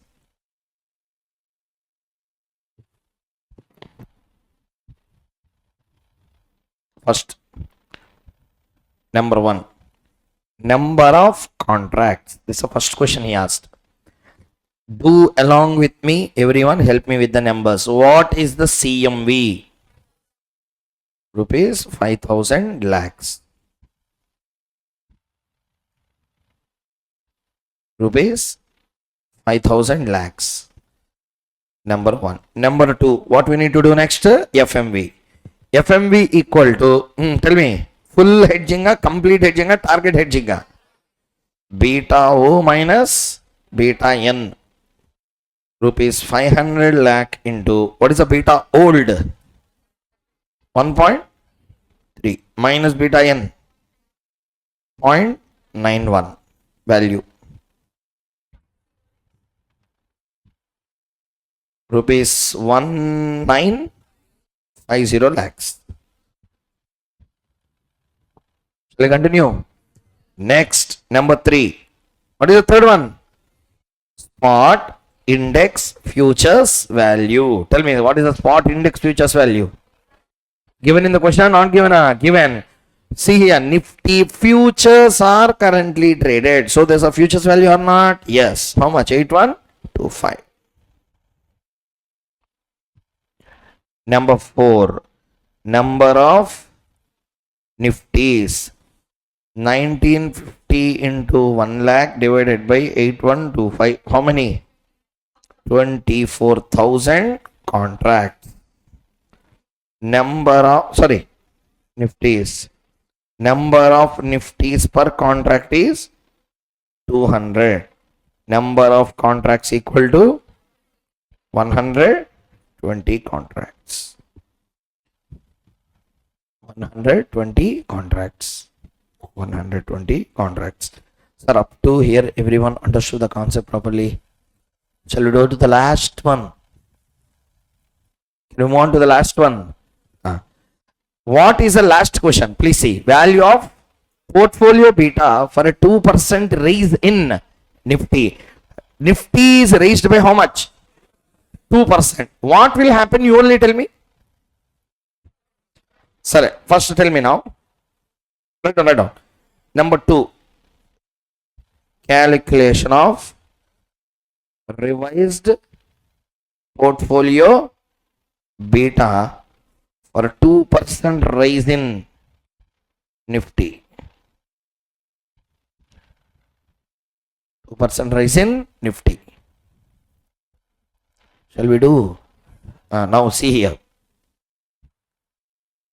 Calculation of revised portfolio beta for a 2% rise in Nifty. See there. Calculation of revised portfolio beta for 2% rise in Nifty. First tell me, I am having two positions. Number one, cash market, and number two, futures market. Cash market, right now. Cash market original position, long or shorter? Long position. How much? Rupees. Sir, rupees 5,000 lakhs. Rupees 5,000 lakhs. Shall I continue? From now, you have to tell on the other side of the story. Futures market. What is my original position? Sell la bhaiya. Sell la bhaiya. Sell. Sell at what price? Sell at what price? Reversal position will be bhaiya, sell la, buy. At this stage, Nifty has raised, Nifty has a fallen. Answer, raise. So tell me, 8125 plus how much percent? Number.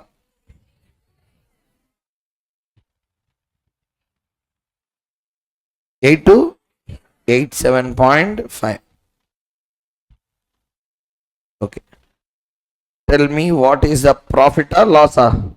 Loss. Tell me.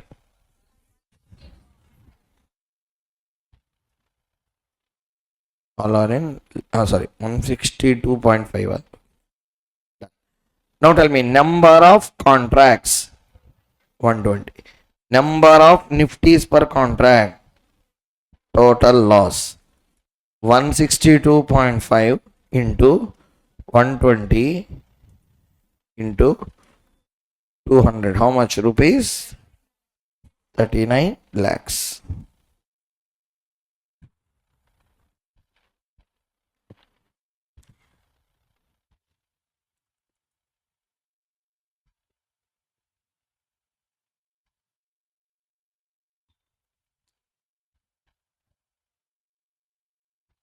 Okay. Listen, not yet completed, sir. Not yet completed. Just now we are done. See here.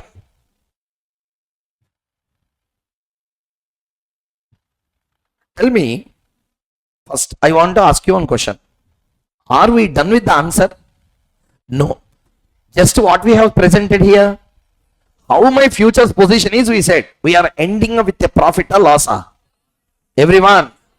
Now first point. Tell me. In cash market, I have taken what position? Short or long? Long position worth how much? 5,000 lakh. Did they give anything about profit in cash market, loss in cash market? Did they give anything in the question? Yes, they have given. Nifty rise of 1.2% means for your beta, cash market, how much you will rise? You have to calculate. Did you understand the point what I said? Tell me. 1 second. What is your beta? Normal beta portfolio, not after hedging. Normal beta portfolio. 1.3. That means you are how many times reactive to market? If market raise by 1, you will raise by?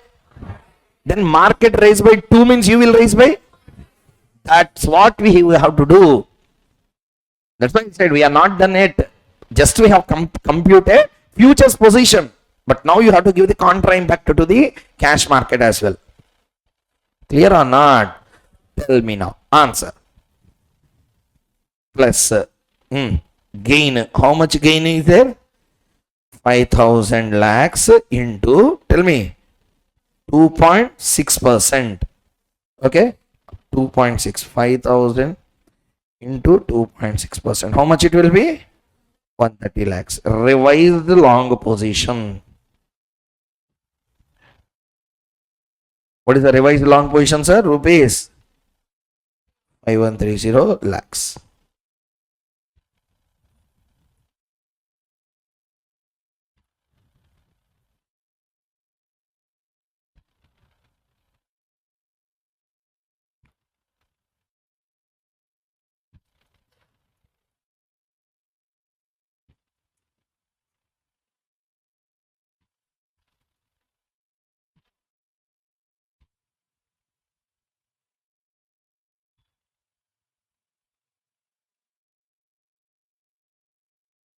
Okay, now everyone done up to here.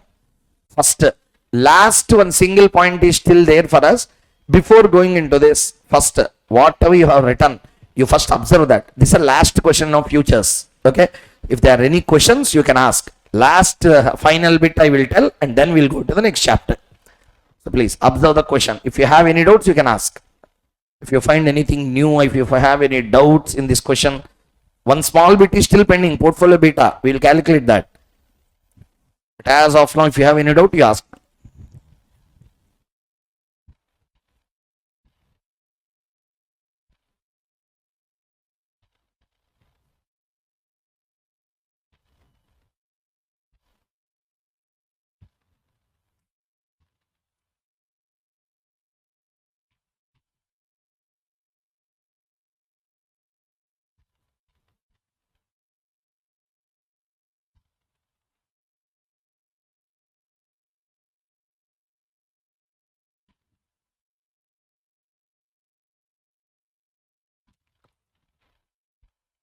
Okay, na? Anyone have any specific doubts on this? I have one doubt, answer then. Why we have calculated 2.6%? Why we multiplied 5,000 lakhs with 2.6%? I asked you, if you have any doubt, you ask. You said no, I asked. Then why silence? Tell me, why we are multiplying 5,000 with 2.6? How we got the 2.6? Nifty raised by how much percent? Our beta of our portfolio, not after hedging. Normally, before hedging, our beta of portfolio is how much? Answer. Means it will be overreactive, least reactive, equally reactive. Overreactive than market. Market 1% raise. I will raise by. Market 2%. 2 into 1.3. Means Nifty 2% raise. Means cash market also would have raised or not. How much it would raise? 2.6 times. So 2.6% we multiply. We got a raise of 130 lakhs. Up to here everyone understood or not? Shall I continue? Tell me now. My portfolio is 1530 lakhs. Yes or no?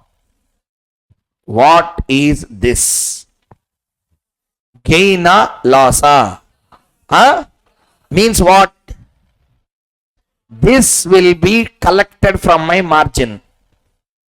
This will be collected from my margin. This will be collected from my margin.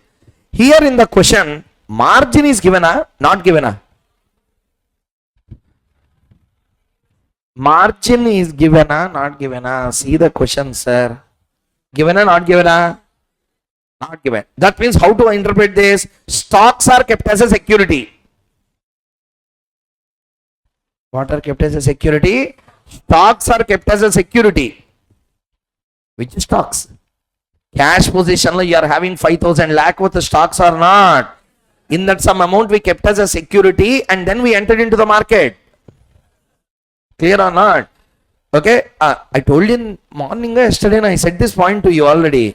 Stocks are kept as a security. Yes or no? This is a classic example. Exam question came in last attempt.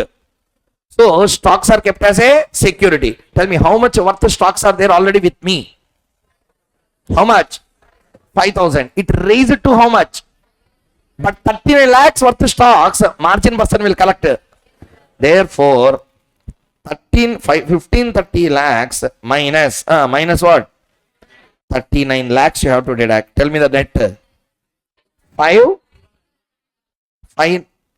0 91 lakhs. Now tell me, my cash market at the beginning is how much? Net ended with how much? How much? 91. For now tell me, 5091 minus 5000 whole divided by 5000 into 100. Tell me the percentage. 1.82%. 1.82%. Tell me. Shall I continue? First up to here, understood or not? Tell me, sir, what we have done? 1530 minus 39 lakhs, why I made? 1530 minus 39 lakhs, why I made? What is 1530? What is 1530 and profit? What is 1530? Value of my investments. Value of my investments. How much? 1530 lakhs. In that, why I deducted 39 lakhs? I got a loss in the margin account. Did they give any cash information? Then from where I would have bought? My stocks are kept as a security. 39 lakhs worth of stocks are taken by the stock market on the margin percentages or not. So they collected margin from me. Understood or not, everyone? They collected margin. Means net how much will come in my hand?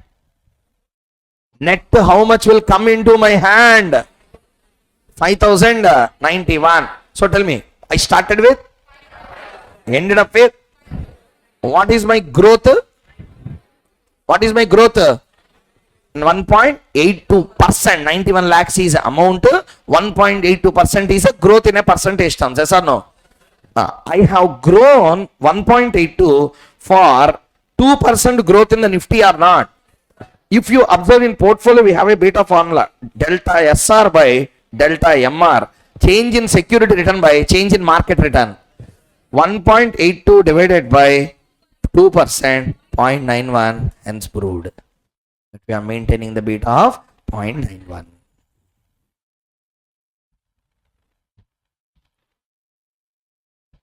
Answer over. Do the answer. This is a 8 marks question tested in exam.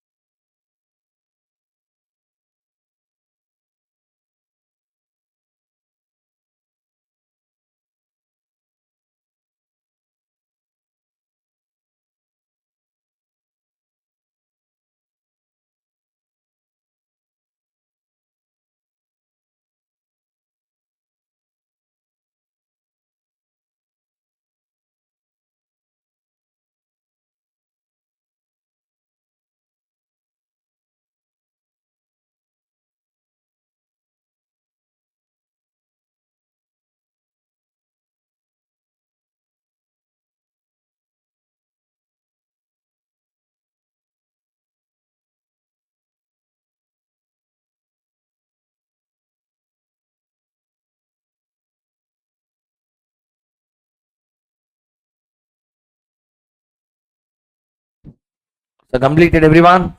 Hello. With this, we have completed one very important and the big chapter in our syllabus. Derivatives, futures has been completed.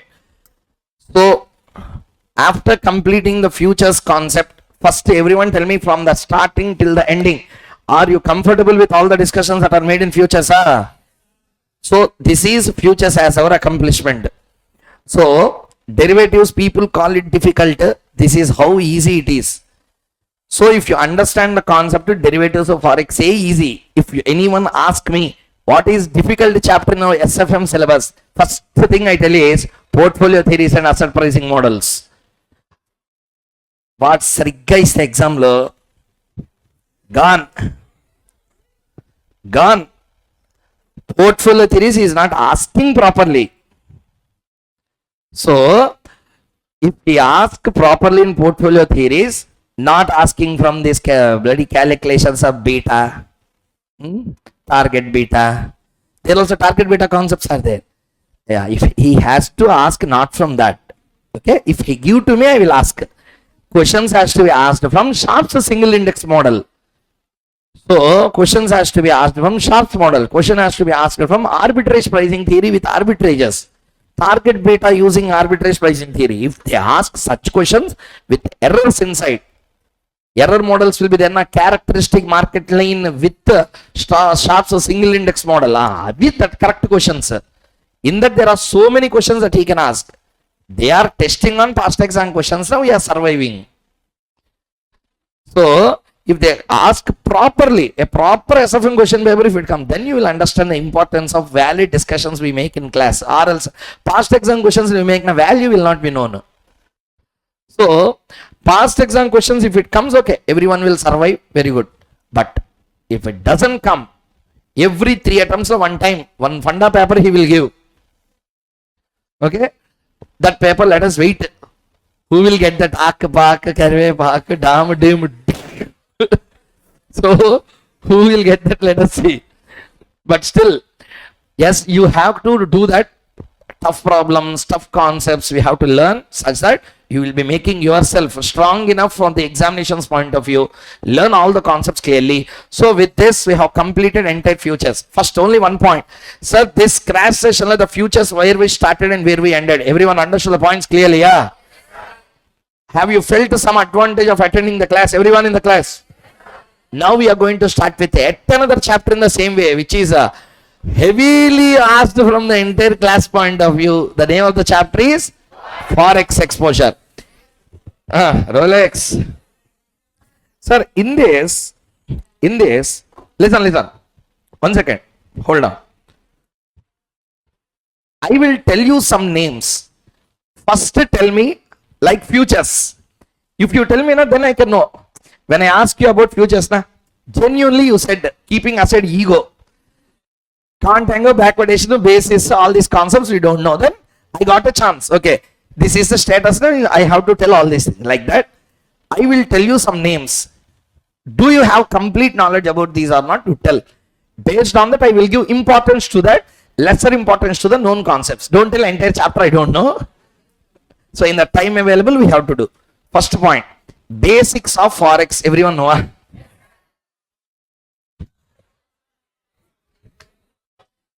Ask bid quotations, when ask should come, when 1 by ask should come, when bid should come, when 1 by bid should come.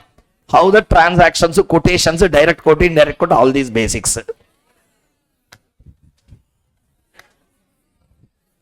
So, okay. Oh, one second. First, name clean bold. Listen. I will ask concept wise, tell me. Forward hedging. Money market hedging with the dual rates, with the borrowing and deposit rates. Yes. Then I will do only one problem on that. Next, futures hedging. Currency options, currency futures, simply. No. Okay. Then cancellation extension early honor. I will take care. Adi asla what laga denge. So listen carefully. So that we will take to another level. Cancellation extension early honor. That I will take care. I know. So many students are feeling bad about those concepts. Cancellations, extensions, and early honors. Next, concept wise, if I have to ask you, currency options. Main concept, international capital budgeting. We are going to start with that first. Okay, international capital budgeting, which is worst, which no one will start. Let us first start with that and complete first thing called as a international capital budgeting, also called as a international fixtures effect. What is the concept? International fixtures effect. Let us see. Start with the Forex now. First I will cover from, sir listen, one second. In Forex, international capital budgeting is a mandatory question in exam. Last attempt also one question came from that. Small bit type question it came. But try to understand clearly, Forex is of two types. Foreign exchange risk and exposure management, one chapter. International financial management, another chapter. Both put together is called as a forex. In my words, I don't find difference between both the concepts. For students' sake, they divide into two parts. Understood or not? So what we are going to do now is, first, we are going to first complete of forex and IFM merge together. We are not going to differentiate anything. First, in principle, I will show you some concepts. Names I will show you. Status I can understand from your voice whether you are up to the mark or not. On that basis, I can start the analysis of all these concepts.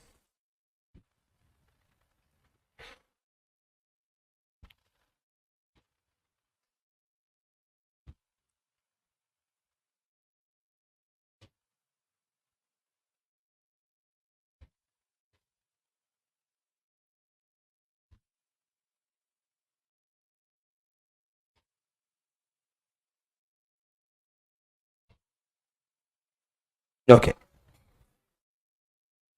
See here.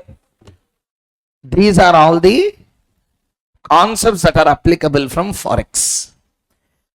Types of market, forex quotes, direct indirect quote conversions, bid and ask conversion, cross currency, spot forward swap points, appreciation, depreciation. These are all basics. Purchase power parity, IRPT, covered interest arbitrage, forward hedging, money market hedging, leading lagging, disposal of forward contract, currency options and futures, forex risk management. International capital budgeting, exposure netting, nostro vostro account, loro accounts is the next part. These are the three types. Sir, there 1, 2, 3, most important. What is the first most important one?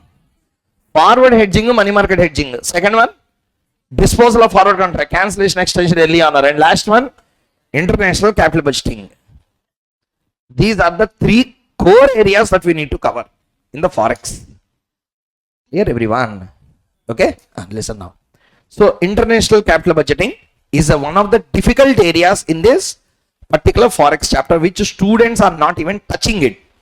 I don't know what is the reasons exactly are, but they are not.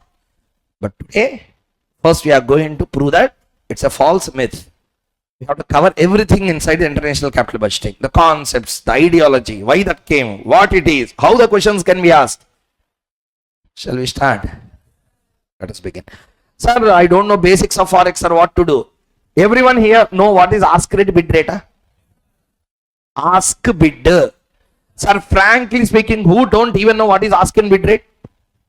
No problem, sir. Who don't even know what is ask rate, what is bid rate? One. Okay. Slowly. People are coming forward. Slowly number is increasing. Because forex is not known. As a chapter, you don't know forex. Who leave forex for choice? Yeah, comedy. No one will leave forex for choice. And this time at least 15-20 marks we are expecting from this chapter. Sir, okay. See here. I will do one thing. First, there are some basic questions to be answered in the forex. Let us do that basics very fast. Once those basics are completed, we go in directly into the international capital budgeting. Sir, I will not waste your time by telling each and every problem. First, what I will do is, I will first directly cover the basics of forex, which everyone has to understand. Even for the joke's sake, I asked what you want, but anyway, the first 10 problems we have to do together. First 10 problem will build the entire structure of forex. You know or not, please sit in the class and try to answer the first 10 to 12 questions. Once those are completed, we will directly go into the international capital budgeting first. I will cover. After international capital budgeting is covered, I will go directly to currency options and currency futures. Listening. Later I will go to money market hedging, forward hedging. Lastly, I will cover cancellation, extensions and early honors. That's all. Chapter we will close it. Clear, everyone? So all important areas, sir, IRPT, PPPT, everyone know the calculations, huh? Those I don't want to touch and waste your time. Here, you do on your own. What I will touch is the important and difficult areas: international capital budgeting, forward hedging, money market hedging, okay, and after that currency options, currency futures, international capital budgeting. That we will do in the class. Clear, everyone? Let's start with the forex discussion, please. Sir, everyone, please open your material on forex that I have given you, that particular small hand note. Handout is given in that first questions. In that forex is there, I think. Forex is there, kada?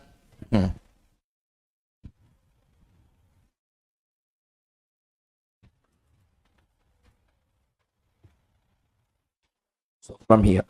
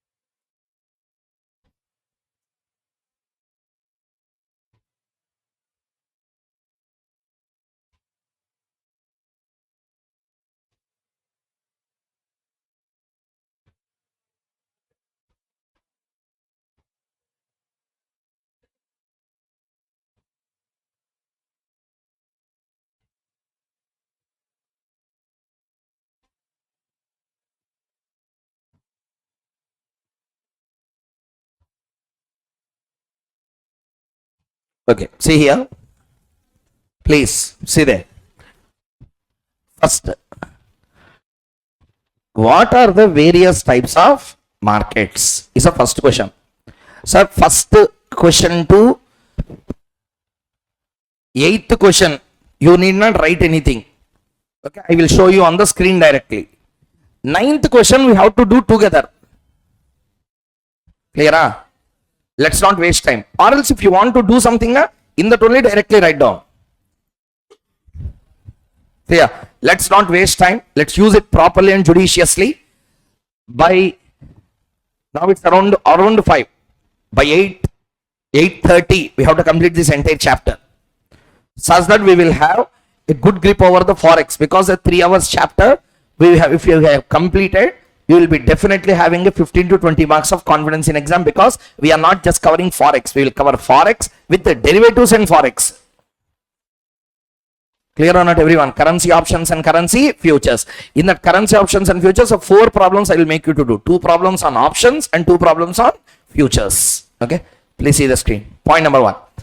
What are the various types of markets? Is the first question. Okay, see here. There are 3 types of markets. Number 1, stock markets, money markets, and currency market. What is the first one? Stock market. Second one, money market. Third one, currency market. In this chapter we are going to see the first one, second one, third one. Second and third one. Money market hedging, money market also will come. Okay, how many markets are there totally? 3. Number 1, stock market. Second one, third one. Stock market is a place where stocks are bought and sold. Money market is a place where money is bought and sold. Sir, money bought means what? Borrowing. Money sold means what? Deposit.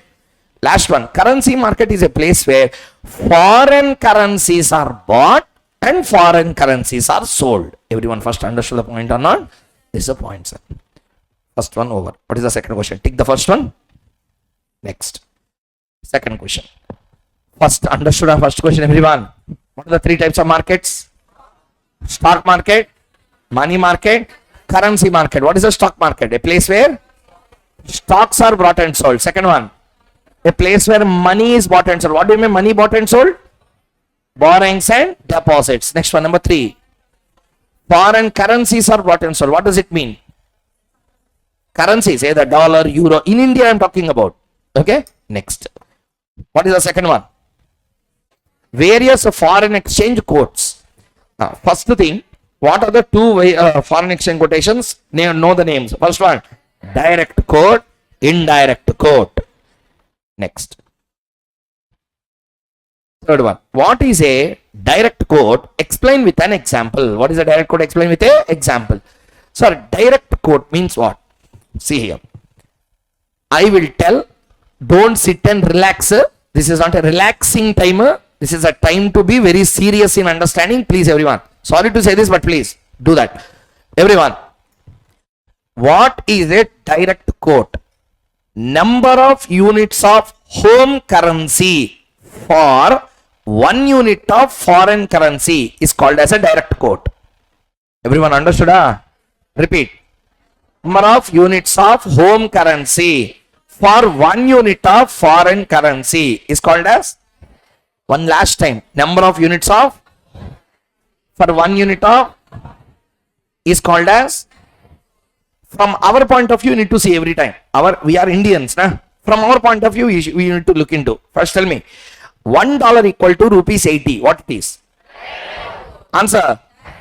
Wrong. Never answer this. You first tell, you rectify your question. Do you know why? There is no concept of direct quote, indirect quote. It is a direct quote on dollar against rupee in India. How to express it?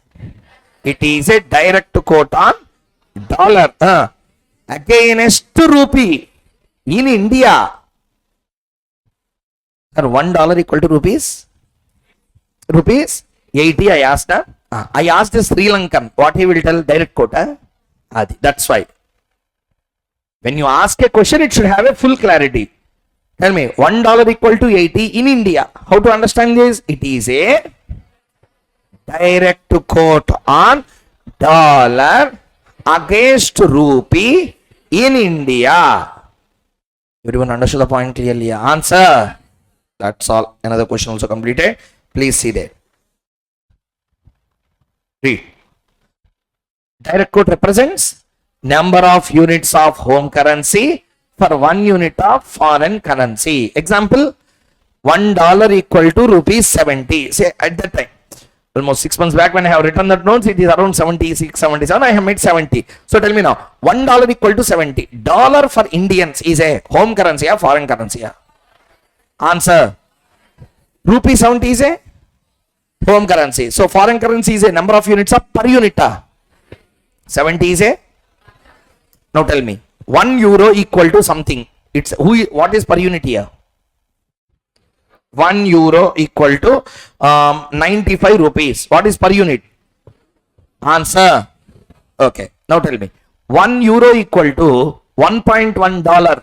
What is per unit? Answer, sir. Euro. 1 rupee equal to, 1 yen equal to 0.4 rupee. Here also NA per unit. Are you understanding? 0.4 is a number of rupees. Which, how many number of rupees? 0.4 number of rupees say you can obtain. Understanding or not, everyone? And 1 kanna below means you should not take it as 1. 1 above, 1 below, both are called as units currency. Exactly 1 will be there, that will be called as a per unit currency. Everyone understood the point clearly? So now tell me, what is a direct quote? Number of units of home currency for 1 unit of foreign currency. It is called as what quote? Reverse tell me. Number of units of for 1 unit of home currency is called as. Tell me, $1 equal to rupees 70. Instead of writing like that, can I write as 1 rupee equal to $0.0143? Can I write like that or not? 1 rupee equal to $1 equal to 70 rupees. Now, with 1 rupee, how many dollars I will get? 0.0143. Can I write like this or not? Always try to present 4 decimals. How many decimals, sir? 4 decimal. It's a general practice. 4th decimal is the forex general practice. So don't just write 2 decimals or 1 decimal or 3 decimal. 4 unless and until question asks you something. Question sometimes will round off to the 2nd decimal. At the time don't write 4. Or else forex question means how many decimals, sir? 4 decimals you have to. Fourth decimal has to be rounded off. Clear, everyone? Okay, done. So now tell me, what is the indirect code? Number of units of foreign currency for 1 unit of home currency. 1 rupee equal to how many dollars? Here, who is in number of units? Who is in number of units? Therefore, tell me, number of units of foreign currency for 1 unit of, it is called as what quotation? Huh? Read.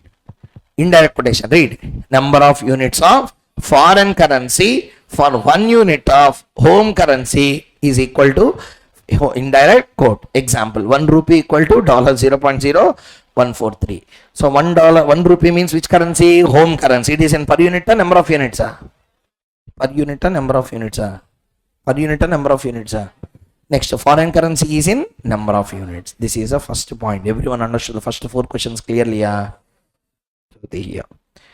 3, 4 also completed. So summarize everything. What are the various types of markets? Number 1, stock market, money market, currency market. What are the 2 types of forex codes?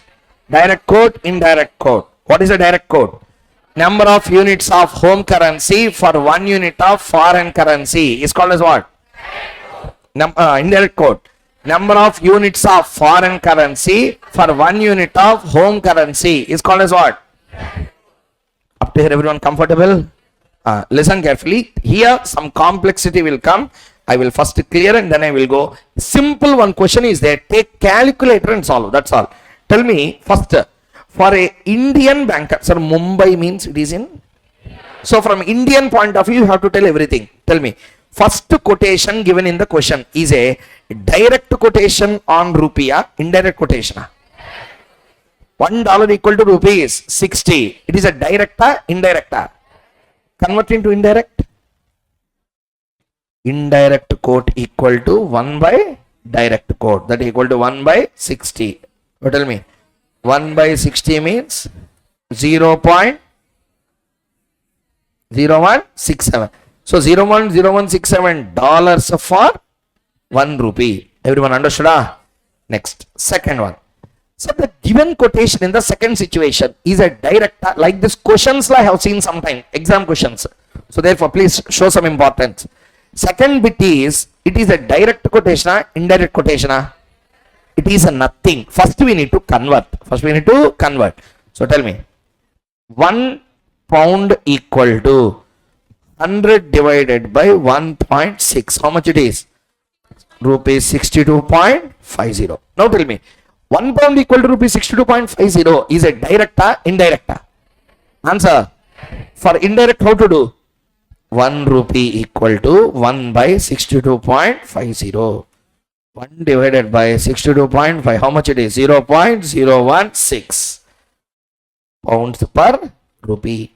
Next, 100 equal to DM, Dish marks. Okay, is it a direct, indirect? Nothing. First, what we need to do? Answer, sir. Convert. 1 DM equal to 100 divided by 4.7. How much? 21.2766. 21.2766. Convert into indirect. 1 rupee equal to 1 by 21.2766. 1 divided by 21.2766 equal to 0.04647 almost. 0.047. This is important, sir. Tell me. 1 yen equal to rupees 0.3. It is a direct, indirect? Direct, indirect? Direct quotation on, against, in. Good. That's how you have to present. Tell me how to write, how to read this quotation. It is a, sir, forex lo basics a problem, sir, you are not understanding. Tell me, it is a direct quotation on yen against rupee in India. So therefore, how much it will be? Rupees 0.3. So now tell me, indirect quote, please tell me. 1 rupee equal to 1 by 0.3. How much it will become? 3.3333 rupees per, sorry, yens per rupee. First tell me everyone, all the 5 basic questions understood clearly, everyone? Direct quote to indirect quote, all these concepts everyone understood clearly, yeah? Okay. Next, so we have completed 5th question also. Sir, if you want, you can see here.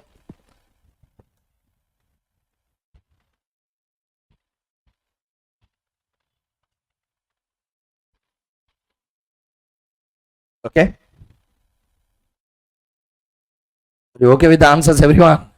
Can I move on to the next one? Next. Very, very, very, very important concept. Please listen carefully. Various types of bankers' quotes. See here. Whenever you want to buy foreign currency, I repeat, whenever you want to buy foreign currency, the foreign currency, if you want to buy, you have to buy from whom is a question number 1. Tell me, from whom you have to buy? From a banker. Sir, when I call banker here, he is a authorized person under FEMA. Okay. FEMA we call a authorized person on section 10, 11, 12 of FEMA. That person. So simply in our books, everywhere in the world, even CFA curriculum also, they don't use authorized dealer. They use our banker in simple. Means he's a banker in foreign exchange. Clear or not? So therefore, listen please. Listen. Banker will have 2 types of quotations on foreign exchange. Number 1 is called as bid rate. What rates are? Everyone, what rate? Second rate is called as ask rate. How banker will have deposit rate and borrowing rate? Tell me, I want to deposit money in the bank. It is called as which rate? I want to deposit money in the bank. Which rate? I want to take money from the bank. Which rate? Both are same or different? Which will be more? Which will be more? Which will be less? Now you should answer. I am giving money. Bank, I am giving money. Customer, you are a banker. I am giving money. Deposit or withdrawal? Deposit or withdrawal? I am taking money. Answer? Now again, I am giving money. That means I am selling money for a consideration called as interest. I am selling money for consideration called as interest. Second, I am buying money for a consideration to be paid called as interest. Understood? Tell me, I am selling. I am selling. Deposit or withdrawal? Deposit or borrowing? Answer. I am taking money. Buying or selling? Again, I sell money means? I buy money means? Everyone, I sell money means? I buy money means? I sell money. I buy money. Which rate will be more? Borrowing or depositing? And the buying rate or selling rate? Same also here. When you buy foreign exchange, you have to buy at a higher rate. When you sell foreign exchange, you have to sell at a cheaper rate. The higher rate is called as a ask rate. The lower rate is called as a bid rate. Everyone understood the concept clearly? Ask rates, another name is offer rate. What rate, sir? Don't use that in exam. Institute will not use it. You see the institute study material, they will use the word ask rate clearly. Don't use offer rate. Like that also marks can be lost.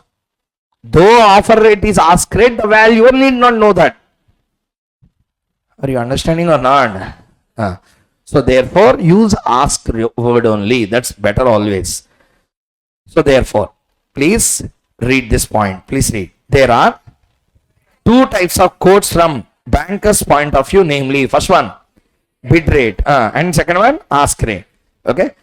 Below this particular point we can see later. First see this very important discussion. Interpretation of bid rate and ask rates. Interpretation of bid rate and ask rate. Please see the screen there. $1 equal to rupees 70 dash. $1 equal to rupees 70 dash. There are one quote, sir. Two quotations, sir. Answer. Now tell me. Answer my question clearly. 70 is a lower price or higher price? 72. Tell me. Customer has to buy it. 70 is on numbers. Customer has to buy it. Banker has to buy it. Customer has to sell it. Banker has to sell it. Bank always sells at a higher rate is called as. Bank always buys at a lower rate is called as a. Customer always buys at a. It is called as a. Customer always sells at a. It is called as a. That is the answer. There is a difference between bid and ask or not. That's called as a bid ask spread. What it is called as? Bid ask spread. Please see this.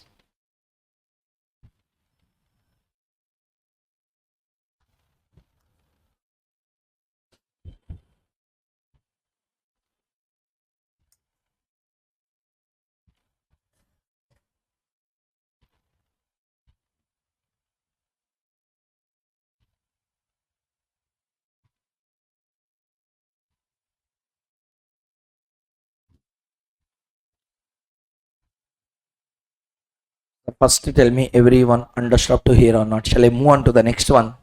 Sir, are you comfortable up to the first 7 questions? Answer. About to come to the 9th one now. Shall we? Okay, now listen carefully.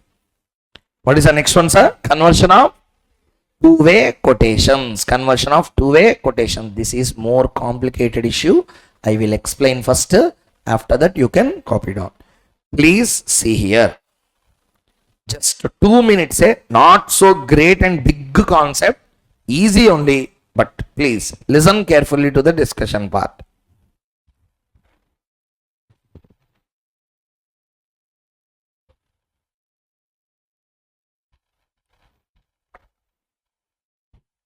See here. Whenever, so please, silence, emergency alert. Please listen carefully, important. See there. In case of forex market, 2 important quotations will be there. One is called as a bid rate, another one is called as a ask rate. Bid rate is always a lower rate, ask rate is always a higher rate. In bid ask, banker will always make a profit. Customer will always make a loss. Everyone understanding the point? First observation.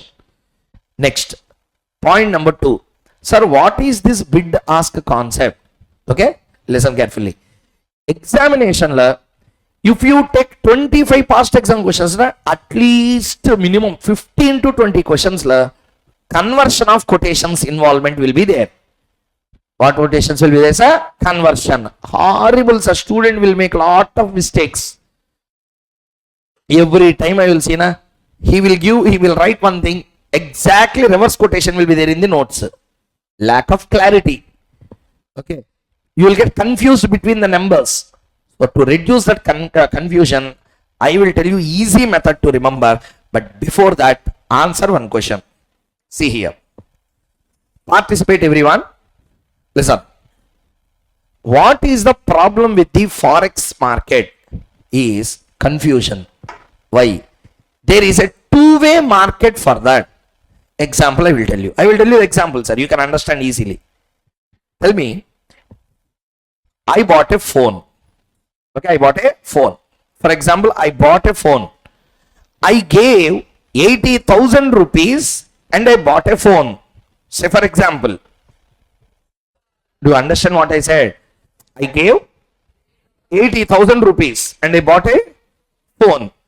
Now, tell me, I went to a shop, I gave 80,000 rupees cash and I bought a phone. Someone asked me, what you did? What should I tell? I asked you, you went to a shop, you gave 80,000 rupees and you bought a phone. I asked you what you did. What you will tell? Answer, sir. Purchased a. Why you tell I bought a phone? Why you are not telling I sold 80,000 rupees? తిక్కలోడేమో అనుకుంటాను చెప్తే నిజంగా. ఆ తిక్కే ఇక్కడ indirect quote అయింది.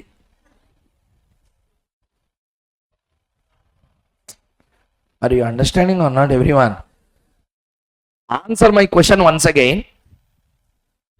Whenever we sell a phone, we buy a phone in the market, what we will tell, sir, you went to a market, you went to a cell phone shop, you paid him 80,000 or give a credit card, you swiped it, you bought a phone worth 80,000. Transaction done. I am standing outside the shop, I ask you what you did. Obviously, 100 out of 100 human beings will tell what? What you did means you will tell, I bought a phone. You will not tell, I sold 80,000 rupees. In reality, that is also done. Are you understanding or not? But we express always from what point of view? Commodity. Always we express from commodity point of view, not the means with which you bought that commodity. Listening everyone in the class. Expression of a transaction we will always give from which point of view? Commodity point of view na, currency point of view na. But our bad luck is this chapter both are currencies.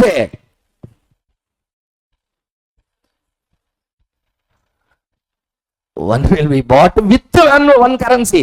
One currency will be bought with another currency. Confusion starts automatically. Are you understanding or not everyone?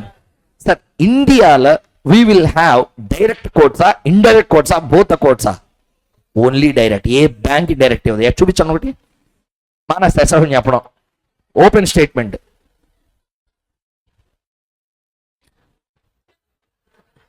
Understanding అన్నా? ఓ bank చూపించండి. Show me one bank where they are quoting indirect. Exchanges will quote. Exchanges means stock exchange, currency ఎక్స్చేంజా, marriage exchange కదా, సరిపోయారే బాబు. So tell me, stock exchange లో currencies are ట్రేడెడా?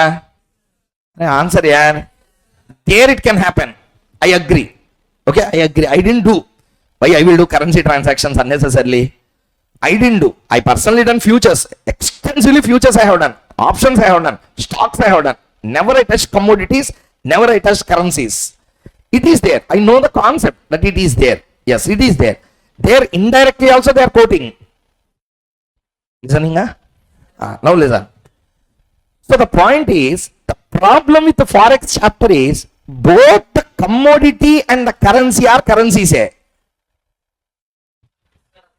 Identifying the commodity currency, identifying the means currency is becoming a problem. Are you understanding or not? So what our elders have done, they said what stands on per unit side is a commodity. What stands on is a commodity currency. Think from that currency point of view. Are you understanding or not? What stands on number of units, that will be the means to buy that commodity. Always when forex question comes in exam, what you need to do? See what is per unit, round it up, చుట్టేండి దాన్ని, కనిపించినంత కాదు. So round it off. You should write down that is what currency? Per unit. That is what currency? Per unit. Means mentally you should fix that. I have to think only from that point of view, whether that is bought, whether that is sold. If you think from other currency point of view, start next attempt exam paper filling. So I am telling you very clearly, next attempt exam application form filling you should remember. Listen careful. You should not. That's what I am also telling. Whenever question comes in examination, what to do? Per unit currency. First write down. Think from per unit currency point of view. Transaction, especially when you are doing currency options and futures. So can I convert direct into indirect quotation? Can I convert direct into indirect quotation? Everyone? Yes. Sir, when they give $1 rupee equal to so many dollars in the question, can I convert $1 equal to so many rupees? Answer: you should not in currency options and futures, because the trading is happening on that stock exchange. You cannot exchange it. Answer will go wrong if you do that creativity work. Are you understanding or not? Therefore, don't have a habit of unnecessarily converting. Rather than converting them, always mentally fix one thing. Forex, don't do tinkering works. Take a question as it is. First, you need to check what is answer. Do as per unit point of view. That's all. Never you will commit mistakes. So you select the problem. I will explain. After that, you do whatever problem you want. Follow the procedure I say. Never you will commit mistakes in Forex again. Because I don't convert currencies. Every question we will do only from whose point of view? Per unit point of view. That's all. What is given in per unit, from that point of view we will do. Clear or not, everyone? Next issue. Just another 5 minutes important discussion is there, like this lesson that also. Point is, tell me, I bought a calculator. Okay? Now tell me. Calculator I bought in India. Calculator I bought in USA. Where calculator is a commodity? Sir, listen, sir, I am not joking. Please listen. I bought a calculator in India. I bought a calci in USA. Calci is a commodity in India, na USA na. I bought a dollar in India. Okay? I bought a dollar in India. USA person want to get a dollar. Now dollar is a commodity for whom? For Indians, dollar is a commodity. For USA, rupee is a commodity but not a dollar. Are you understanding or not? Everyone. That's all. Listen carefully now. Tell me, direct quotation, if you want to convert into indirect quotation, how to do? 1 by direct quotation. 1 by direct quotation will give you what? Indirect quotation. See the screen once. I said this way. Okay. Now I will make sounds. I will ask question now. Please listen. $1 equal to rupees 70 dash rupees 72. So please everyone participate and answer. This is a direct quotation on dollar to rupiah. It is an indirect quotation on dollar to rupiah in India. Very good to understand. Now I want indirect quotation. What I have to do? 1 by direct quotation. Tell me. 1 rupee equal to 1 by 70 dash 1 by 72. Wrong. We have to do crisscross. This methodology please don't follow. Why you have to make crisscross?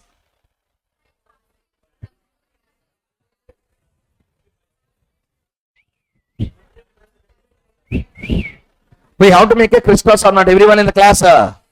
Everyone know that there is a crisscross. But why you need to do? Is a question. 1 second. One at a time. Anyone?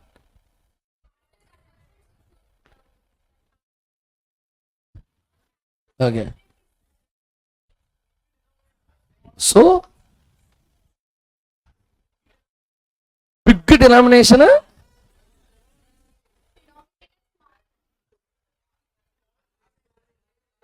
Arey, why you are winking here?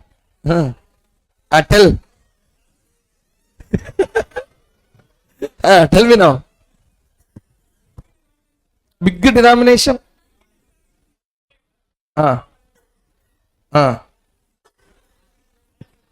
Okay, done. Sorry, big denomination.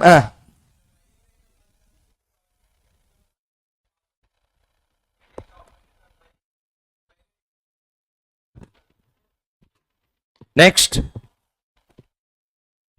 Sir, okay. See here. Sir, please listen. Sir, I am asking you because this is one of the most important doubt everyone will get. Why we are doing the crisscross? Sir, 1 second. Answer my question. I will round off certain things or box them. You answer. What is this? Buy rate, sell rate. Buy rate of dollar. Sir, I am asking about India. What this is? It is a buying rate of dollar, selling rate of dollar.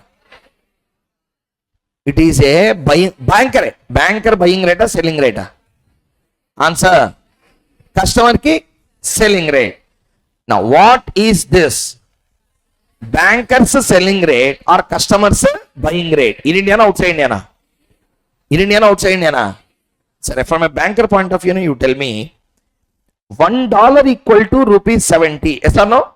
Now tell me, instead of telling this as I am buying a dollar for 70, I can also tell that I am selling a rupee. Like what I said, tell me. I went into the market, have clarity. Okay? I went to the market. I bought a calculator. What should I tell? You ask me a question, what you bought. What I will tell? Answer. I bought a calculator. But in return, what I also done? I sold 100 rupees. But no one will tell from the currency point of view. Everyone will tell only from the commodity point of view. Listening everyone. So tell me, in India, what is a commodity? In USA, what is a commodity? Therefore, in USA, they will express from whose point of view? Come from the beginning again. In India, we will express from whose point of view? Dollar. In USA, they will express from rupee point of view. Now tell me, this expression in India will be what? Direct buying a dollar, banker ki buying a dollar, selling a dollar. Against rupee. Instead of telling this as buying a dollar for rupee, I bought a dollar means in turn what I am selling? Answer. In India we will tell as bought a dollar, sold a rupee. Who will tell this as a sold a rupee? Banker in India na banker in USA na? You are not fully connected. Parts like gaps are there. Let's fill them. Tell me, this is directa, indirecta in India. Directa, indirecta in India. Tell me, I want to buy dollar 70. I want to sell dollar. Now answer my question clearly. Dollar is a commodity in, rupee is a commodity in. Indian bankers will discuss from whose point of view? Expression of foreign bankers. US banker will discuss from. Now from up to here everyone had clarity here? Now answer my question. Banker in India will tell what about this? Bought a dollar, sold a rupee. Bought a dollar, sold a rupee. I am a banker. I am a banker. You listening. You gave me a dollar. I gave you how much? I gave you how much? Now in technical terms, I sold rupee and I bought dollar. That means here how many things are happening? Two things. Tell me, what are the two things? Selling a rupee, buying a dollar. But in India, what is a commodity? Therefore, we will tell everything from the dollar point of view. Reverse everything. I am in USA. Okay, I am in USA. Same transaction, tell me. You gave me. You gave me. You gave me. You gave me dollar. I gave you. How many rupees? 70 rupees. Now, as a foreign banker, what I will tell? I bought dollar, I will tell. I sold 70 rupees. That means the transaction which is becoming a dollar buy is becoming a rupee sell to them or not? Answer. Buy will be a banker. Banker buy will be a bid rate, ask rate. Answer here everyone. So rupee sell rate for them will become a bid rate, ask rate. Come from the beginning again. Some people are again wrong. Answer my question. See there. $1 equal to how much? 70 dash. 70 dash. Now tell me. We are in India na? In America na? In India. Our commodity is. We should express from. Okay. You gave me how much? 70 rupees. I gave you what? Or reverse statistic. Okay. I have taken $1. Listen. I have taken $1 and have given you. Now you are, I will express in what way? I will tell that I sold 70 rupees, I bought a dollar. Answer. Reverse the entire scene now. Recreate the scene. We are in USA now. Listening. Tell me, you are a Indian customer, US customer. Your currency is a dollar, rupiah. You came to the bank. Okay? You gave me, I gave you. Now, if a person asks American banker, he will tell, I bought $1, I sold 70 rupees. So what becoming a dollar buy in India, this same transaction is becoming a rupee sell in USA or not? Answer. For them, rupee sell means selling a rupee for that banker will become a ask a bidda. Therefore, all these will become ask for them. Are you understanding or not? But when you are converting, you should convert into rupee dollar format. Sorry, into rupee format. Therefore, we will make one buy. That's the meaning why they will do. Everyone understood the concept. Now, I will ask second bit now. Answer. Everyone answer. Don't sit idle. On that basis, I can understand what is your status. Tell me now. $1 equal to 72. It is called as bid rate or ask rate. First, tell the expression. Ask rate on against in. Tell me. You came to the bank. You came to bank. You gave me. All right. I am a banker. You gave me. I gave you.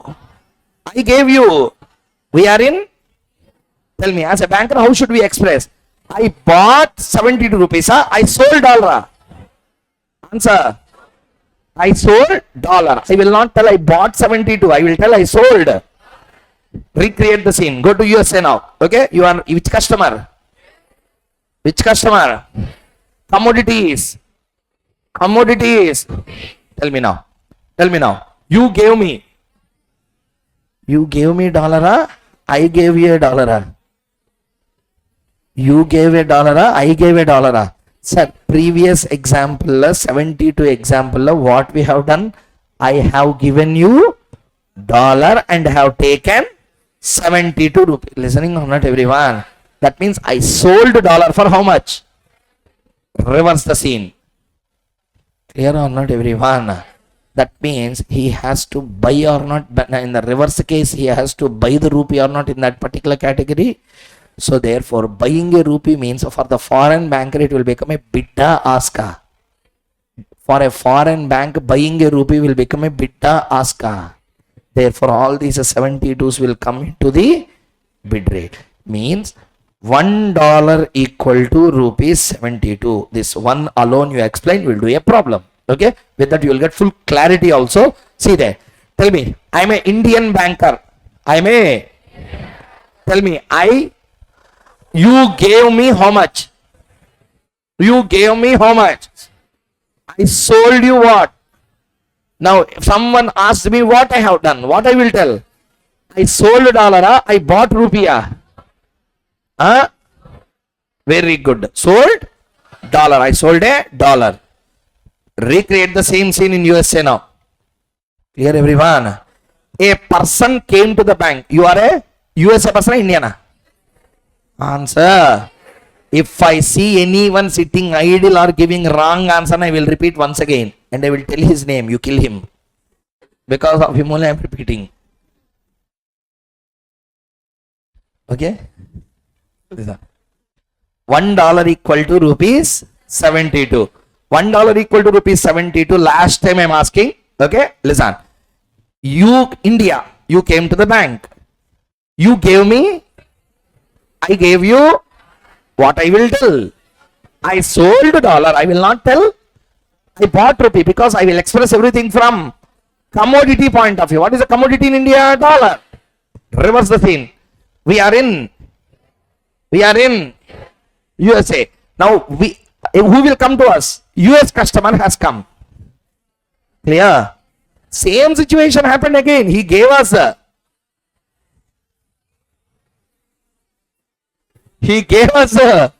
rupees. I gave him. Now I will tell I sold dollar. I bought rupees. Answer. Who bought? Banker. Banker buying rate is what rate? Answer. So this is 72. What became in India as an ask will become bid rate. Bidda 1 by ask will become my bid rate there. Everyone understood the point clearly? Yeah. This is how the two-way currency quotations are given in the questions. Everyone understood the concept clearly or not? Can you do the problems in this regard? Before that, some formulae to understand, just to have the prompt time ki. First listen. We will do four formula, one big problem. Do and take break.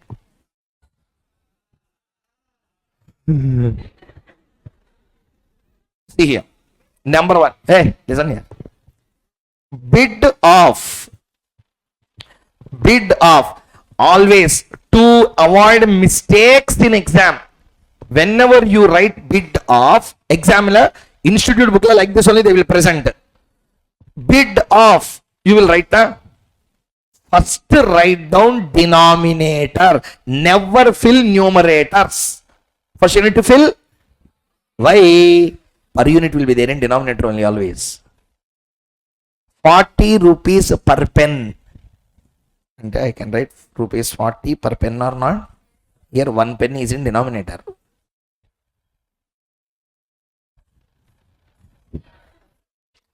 You are making me to teach 6th maths, 7th standard maths, 10th standard maths. After that everything. Please here answer. Understood? Per unit should always come on denominator. Okay. Number of units will come in numerator. Okay. Write down. First bid of A by B. When you read A by B. But when you write, first fill the denominator. Then you don't commit mistakes. Bid of A by B can be written as 1 by ask of B by A. Likewise, bid of B by A can be written as 1 by ask of A by B. Third one, ask of A by B equal to 1 by bid of B by A. Fourth, ask of B by A equal to 1 by bid of A by B. Sir, by the way, what is A, what is B? Both two different currencies depending on the question. Rupee, dollar, we will take rupee and dollar like that. Clear everyone? So denominator currency say B. Numerator currency say it A. Accordingly you need to do. Clear everyone? Okay. Now let us do the question. Take question number 9. So 6, 7, 8 over. Take 9. Consider the following quotation given by a Mumbai banker. How to read this? Can you explain? $1 equal to, there itself write down, $1 equal to rupees 26.50 dash 75 rupees. Yes or no? 75 rupees. Banker will die. Banker will die. Literal bank. Customers also will die eventually. How to write? Rupees 26.75. This is a quotation. Whenever question in Forex came, first thing you need to understand is how many marks?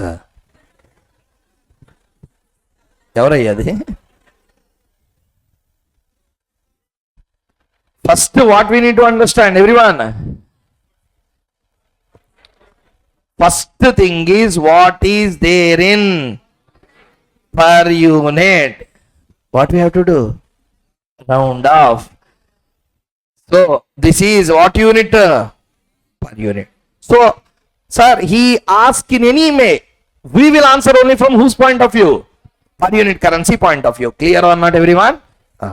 You can do also in conversion format, but I don't follow that. But I will do once. First question I will do in all the ways. From next onwards, I will do only in one format. Sorry, okay, tell me. What is the cost of buying $7450 to you? How many dollars to you? $7450 to you. First listen. Don't get excited. First question, listen. What is per unit? What is per unit? In the question, first bit, transaction, what we are buying. So, per unit and transaction. Both are happening on what? Dollars. Directly you can deal this. Tell me, we want to buy, first incident, we want to buy dollars. Everyone, we want to buy. Bank has to sell. First, we want to buy. Bank has to.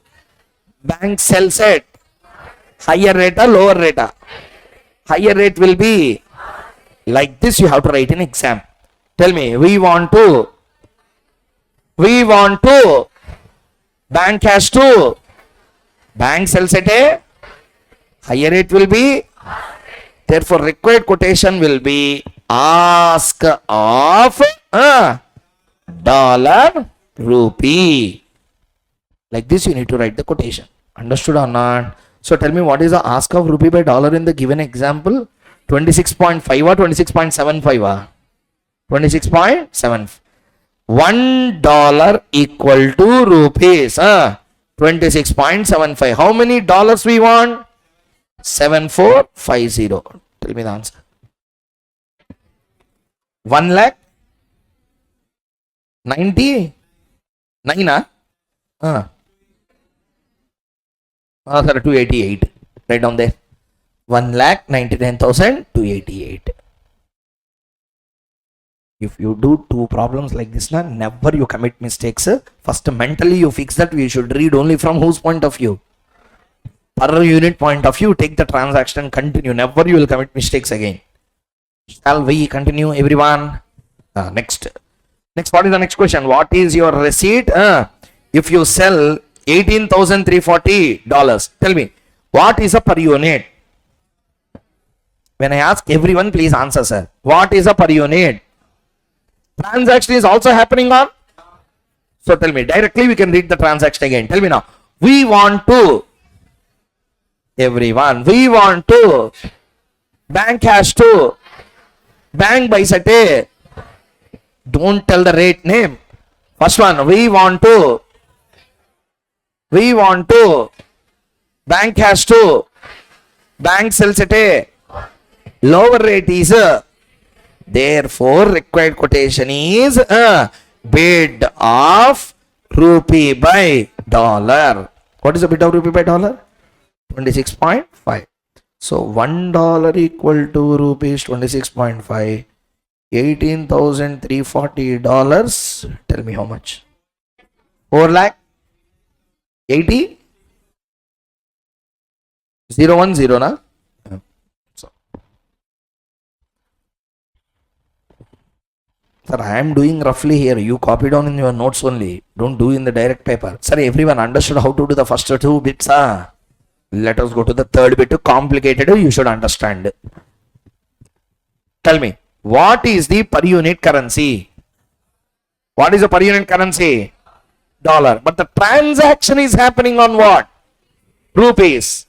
Now tell me, the per unit currency and the transaction unit currency both are same or different?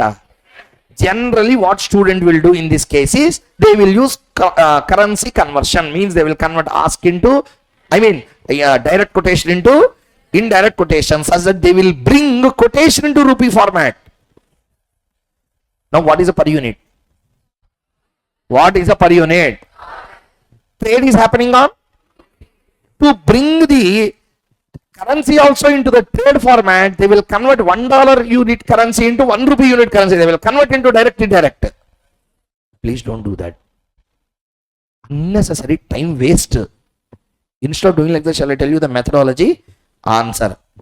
Same point, nothing we will change. Tell me, we want to buy what? First tell me, what is a per unit? What is a per unit? But transaction is happening on. But we don't know anything. We know only one thing. What is that? Per unit is dollar. Tell anything from the dollar point of view only. Okay? Tell me, we want to buy. We want to buy. By selling dollars. Buying rupees means indirectly what also we can tell? Selling dollar. We know only one thing in Forex. What is it? Dollar. Very good. Nice performance. Very nice. Okay.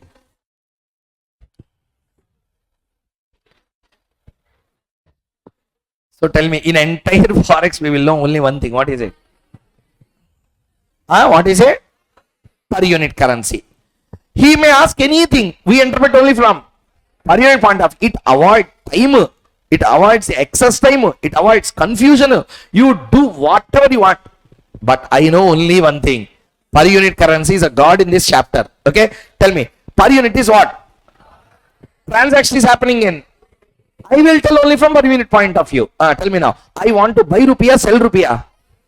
Means, that means we have to sell. Bank has to buy. Bank has to buy rupees. ఎవరు అడిగారు madam మిమ్మల్ని అది? Tell from dollar point of view. So again, you fix it today. He should never again come for crash revisions. You go to YouTube and teach.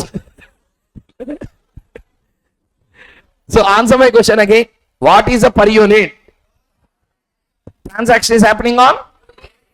Now we will convert entire quotation into 1 rupee per unit currency by converting. Don't do waste of time. I am telling you. Answer will be same. If you want, you can try later. Okay? I will make you to try now itself. Believe me. So see there. I wanted to buy what? Buying rupees means? So sell dollars point of view. Tell me. We want to sell. Bank has to buy. Bank buys at a lower rate or higher rate? Lower rate will be. Therefore, again bid rate. A bid of rupee by dollar equal to how much? 26.50. Now everyone, please tell me. Now please tell me. $1 equal to rupees 26.50. Now you will write here. Rupees 55,000 equal to how many rupees? 2075 point? Sorry, 2075. Understood the point or not? So how much is the answer? $2075. Sir, okay. I will ask you one question. Tell me. I will ask you one question. Tell me. Can I convert this given quotation into dollar by rupee format? Just now I have done, sir, conversion also. Tell me. Crisscross we can do or not? Logic, if you understand, you can do crisscross. Okay. Can I do crisscross or not? So tell me. What is the first 1 rupee equal to dollar? Tell me. 1 divided by 26.75. Tell me how much it is. 0.0374 dash 1 divided by 26.5. How much? 0.0377. Yes or no? Now we converted the entire quotation to indirect quotation. Yes or no? Now what is a per unit here? See there and tell what is a per unit now. Transaction is also happening in. Now you can directly read now. Tell me. We want to buy. We want to buy. Bank has to sell. Per unit is what here? Tell all the things in rupee format only now. Okay. We want to buy. Bank has to sell. Bank sells rupee at a higher rate will be. Therefore, required quotation will be what? Ask of first denominator. Clear or not, everyone? What is the ask of dollar by rupee here? 0.0377. So 1 rupee equal to dollar 0.0377. How many rupees we want? 55,000. What is the answer? 55,000 into 0.0377. 2073 point or 2075 almost. Which is more easy now? Tell me. Always I am only correct. I choose what is best, easy, without mistakes, avoiding time waste. So after all models are checked, I found that this is one of the most easiest method to understand. So now tell me, from now you will convert quotations or directly you will do. That you can do only if you mentally fix. I know only one thing in forex. Per unit currency. So, ఏడు కూర్చొని. So, tell the fourth one and take a break. Fourth one. How much would you receive by selling 92,000 rupee? One second. Per unit is what? Don't take indirect quotation normally. Per unit is what? We have to think only from whatever he given in the question. Okay, now tell me. We want to sell rupiah, buy rupiah. Selling rupee means buying a dollar. That's all. You fix that. Now transact. We want to buy. Bank has to sell. Bank sells dollar at a higher rate will be. Okay, tell me the quotation. Ask of rupee by dollar. What is ask of rupee by dollar? $1 equal to 26.75. So how many rupees I want? 92,000 rupees I sold. Tell me. 3439. Sir, 3439. Sir, I want you to answer through indirect quotation point of view. Take the quotations. Through indirect quotation, tell me how to express this. How to express. What would you receive by selling 92,000 rupees? From indirect quotation point of view, how will you express this? Once again, indirect quotation, what is per unit? Transaction is also in. Tell me now. I want to sell. Bank has to buy. Bank buys at a low rate will be. Required quotation is bid of rupee by dollar, dollar by rupiah. That's a bit of dollar by rupee equal to 0.0374. 0.03. How to calculate now? 1 rupee equal to $0.0374. I want how many rupees? 92,000. 92,000 into 0.0374. Answer is 3440. Decimals la change will come. See. So now tell me, frankly tell me, which is a more easiest way? First method, direct method, dead easy. Don't unnecessarily do overaction by converting direct indirect. Sometimes in conversion la calculation mistakes came, answer full wrong.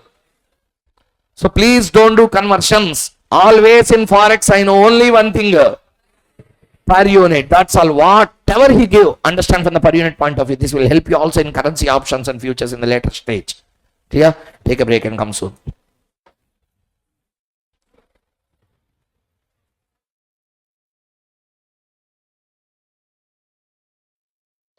Shall we continue? So, basics of forex has been completed. From here, nothing basic concept will be there. Just we need to start solving the questions in this regard. One small concept is there. Let us cover that. On that basis, we will go on. What is a cross currency quotation when it is used? Sir, cross currency quotation means when two currencies are not quoted against each other, but both are quoted against a common currency. What I said? Two currencies are not quoted against each other, but both are quoted against a common currency. Generally dollar will be traded to rupee. I want rupee to yen, say for example. Here, I want rupee to yen, say for example. When I want rupee to yen, I want a quotation given by a banker. How many yens per how many rupees I will get for 1 yen. That means 1 yen equal to some X number of rupees I need to get for a direct quotation. Yes or no?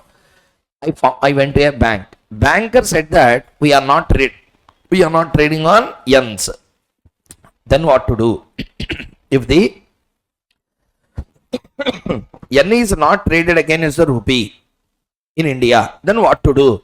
Then rupee is traded against dollar. Rupee is traded against dollar.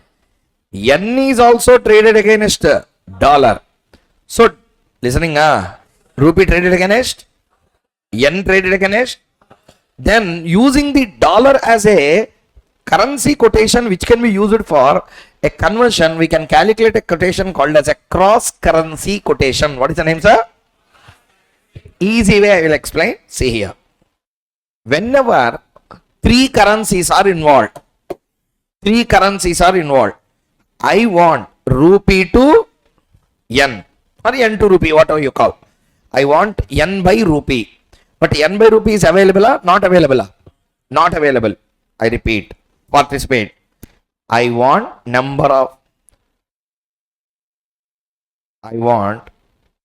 rupee by N. Rupee by N is not traded. Rupee by dollar traded.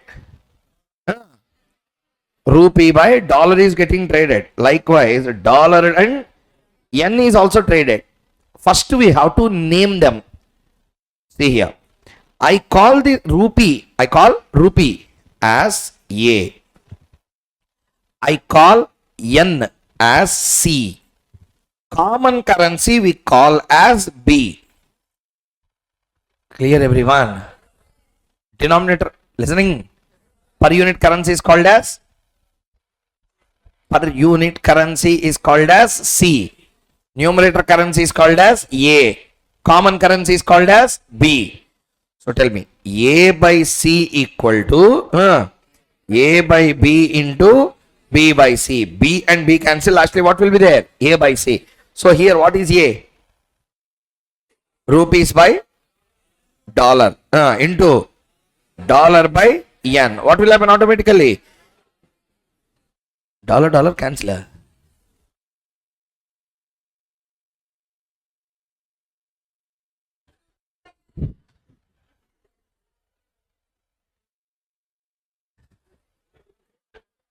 So really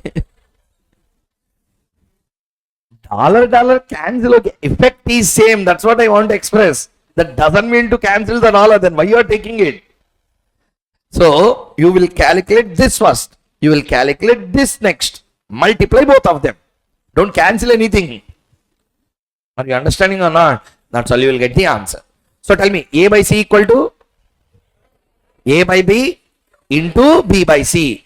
4 currencies are there. Now tell me, A by D equal to A by B into B by C into C by D. 4 currencies are given. Then this is a situation we need to do. Clear, everyone? Okay. Now, let us now start doing some important problems. So, what are the questions that we are going to do? I will first mark some important questions. We will do that in a sequence. First, question number 18. Put a tick mark. All those questions, I'll put some mark there. Put a dot at least. Those questions we are going to do. 18, 19, 21, 22, 23, 24 la one bit we will do.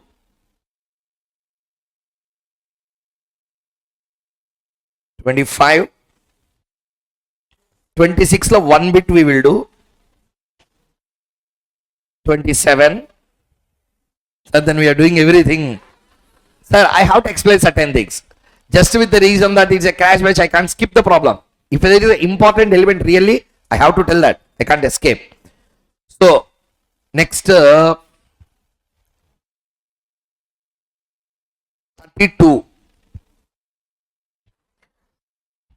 32. Okay, 32.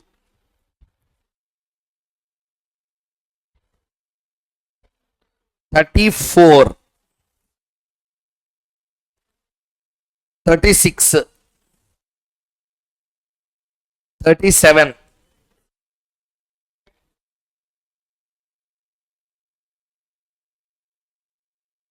43.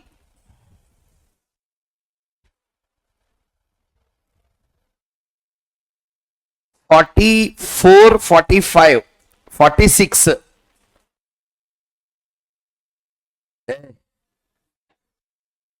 First, let us complete up to here. Each problem, let's not spend more than 4 to 5 minutes. We have to complete. I will tell you the logic of the question. Some we can do on calculator and basic calculations. Some problems we have to put pen on paper. We have to do and write to answer. Okay. So let us start. Take question number 18. 2 minutes is the time given. Read. Hello everyone. Shall we start? Next, 2.5 hours. Okay. Dandayatra.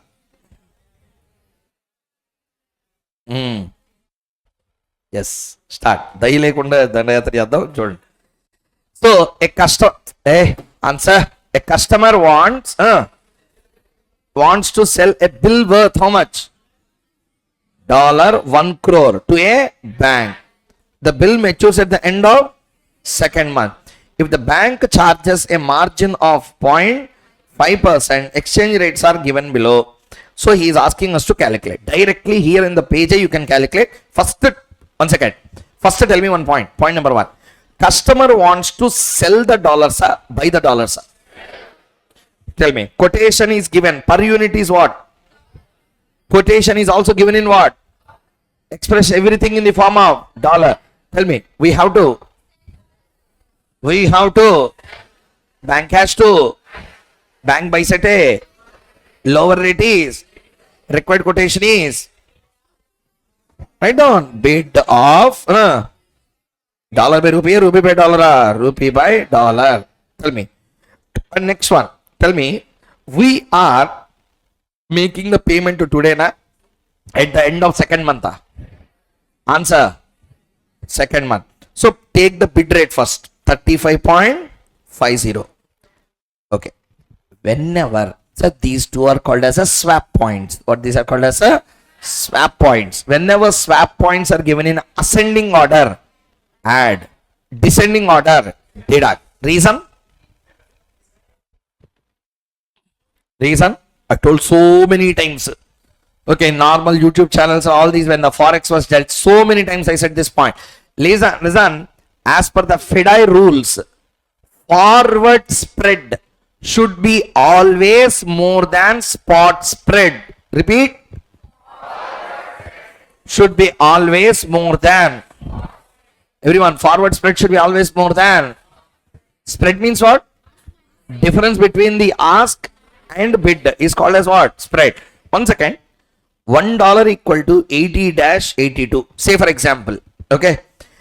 Swap is 2 and 3. What you will do? Add and deduct. Add this 82 and what is a spot spread? Sir, what is a forward spread? Okay. Now, instead of doing addition, I made a deduction for this. Okay. 80 minus 2. 82 minus 3. How much is a spread? It is lesser than spot spread, which is not allowed as per FEDI rules. As per FEDI rules, must and should. Forward spread should be more than spot spread. Do you know what does it mean? Banker should always be ensured that your future is more better than the present. So they made rules that way. FEDI rules are there in law. They said the spot spread should be lesser than forward. Or to be very clear, forward spread should be always more than spot spread. Sir, tell me, my future, in the future, whatever the work I do in future, that doesn't have any value means, will they work properly? Therefore, RBI also framed rules in such a way that always bankers will feel that future will be better than present. To make it like that, what I have to do? Ascending, if it is given, I have to. Descending, I have to. In order to achieve what? Forward spread to be higher than spot spread. For that reason, ascending and descending deductor. Clear or not, everyone? So that's the point. Okay, now tell me, 2 months forward is relevant, 1 month forward is relevant for us? 2 months. Answer. 2 months of forward, ask a forward bid. See there. Bid, add a deductor. Because it is given in a descending order. Minus 0.2. How much it is? 35.30. That's all. So 35.30 is the rate. But here he has given bank charges a margin of how much? 0.5%. How much it is charging? Tell me. We are selling or buying? Bank is? Bank buying means bank always buys at a higher rate or lower rate. Therefore, further they will reduce the margin. minus 0.5%. 35.3 into 0.5%. How much? 0.1765. So deduct and tell me 35.3 minus 0.1765. 35.1235. Everyone completed answer? That's all I am completing. I am going to question number 19. So like this, we have to complete all the questions that were marked. Okay, next question number 19. Please see the screen. Let's read together. Let's do together. Read. On 3rd April 2000, mark it important, sir. Mark it important. Okay. Shall we? Fast. Tell me. On 3rd April 2016, a bank quotes the following. Spot exchange rate $1 equal to 66.2525-67.5945. What is ask? 67.5945. What is bid? 66.2525. 2 months swap points 70, 90. 2 months, 3 months swap point 160, 186. So swap points should be always added to the last decimals. Which decimal? Last. That means 70 means 60 plus 66 plus 70. Or 66.2525 plus points. Last 4th decimal you need to adjust. From there you need to come. Left to right, right to left. That's all. Those are called as a pips. Called as what? Pips. See here. Sorry, okay. So technical language, if you know, okay. If you don't know, leave off. Now don't learn those technical terms. See here. Nature of swap points. Swap given in ascending order, what to do? Descending order? Okay. All those explanations I have given. See here. Actual, violation, all these things I have given in the notes below.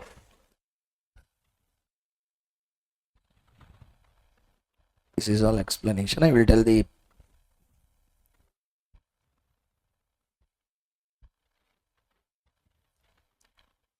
what? 1 second. So like this you need to present your answer. We being a customer has export exposure, therefore we will receive dollar and we will need to sell dollar to the bank after 2 months since transaction is a 2 months credit transaction on sale. Like that you need to present. Read. We need to sell. Previous question. We need to sell dollar. Bank has to buy dollar. Bank buys at a lower rate. Lower rate is a bid rate. Required quotation is bid of rupee by dollar 2 months forward. After that you need to do this. Clear, sir, everyone? Okay. So this particular problem we have to do this way. I have given somewhere the theory about the rates and okay, anyway, not required now. I will see when you do the problem. Take question number 19 now. What is this question? Let us see.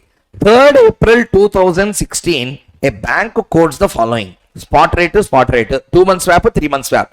In a spot transaction, delivery is made after 2 days. Okay.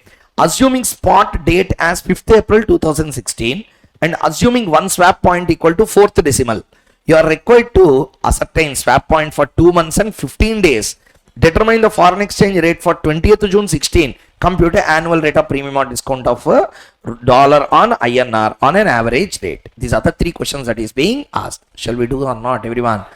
First point number 1. Tell me the rates that they have given here are 2 months, 3 months, 2 months and 15 days. They have given 2 months. They have also given you 3 months. Tell me, 1 second. Swap of 3 minus swap of 2 will give the forward rate for second month. 2 months is given. 3 months is given. Between 2 and 3, I can calculate using the forward rates or not. Tell me, how much, take calculator, how much is a 3 month swap? How much is a 2 month swap? What is the 3rd month swap? 160 minus 70. How much? 90. Like that. 186 minus 90. How much? 96. Up to here, everyone understood? So tell me, I'm writing here. See here. Everyone, please see here. 3 months is how much? 186. 2 months is how much?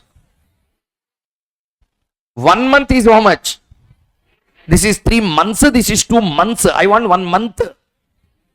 90 and we want 2 months and 1 month. We want 3 months. We want 15 days. So 15 days means how much? 45 and 48. Yes or no?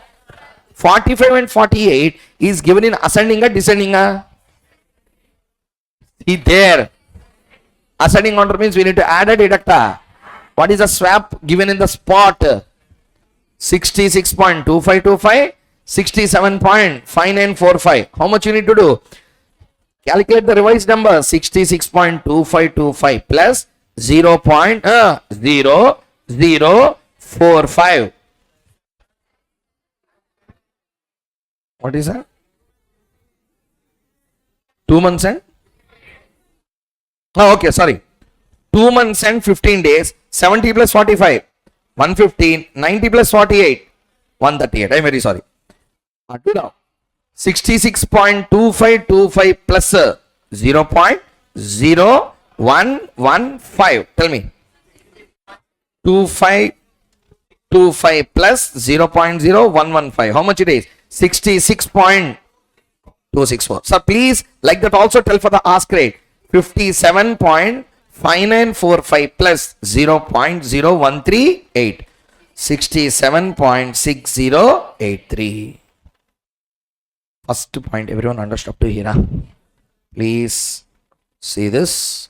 If you want, fastly copy down the answer. Don't waste time.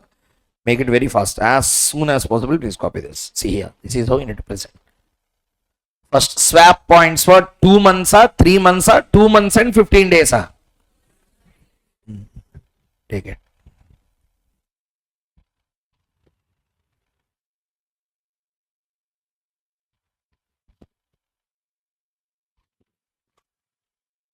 Completed.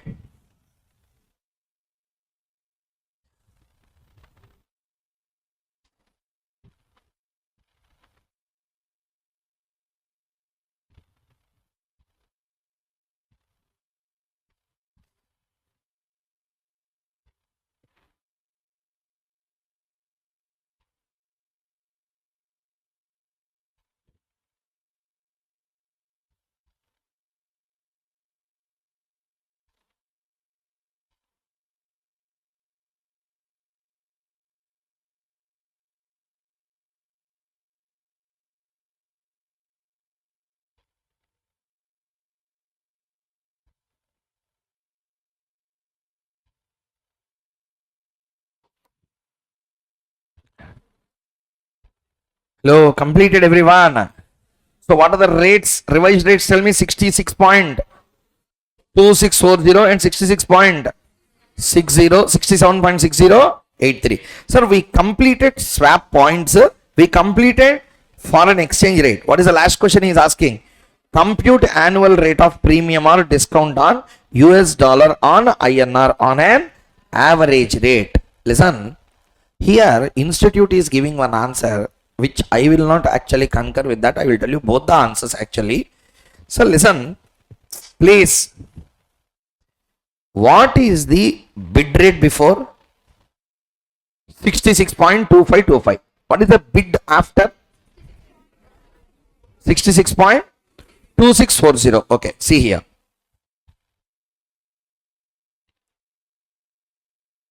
See here.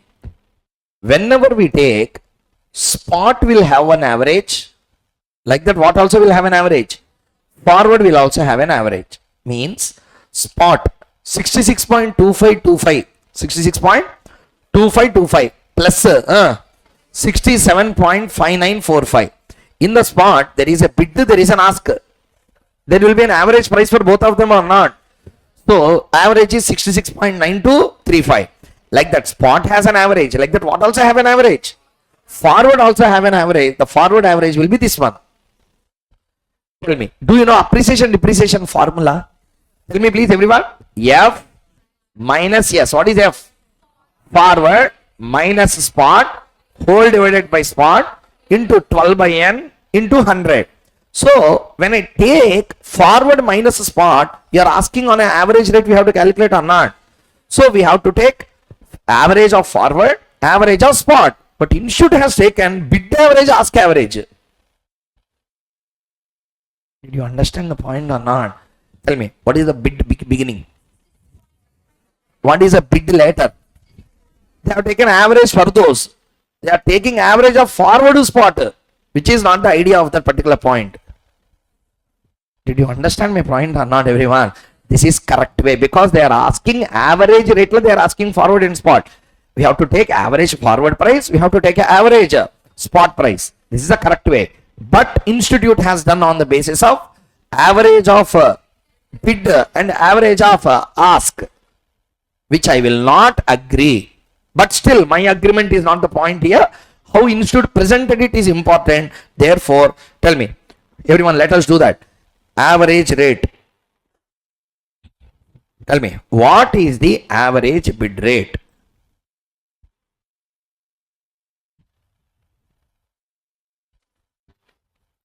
$66.2583. So this is the average of what and what? Average of what and what? Spot, bid and forward bid. Next, average of ask rate. Tell me. 67.14.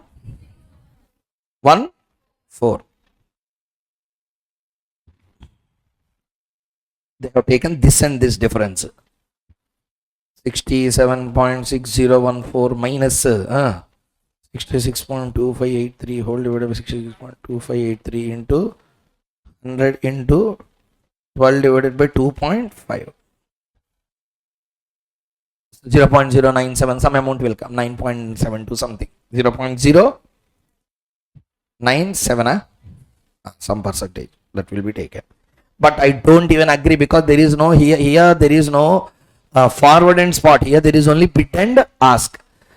In reality, you have to do like this, but you have no option. Institute suggested answer has given that. So therefore, I am telling you both. But I told you in the law classes also one point, if you remember, suggested answers are only suggestions. That's how it can be, not that's how it should be. It may be like that, it may not be like that. Don't be under wrong impression that those are reflected in the key of the institute. I said this in law or not, everyone. Again, occasion came, I am telling you, those who are present only for SFM and not for law, please listen. Institute suggested answers are not the key. That's not what I am telling. Suggested answers, the first page they will write. The views of this particular book are the views of Board of Studies. We didn't discuss these answers with the examination council. They will clearly tell that. Are you understanding or not? Means these are only suggested. Like this it can be, not like this it should be. Understanding or not? So please don't fall into these answers and try to mug up those answers. Like this they can go wrong. Clear? And I tell you another one point very clearly. Please listen. Institute time and again, every year or 1.5 years after, they will release a material called as a supplementary study paper. Do you know what does it mean? Mistake of the previous editions will be rectified there. That means they are accepting there are mistakes. 72 problems mistakes have been rectified in 2021 supplementary study paper. Means old books whatever they prepared, 72 mistakes only student prepared or not. So don't be under wrong impression. When they find a mistake, then they will rectify it. Like that, someday or the other they will rectify these mistakes. Did you understand what I said? That means we know what does it mean. They might have saw the key. In the key answers are divergent. Thereafter they will change here in the supplementary paper. Did you understand? So suggested answer ki mari overweight ichekandi. So when your mind says that something is going wrong there, it is really wrong like this. Are you understanding or not? See here, I am telling you very clearly. Please have a look. He is asking premium discount. So tell me, premium discount will be calculated for ask bid rates, forwards and spots. Answer, sir. Therefore, what you have to calculate? Average of spot rates, average of forward rates. But what they have taken? Average of ask, average of bid. I don't know why that was calculated that way. There is no premium discount there. Ask bid is a premium. Huh? Forward spot will be a premium. Now, did you understand the mistake? Huh? So please don't give so much weight on the study material. Sometimes they will go wrong. This is 100% wrong. Okay, 19th question also completed. Sir, first one, what is the new point we learned in 19th question? Those are called as a broken period forward rates. What they are called as? Broken period forward rate. They are asking, listen, they are asking 2 months, 3 months, 2 months and 15 days. So first we have taken, next we deducted, the balance will be for, we want for, we made it, that is added to, now we got 2 months and 15 days. Clear? Those are given in ascending and descending. We added to the, later we calculated average rates. Clear everyone? That's how the answer is done. So 19 and next one 21. Please listen carefully. One important question again. This 21 question is called, listen again. This 21 question is called as triangular arbitrage. What it is called as a, in the recent times they didn't test. I hope that it has to come in the next attempt. May 23, if I am not wrong, a similar question will come in exam. Last 8 attempts they didn't touch. So chance is there. Okay. What is the name of the concept? Triangular arbitrage. See here. Listen please. A product is costly in India, cheaper in USA. What can I do? Sorry, a product is cheaper in Hyderabad, costlier in Chennai. What can I do? Buy in Hyderabad, sell in Chennai. Likewise, dollars and rupees also need not be traded in all the markets in the same way. There can be one cheaper market, there can be one costly market. Yes or no? Therefore, can I transact by buying at a cheaper market and selling at a costlier market? That arbitrage you get on currencies is called as a currency arbitrage, also called as a triangular arbitrage. Clear everyone? Listen carefully, sir. Point number 1. Tell me, what is it? Read the quotations properly. That is INR by dollar, dollar by INR. INR by dollar. First try to understand. These are called as a bank rates. Whenever I give a slash, you should not read directly. It is $1 equal to.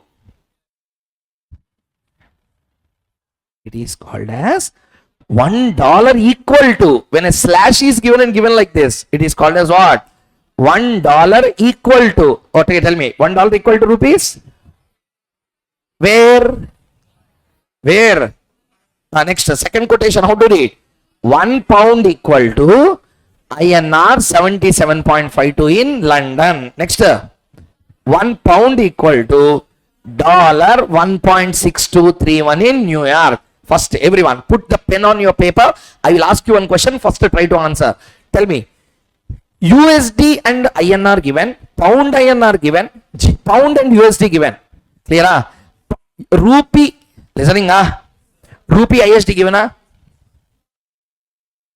mean, US dollar and rupee are quoted each other. Yes, pound rupee, pound and dollar. Now answer. These are all actual quotations, should have been rates.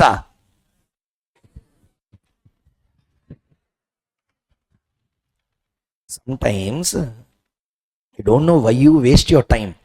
Clearly they have given a quoted. Should have been quoted, actually quoted. Actually quoted at those rates. Now tell me, those are actual rates, fair rates. Fair rates means what? Should have been. Actual rate means what? Actually quoted. Tell me, they are fairly traded, actually traded. Actually traded, these 3 rates or not? Now I will ask you one question, answer.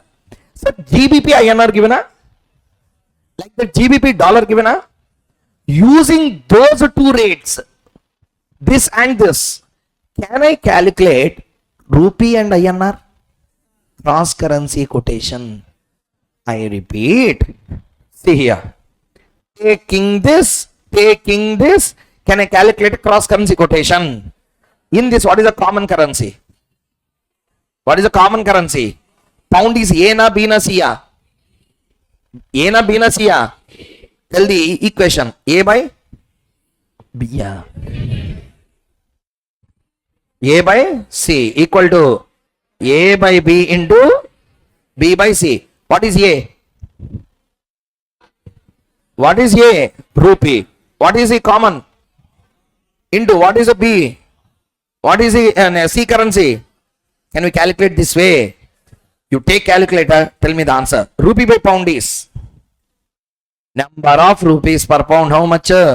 77.52 into number of pounds per dollar. Sir, listen. This quotation how to read? 1 pound equal to $1.6231. Tell me, this quotation is given as per unit pound, per unit dollar, per unit. But here we want per pound in per unit, pound in number of units. Answer. That means can I write it as 1 by 1.6231? So into 1 by 1.6231. Please. 47.76. Okay, two numbers. 76. Tell me, what is the actual quotation between rupee and dollar? 48 point. Where? Mumbai. But leave Mumbai. Online I open my system. Okay, online I open my system. I opened two forex websites. In one website, I opened as a listening pound. In one currency, in one website, I opened as a dollar. Okay. Now, tell me, rupee to pound, how much is the value? 77.52. Pound to dollar, how much is the rate? 1 by 1.6231, some decimal number, something will come. Clear? Huh? When I did like that, rupee should have been traded against the dollar at what rate? 47.76. But actually it is getting traded at what rate? That means if I do a cross currency trade, I am getting the same rupee per dollar rate 47.76. But if I buy in the Mumbai, I am getting at a costly of 48.30 or not. Therefore, say tell me, actual trade and fair rate between cross currency both are same or different? There is a arbitrage or no arbitrage? That arbitrage we call as a currency arbitrage. Sir, arbitrage is about telling that there is a chance of arbitrator, showing the procedure of arbitrage. That's all. First point number 1. What to do? How many currencies are given? Answer. Rupee dollar traded or not traded? Hey, see the question, tell everyone uniformly. Rupee dollar traded, rupee pound, pound dollar. When pound to dollar traded and pound to rupee traded, can we use those two quotations and recalculate again, rupee and dollar or not? That should be actually equal to how much? But actually it is equal to 48.3. There is a perfection or imperfection. Who will make profit out of imperfection? That's what the question he is asking. Clear or not, everyone? First, calculate. Start. Step 1. Question number 21. Step 1. Calculation of CCQ. What is CCQ?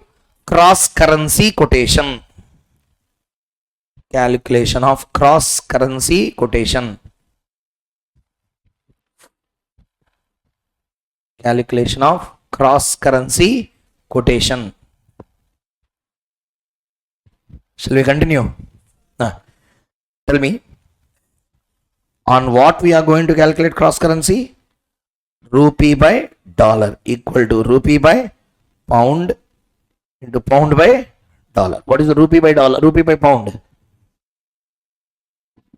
52 into, we want pound by dollar, but the question given is on We want pound by dollar, but the question is given on dollar by pound. How to convert into pound by dollar? 1 by dollar by pound. So 1 by 1.6231. Tell me how much it is. Rupees 47.76. $1 equal to rupees 47.76. $1 equal to rupees 47.76. But now listen, we have to do procedure. That's very big procedure is there. Big, not so big, but you have to understand the procedure. See here now. Easy method I will explain. Follow this. We have a chance of arbitrage or not. How to take it? How to take it means dead easy. Follow the same steps. This is step 1, this is step 2, this is step 3. Means what? Tell me. In the question he clearly said, arbitrar is having how many US dollars with him? How many? So he started with how many dollars? Answer. He want arbitrage. How to do? Nothing. See the screen. I will first theoretically explain. Take $1 crore. See the screen, not my face. Take $1 crore. Take $1 crore. Come to India. Convert those dollars into rupee. You will get 48 crore 30 lakhs. Take those 48 crore 30 lakh rupee. Convert them into pound at 1.6231. 1.6231. 77.52 kada?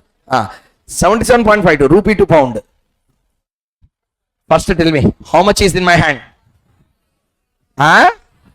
Ain't 1 crore, ralla rappala. 1 crore what? Dollar. Take this $1 crore. Okay. Throw on to the face of a banker. How many rupees he will give? 48 crore. Take these rupees. From with these rupees, you buy what? At what rate? 77 point. Now throw rupees on the face of banker and he will give you what? Pounds. Now in your hand what is there? Pounds. Again go to the banker. Throw on the face of banker what? And take what? That will be more than 1 crore. Are you understanding or not? Tell me step 1. Take dollar, throw on the face, don't write all those things. So, first we will forget all important things. Throw on the face of banker, he will give us again throw on his face. So tell me, first convert what into what? Dollar into rupee. Next convert rupee into and convert pound into. And we started with, we end with, both will be same or different? Same. The dollar is same. Dollar is same. I'm asking about the volume will be same or different? Different. Definitely arbitrage gain will come. Okay, let's do. So, నా దరిద్రం ఏంటి తెలుసా? ఎవరు తప్పు చెప్తారో ఆడి మొహం కనిపిస్తుంది first. కొన్ని జీవితాలు అంతే. So, whoever say the mistake, exactly I will see him. He will tell same. Now also one person, same. At least somewhere other way, if he said different, okay, I will see. He will clearly tell same. So please see there. So step 1, what to what? Sorry, dollar to rupee. Rupee dollar transaction, dollar converted to rupee. Please tell me, I have how many dollars on hand? So tell me, $1 equal to rupees. Clearly write down 48.30. How many dollars I have? Dollar 1 crore. Clearly write down. Tell me the answer. 48 crore 30 lakhs. Sir, this is the amount I get by converting what into what? What is the step 2 I have to do? Convert rupee to euro na. అది ఎక్కడి నుంచి వచ్చింది?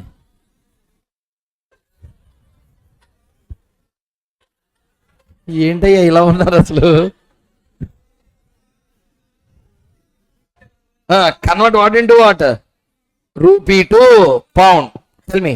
Actual traded rates are 1 pound equal to rupees 77.52. How many rupees I have? 48 crore 30 lakhs. Tell me how many pounds it gets converted. One second. 62 lakh 30 lakh. 30,000 50. So this is what converted into what? Rupee converted into pound. What is our last final thing? Pound to dollar. So tell me, 1 pound equal to dollar 6231. Yes or no? How many pounds we have? 62 lakh 30,650. Tell me, converted amount will be equal to dollar 1011. One second. 1011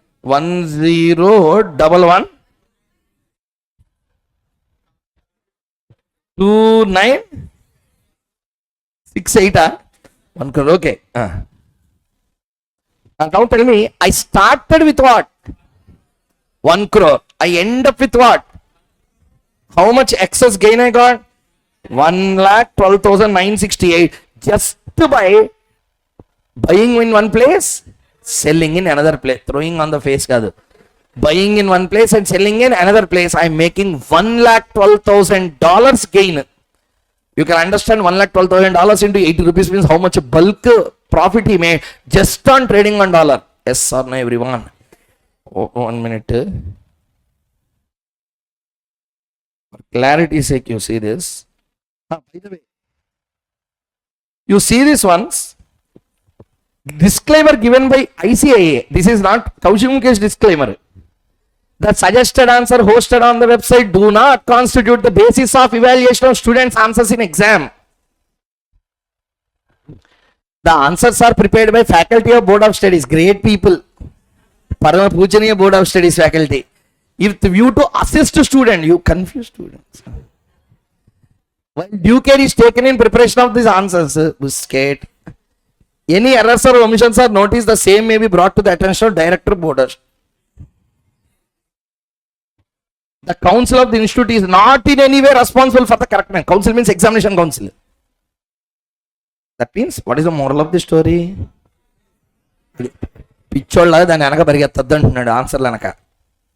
You have your own wisdom when you see some question. So the answers given by the institute will not support the key of the institute. Sir, okay. Actually, I opened for one purpose, but it is there. See here once. Let us take a live quotation. Sorry. Same question let us do. 1 second. See here. $2 rupee. Convert. $1 equal to, please take the bit more. $2 rupee. Take now. Take down the quotation. $2 rupee. 81.92. 81.92. Let's do one quotation live. You can understand easily. Next.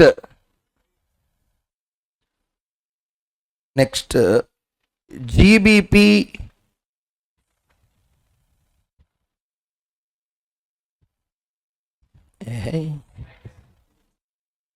GBP to rupee.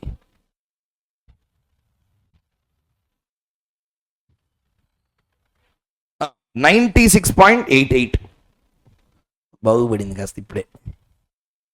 1 pound equal to 96.88 rupees. 96.88. Now we want the trade between whom and whom? 1 pound equal to 1.18. 1.18.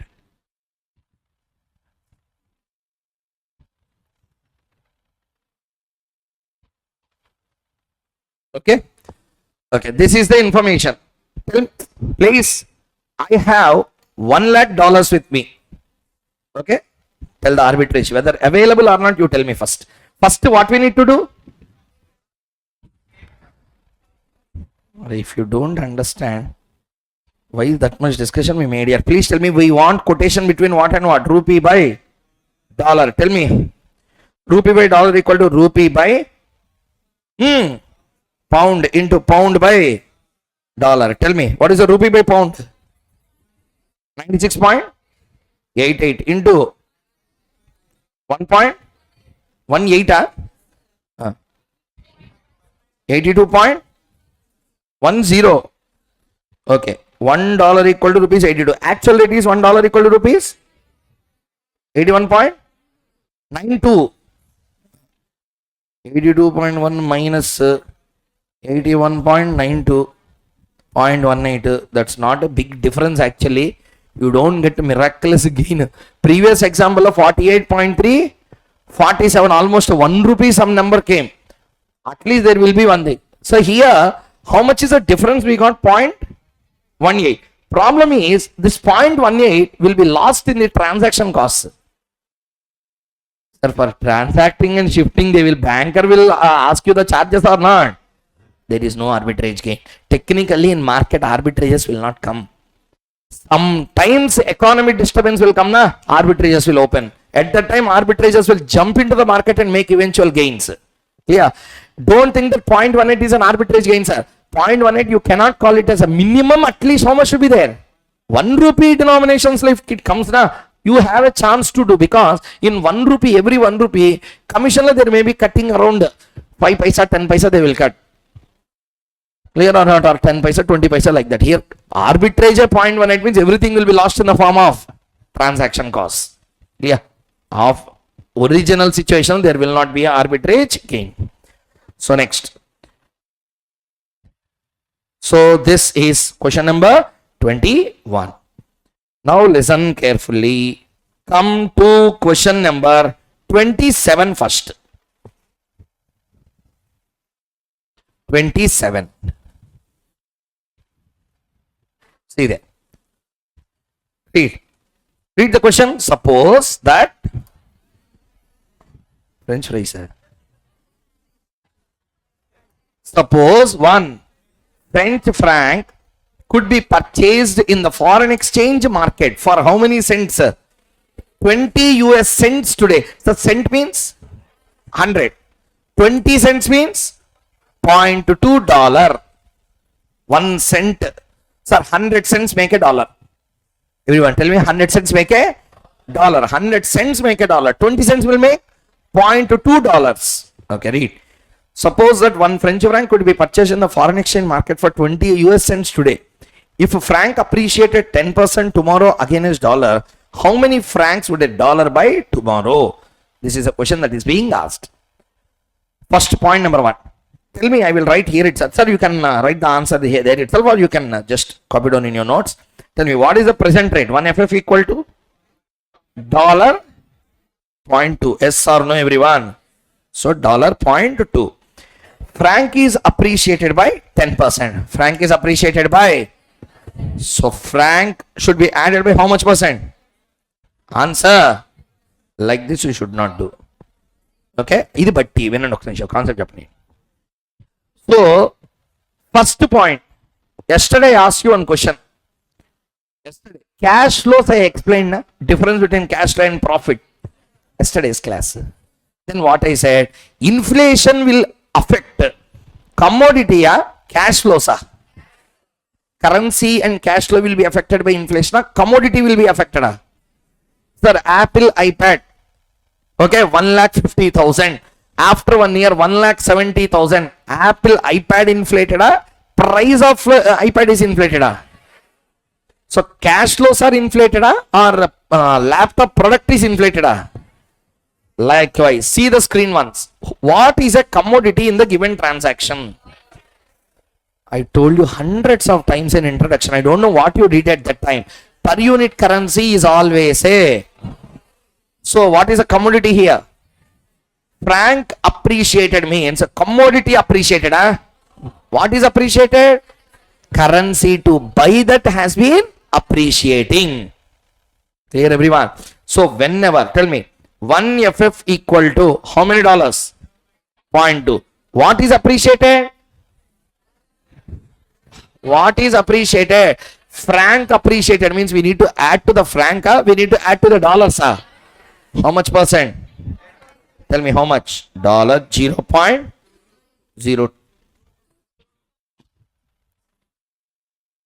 0.02 na? 0.02. What is the total? 0.22. So first tell me revised rate 1 FF equal to $0.22. Now tell me, let us check.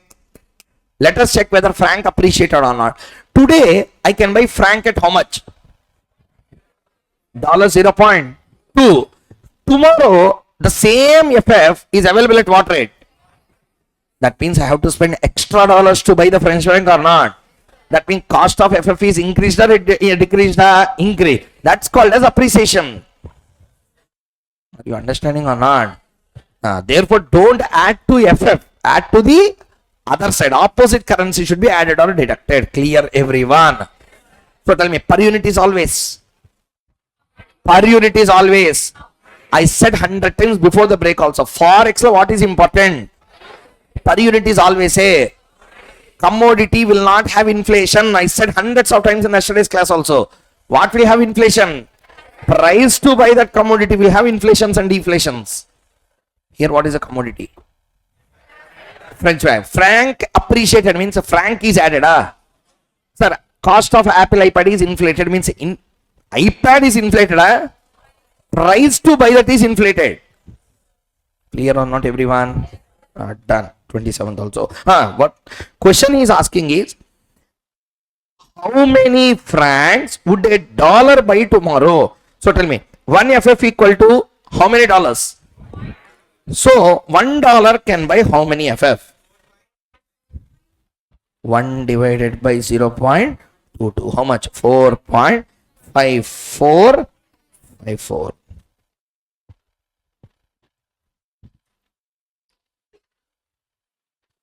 How many of you didn't understand this? How many of you didn't understand this?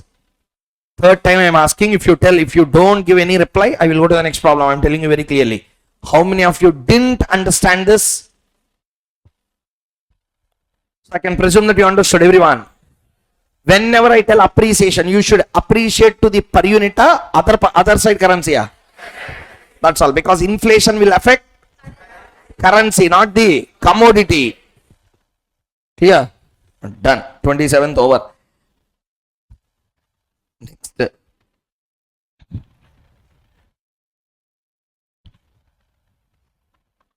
Okay. Take question number 22. PPPT. What is PPPT? Purchasing power parity theory. Purchasing power parity theory. Sir, I will first tell the logic of PPPT and then we will go into the problem solving. See here. $1 is equal to some number of rupees. Say 81 now today. Accurate, approximate 81. Oh, $1 equal to 81. Say for example, $1 equal to 81. See here, $1 equal to 81. Now answer, $1 is equal to 81. Why it should be 81 here? Why it should not be 41? Why it should not be 21? There should be some signs of fixing the pricing between the US dollar and rupee or not. That will be done primitively once upon a time. Used to be done in the form of pricing comparison between two commodities in the two different markets. Example. A laptop is available in India. A laptop is available in India. Say at 70,000 rupees. Okay. Same laptop is available in USA at $1,000. Therefore, price of dollar and rupee should be 70 rupees. Like that they used to fix. Are you understanding or not? So tell me, how to understand the exchange rate between two currencies? Everyone, the exchange rate between will be always fixed by price of a commodities in two different markets. Everyone understood the point or not? So tell me, you have to take how many products? Two products which are same or different? Answer. In how many countries? In how many countries? Two countries. Compare the prices of the product in two countries. In the comparison, you will get one exchange rate. Na? That should be the exchange rate between those two currencies. Clear or not? Slowly advancements have made to the exchange market as well. Today, that comparison is not between any product you want. Are you understanding or not? Any product you should not take. Then what I have to take is a question, yes or no? Once upon a time, gold happened to be a comparative. Which one? Gold. Gold happened to be comparative. After that, the gold is gone. They are not taking it as a comparative. Now they are taking petroleum as a comparison. What? Petroleum as a comparison. So who are having a huge petroleum imports will have a weaker currency, obviously. Those who are having a good amount, they are having a appreciated currency on the other side. Hope you are clear to the point, everyone. That's why if you see Dubai is not having a greater currency on rupee, because I told you in law class, I told you Dubai is not popular for petroleum. No. You see in Google, what is the main revenue source? Tourism is a revenue source for Dubai. Are you understanding or not? 100 rupees like 85 rupees they will get from tourism only. Travel or tourism. 15 rupees they will get from all the others. In that 80% will be coming from petroleum and oil. Education zero, all others zero, nothing is there. So the main thing, the source of revenue is a tourism. Clear? That's why it is having 18, 20, 21, like that it will be traded. But why Qatar, Lebanon, 270, 265? They are having rich natural resources in the form of oil and petroleum. Now, did you understand why the trading currencies are happening like that? Whenever the petrol prices are reducing in India, automatically dollar prices will increase, because the comparison is today not between all the products, it's between the petroleum resource of two different countries. Sir, we are not going into that science and conspiracy theory. Just try to understand clearly. For subject purposes, you can compare between two transistors, you can compare between two capacitors, you can compare between two laptops, pen, pencil, any comparison. Examiner, whatever he want, he can give. At that time, don't question. Tell me, pen available in India, 100. Listening, huh? Pen available in India, 80 rupees. Pen available in USA, $1. What is the exchange rate between rupee and dollar now? $1 equal to 80 rupees. Like that you can understand. Everyone understood the point or not? Answer. This is the point, sir. This is how the exchange quotations are actually given. This is what said by which model? Purchasing power parity theory. Up to here, everyone understood or not? But every time that can happen, cannot happen. So I will first summarize this in all the ways possible.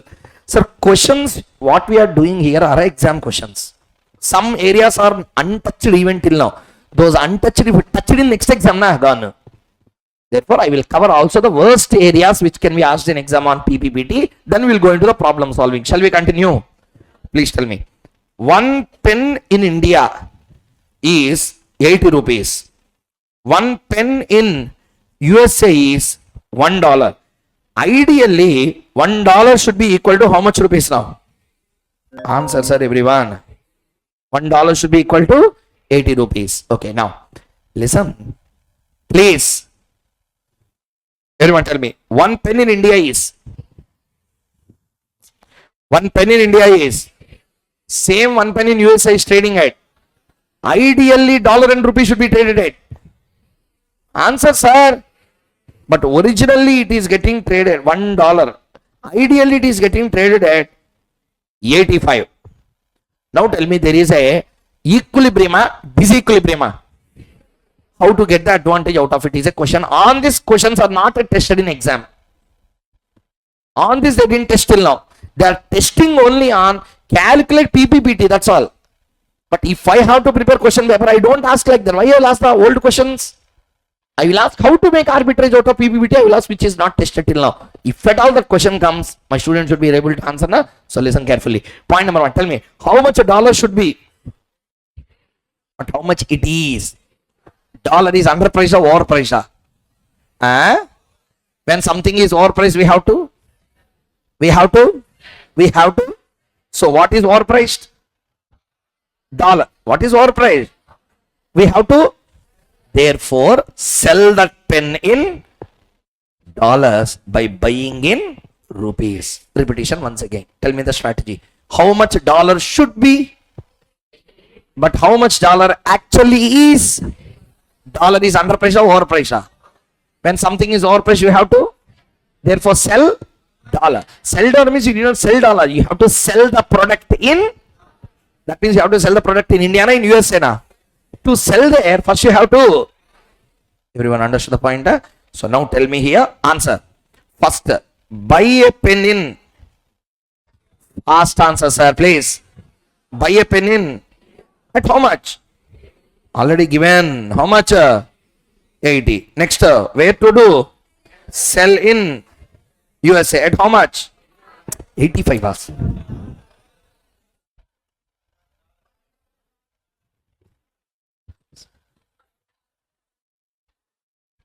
నేను నన్ను పిచ్చోడు అనుకుంటారో లేకపోతే ఊరికే test చేద్దాం అనుకుంటాను 85 రాత్రలే చూద్దాం అయినా అని. So tell me, how much I should write here? $1. Okay, now. Sir, now I thrown pen from here. Like Singamalai Khadgam. Directly. Singamalai. Like that pen went and fall in which country? USA. There USA person is there. He catch. Okay. From there he will throw dollar. Yannara. So he thrown dollar. Now I received how many dollar? Now that dollar will put in dustbin. I will convert in India. Na? At what rate? Now tell me how much I spent, how much I received, what is my gain? That's all. This is called as what gain? Arbitrage gain. Are you listening, everyone? Now reverse, tell me 75 dollar should have been traded at. Dollar should have been traded at. చాలా control చేసుకుంటా నేను, నా originality వచ్చేస్తుంది బయటికి. So tell me, dollar should have been traded at, but is traded at. Dollar is under price or over price? When something is under price, we have to buy. Therefore, buy in USA, sell in. Now, orally you tell, buy in USA at what rate? How much? $1. Buy in at how much? $1. Okay, now to buy that, listening up to here, $1. Okay, I have $1. I bought a pen. I sold in at how much price? Answer, sir. In my hand, how much is there? నమస్తే sir, నేను రాస్తాను, చూసి చెప్పండి. నాకు అర్థమైంది మీ బాధ, ఏది మైండ్లో ఎక్కువసేపు ఉండట్లా. So see they, first dollar should have been traded at. He is getting traded. Dollar is underpriced or overpriced? When something is underpriced, you have to buy or sell. Therefore, tell me where to buy. Buy in USA at how much? Very good. Sell in at how much? 80. Sell in India at 80. Now, in my hand, how much rupees is there? 80 rupees. But dollar is actually traded at. That means with 80, how many dollars I will get? $1.066 I will get. You can calculate it. That means I started with, I ended with. That's all. That's arbitrage gain. Everyone understood the point or not? Hello, I'm talking to everyone. Understood how the arbitrage can be asked in exam? This is how the arbitrages are actually made. So this type of question they didn't ask it till now. They are only just asking on PPPT theory. Clear? Now listen. PPPT, purchasing power parity theory, is used for three purposes. Purpose number one, it is used to ascertain spot rates. It is used to ascertain. It is used to ascertain forward rates. It is used to ascertain arbitrage. This I already completed. Could you at least realize that we completed those? Spot price, did I complete? Yes. Arbitrage did I complete? Both models I have shown you or not? What is the pending? Now listen. Whenever I say product, the price of a product is always subjected to inflation or not? Which rate? Inflation rate. Okay. India has an inflation of 10. USA has an inflation of 5. Okay. Now see the screen and tell. 1 pen in India is 80. 1 pen in USA is $1. Tell me what is the spot rate? $1 equal to rupees 80. Listening up to here. Now tell me. A pen which is available in USA at $1 today will be available at same $1 after 1 year. It will be inflated. Tell me. $1 pen will become 1 plus 0. Answer, sir. 1 plus 0.05. Likewise, 80 rupees pen will not be available at same 80 rupees. It will inflate to 1 plus 0.10. Tell me, $1.05 equal to rupees 88. So $1 equal to rupees 83.81. 81. So now tell me, what is this rate? What is this rate? So 1 pen in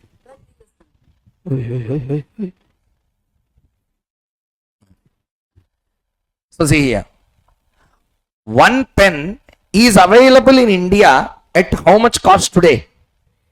Same 1 pen in USA. Therefore, spot rate is fixed as. Now tell me, spot rate of pens create a spot rate or not? Then forward rate of pen should create forward rate. That's all. Therefore, 1 pen in India at 80 will be available at same 80, will be increased. Increase it to how much? 83.81. Okay, na? Actually, it is not 83.81, it is 88. $1 pen will not be available at same $1, it will rise to 1.05. Therefore, when we equate both, we will get the forward rate or not, everyone. So, what is the forward rate? $1 equal to rupees 83.81. This is how the forward rates are calculated. Hope everyone understood or not? Everyone understood? So, can we compare two prices and get the spot rate? Can we get two products prices and get the spot rate? To get the forward rate, what to do? Prices of this product take to 1 year. Using which rates? Which rates? So now you should only tell me $1.05 equal to rupees 88. Yes or no? So $1.05 is observation required, everyone. I'm not telling any fun statements here, please. $1.05 can be written as 1 plus 0.05 or not. Next, rupees 88 can be written as rupees 80 into 1 plus 0.10 or not. This is inflation rate in foreign, Indian. Answer. This is inflation rate in answer. So it is a rate of inflation in home currency we call, or called as a domestic currency I call. Which currency? Domestic currency. This is foreign currency. Now tell me, we want forward rate on rupee, forward rate on dollar. Answer. Dollar forward rate. We want forward rate of dollar into 1 plus IF equal to 80 is spot rate of forward rate into 1 plus ID. So take S here. F by S equal to 1 plus ID divided by 1 plus IF. This is how the formula has been derived. Everyone understood or not? Okay, so this is a formula. So tell me, F by S equal to 1 plus ID by 1 plus IF. That's how the formula has been derived. Nothing great, sir. Easy concept only. Shall we now start doing the problems or not in this regard? Take this. Question number 22.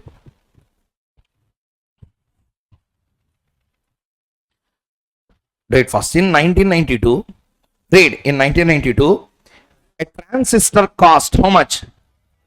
$22.84 in and Singapore dollar 69 in Singapore and 3,240 rubles in Moscow.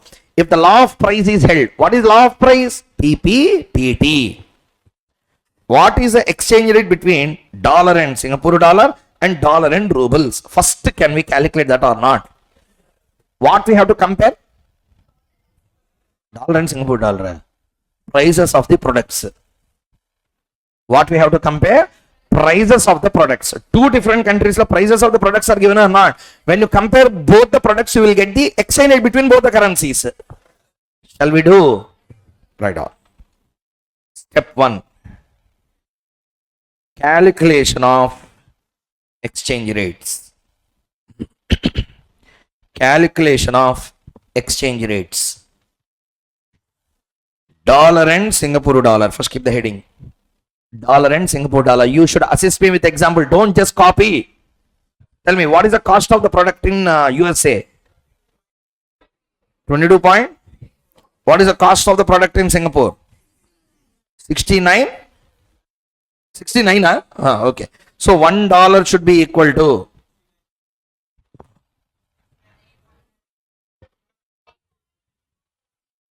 $3.1. Okay. Okay, next. Like the dollar to R. What is dollar to R? Dollar to ruble. So tell me now. $22.84 product is available in Moscow at rubles 3240. So can I calculate the exchange rate or not? $1 equal to rubles 85. That's all. First step over.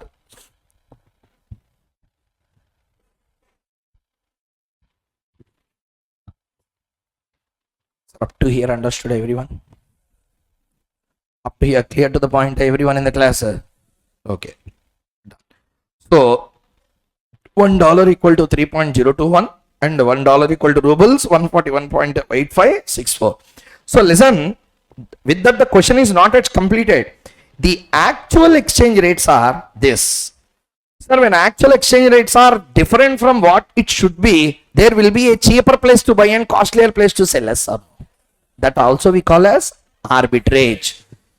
Where did you prefer to buy your transistor? Can we do this or not? First, write down actual exchange rates. Sir, first you do one thing. Fair exchange rates, write down. Fair exchange rates. Tell me, $1 equal to Singapore dollar 3.021. $1 equal to rubles 141.8564. Now write down actual exchange rates. Tell me, $1 equal to Singapore dollar 1.63. $1 equal to rubles 250. Sir, when we really try to buy, actual rates will apply, fair rates will apply. Actual rates apply, not the fair rates. First copy down up to here.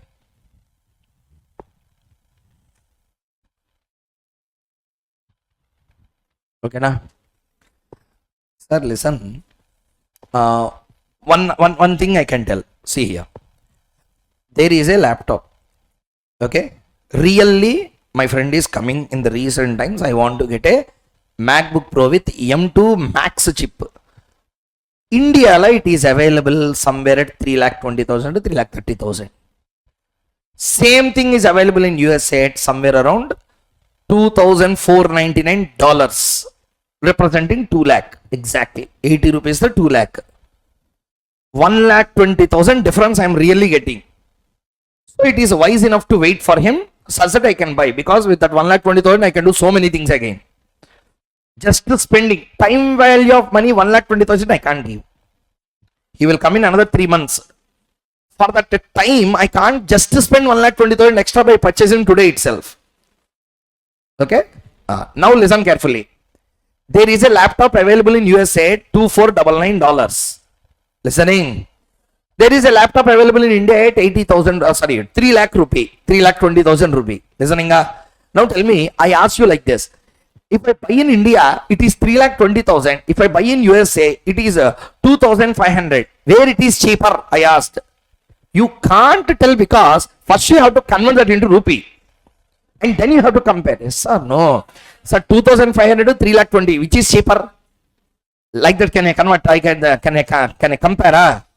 That means in this problem also, first bring the cost of transistor into one common currency.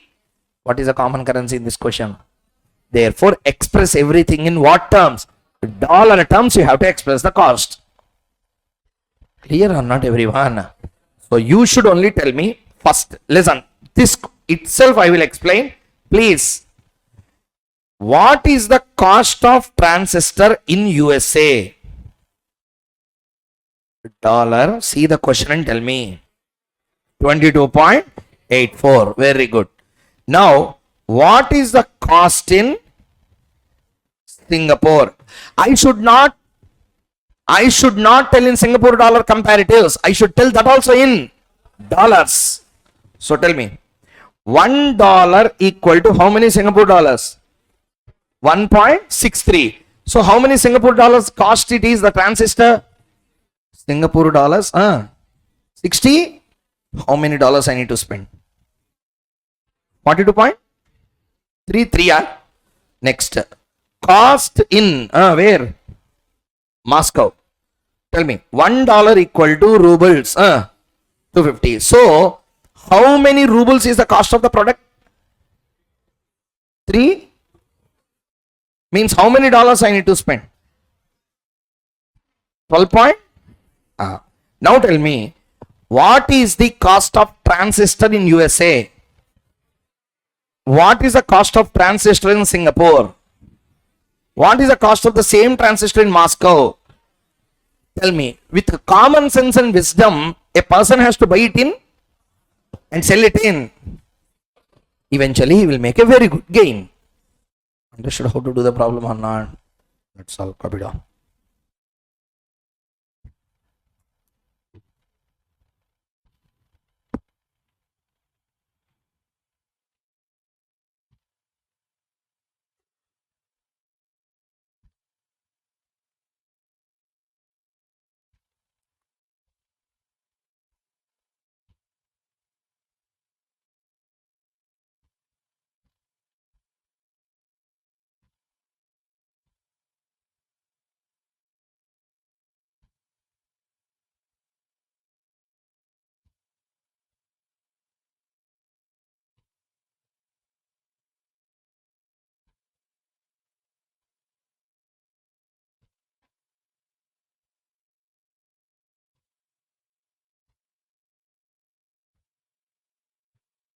First, shall I move on to the next problem?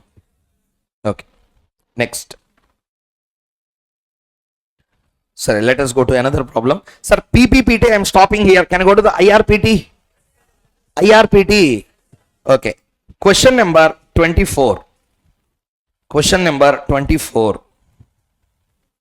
Question number 24. See there. Following is the information. 6 months T-bills. What is T-bill? Treasury bills.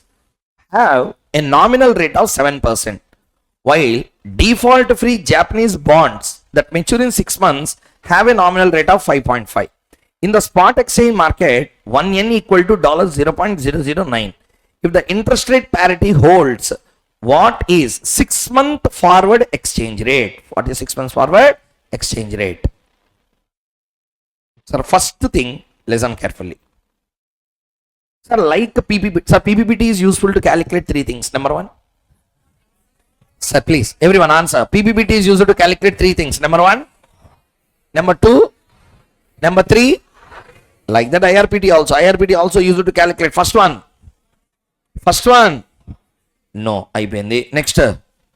Forward rates and arbitrage. This arbitrage we call covered interest arbitrage. This cannot be done. What cannot be done? Spot rates you can't ascertain using the IRPT. IRPT is used to calculate forward and covered interest arbitrage. Once spot rates are already known through some means. Clear or not, everyone? Okay. Now tell me, in case of IRPT, we take inflation rates, interest rates. Answer. What they say is, I have some amount of money in my hand in India. I deposited that. After 1 year, it will be same amount increased. Like that, I have $1. That $1 I have deposited in USA. That $1 will stay as $1. It will increase. Increase or not? So now tell me. Exchange rate $1 equal to rupees 80. $1 equal to rupees 80. Rate of interest in India is 10%. Rate of interest in USA is 5%. Say like this. Now answer my question clearly. What is the spot rate? $1 equal to rupees. $1 equal to rupees. Please everyone see the screen. $1 I deposited today. At what rate I have to deposit in dollar? You tell I will 10%. Dollar interest rate sees 1.05 and rupee I have to invest at 10%. So 1.10. So tell me, dollar 1.05 equal to rupees 88. So $1 equal to rupees 89 1 8 1. Okay.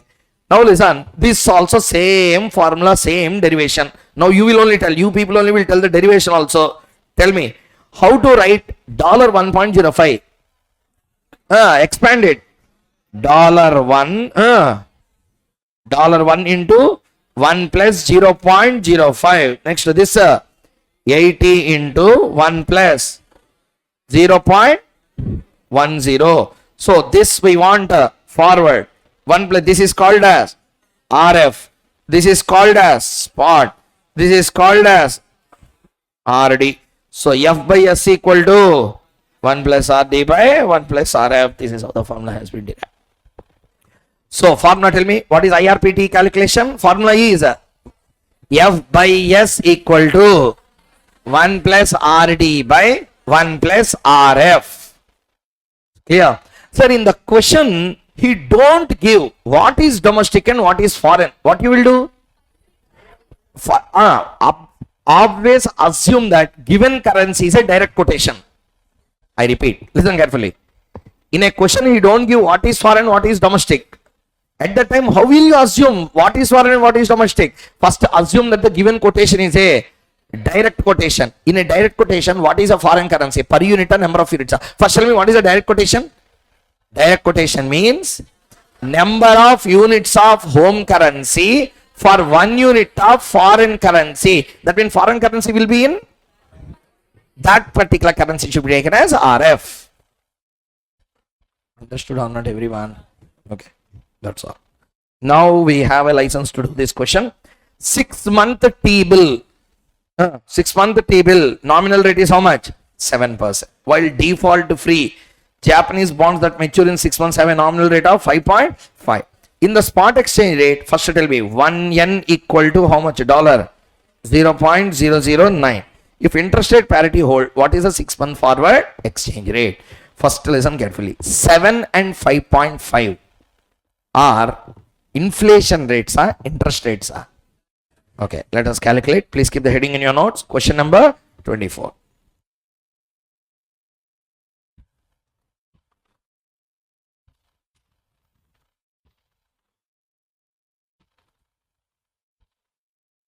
Okay, you can directly see here, sir, everyone.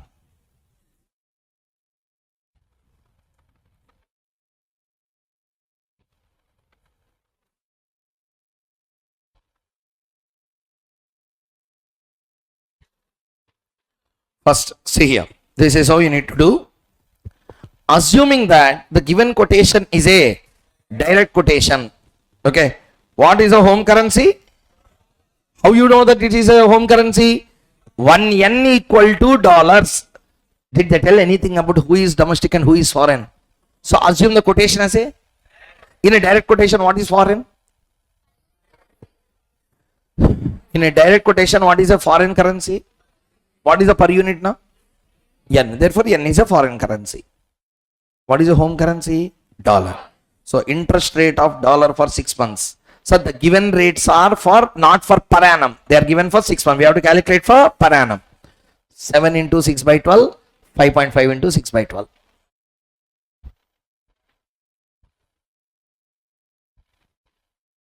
They have not given for per annum. 7% they have given. We have to convert that into 6 months terms.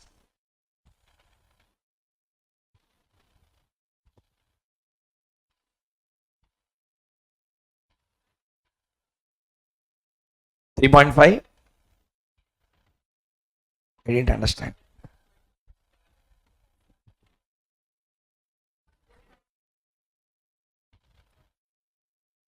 Sir, you don't know how interest rates are read? Interest rates are never read on monthly basis in the world. They will tell only in per annum terms. 3.5% per annum for 6 months. Like that we have to read. 2.75% per annum for 6 months. Then what will happen? 7% per annum for 1 year. Are you understanding the point or not? Like that you have to read. You will write and design everything in per annum terms, but you will give effect only for 6 months period. Sir, okay, please do that, sir. Don't waste time in these areas. First tell me, everyone understood how to do this formula and answer or not? Sir, nothing is said how to understand something is domesticated, something is foreign.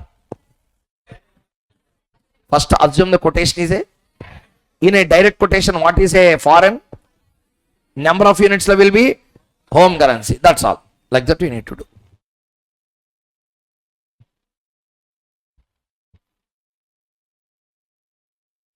So can I move on to the next one? Have you done?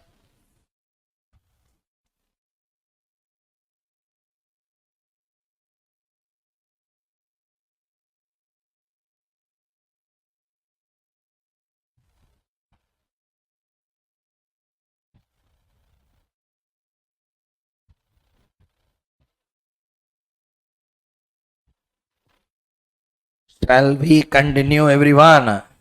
No. Now, see here.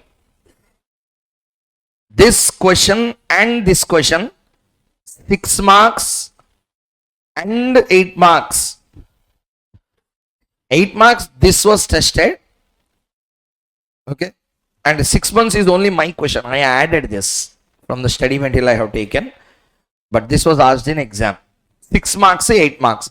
So these questions are dependent on covered interest arbitrage. Please tell the names. Yes, covered interest arbitrage. Very important area in exam. Minimum of 10 times he might have asked in exam already. Already he tested. So many times they already tested those in exam. Recent trends also 3-4 times question came. Last time it was not tested. Previous attempts it was tested. Covered interest arbitrage.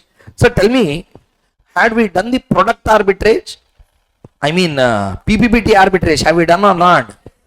PPPT arbitrage means buy pen in one country, sell pen in another country. Like that you can make an eventual gain or not. Everyone.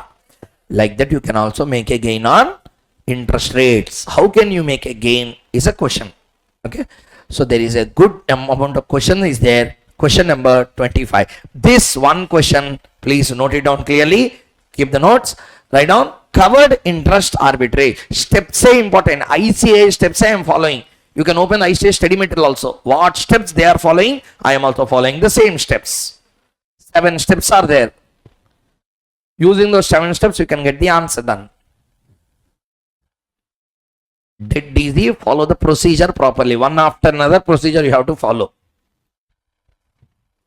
First, write down spot dollar. How much, sir? Dollar. $1 equal to 1.317 Canadian dollars.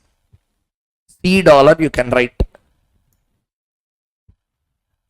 First you tell me. I will also do along with you. Give the information properly. First, information. $1 equal to how many Canadian dollars? 1.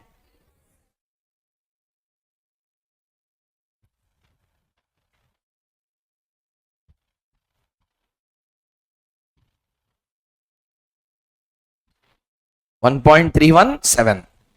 Next, ఇంకో currency ఇది spot కదా. Tell the forward. $1 equal to Canadian dollar 2950. This is what? Forward. How many months forward, sir? 6 months forward. Okay. Now listen, what is the interest rate in USA? Dollar interest rate and Canadian dollar interest rate. How much? 6%. He is asking us, is there any chance of arbitrage? Now tell me. Everyone please answer. First question.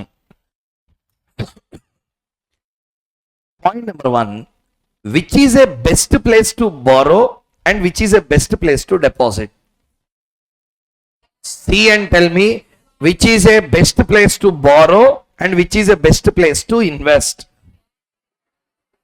Everyone don't sit idle in the class, everyone. It is recommended to borrow in and invest in. Reason? Wrong. Like that you should not compare. Barely if you compare, wrong. You should make effective interest rate and then you have to compare. That also is wrong to some extent, but the institute is doing in that way. Okay.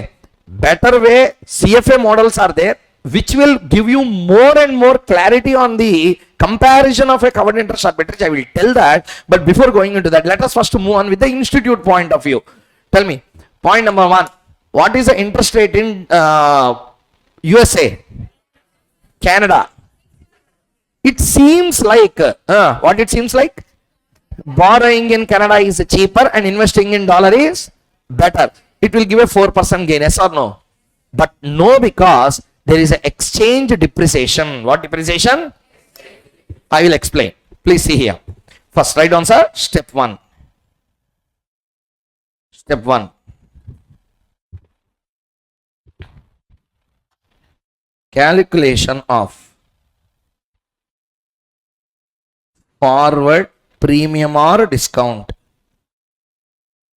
Forward premium or discount. Forward premium or discount. Formula. F minus S by S into 12 by N into 100. Tell me what is the forward rate. Fast, everyone. 1.2950 minus what is the spot?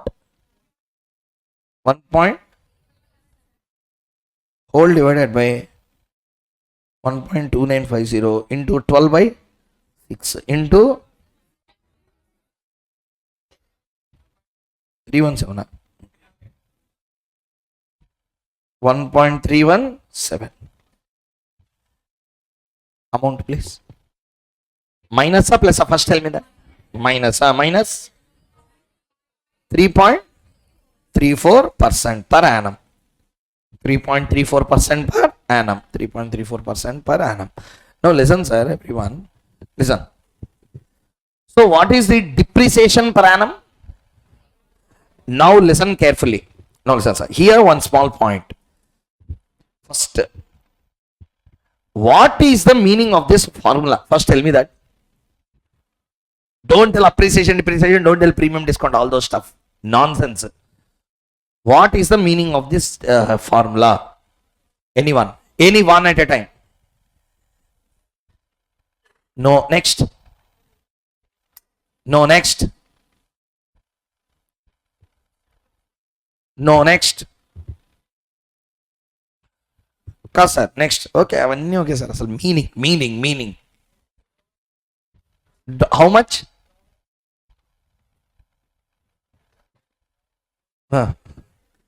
That's name very clearly given, but what is the real meaning? Listen, sir. One second. I bought a calculator today at 100. I sold this calculator tomorrow at 120. Not tomorrow, 1 year after. Okay, I bought this at and I sold it for when? Today na after 1 year? Now tell me, my return is 120, 100, 20. I purchased it. I sold it. 120. Okay, na? Total realization is? Answer. Initial investment is? Huh? Okay. Now tell me, can you tell the return on investment now? How much is the return on investment? Sir, what is the formula for return on investment? Return by investment. Return by. Okay, now tell me, return by? Tell me now. Return by, what is return? What is return? Return means a total realization minus initial investment, whole divided by initial investment into 100. Yes or no? Like a calculator, dollar is also a commodity. Forward la you are selling, spot la you are buying, total realization minus initial investment, whole divided by initial investment into 100. It's a return on investment on dollar. Game over. What it is called as a return on investment of a foreign currency. Return on investment on a. Sir, I will explain you another point. Sir, listen. $1 equal to rupees 80. Okay, $1 equal to rupees 80. This is spot. $1 equal to rupees 82. This is forward. Now tell me, forward la dollar is at a premium or discount? You can see and tell, sir. Forward la premium or discount? Answer. Like that. Rupee is at a premium or discount? Answer. Please don't tell this ever. Even if anyone asks you, tell that there is no meaning for that. Shall I tell the reason? I will tell you. Listen carefully. Tell me, I have a dollar. Dollar note, $1. Tell me, you gave me $1. I took the dollar. I kept in a almirah, locker, locked. Clear? Today, when you give me, dollar is trading at 81. You have seen or not? Answer. Say it is not 81, it is 80 for understanding sake. Listening. I kept in locker, locked. After 1 year I went. Okay. After 1 year, I took the same dollar out again. I went to a bank. I gave to the banker the $1. I will get 80, more than 80. Let's say it is higher only. Okay. More than 8. Say it is trading at 90. Example. Okay. I will get 80 or 90. Tell me, what is the return on investment now? How much I invested? How much I got? 90 minus 80 whole divided by 80 into 100. How much I got? How much I got, sir? 12.5% return. From this, what is the moral of the story? Without, I invested dollar, I kept the dollar. I invested somewhere. Without making any investment, dollar is getting appreciated or not? That's called as a implied interest rate on dollar. That's called as what? Implied interest rate on dollar. Dollar is having an inherent revenue generating capacity. Listening everyone? I have 100 rupee note with me. Okay? I kept in the almirah. Same story. Locked. Today how much? 100. After 1 year I went to the bank. I gave that 100. They gave me 10 rupee notes.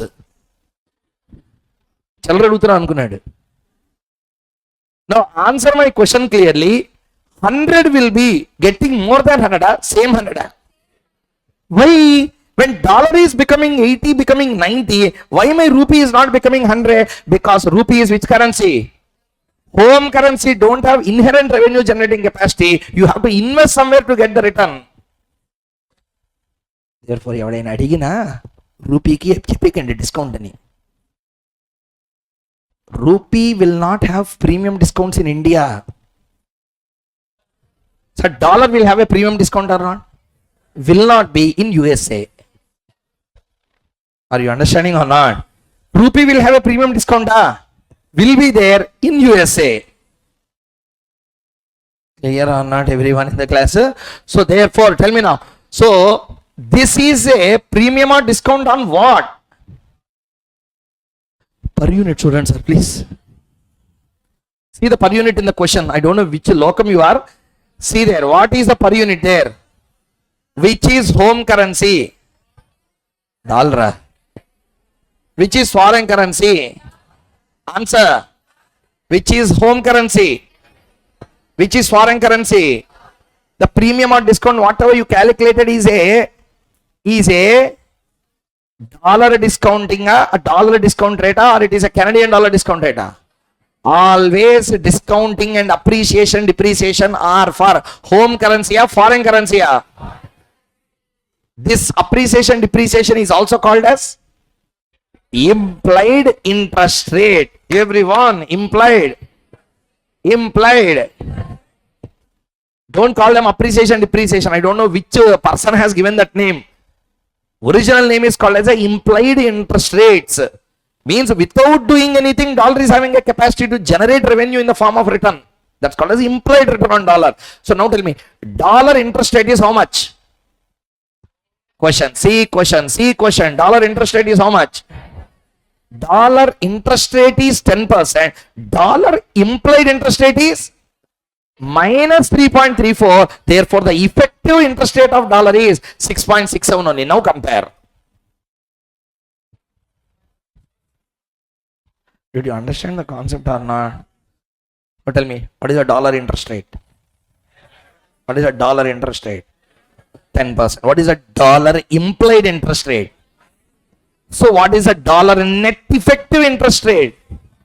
Now compare with both of them. Which is more better? Which is worst? Therefore, borrow in, invest in. That's the answer. Sir, we also said the same. In this question, both answers are same. For example, if the appreciation, depreciation came to 4.34, then what will happen? So everyone understood the point or not? So therefore, in this question, how much is the rate? 3.34 you got as a depreciation. Yes or no, everyone? So tell me, what is a dollar interest rate? What is a dollar implied interest rate? Therefore, what is a dollar effective interest rate? That we have to compare with the Canadian dollar rate. Understood the concept or not, everyone? Let's do. So up to here you have done a next step 2. Calculation of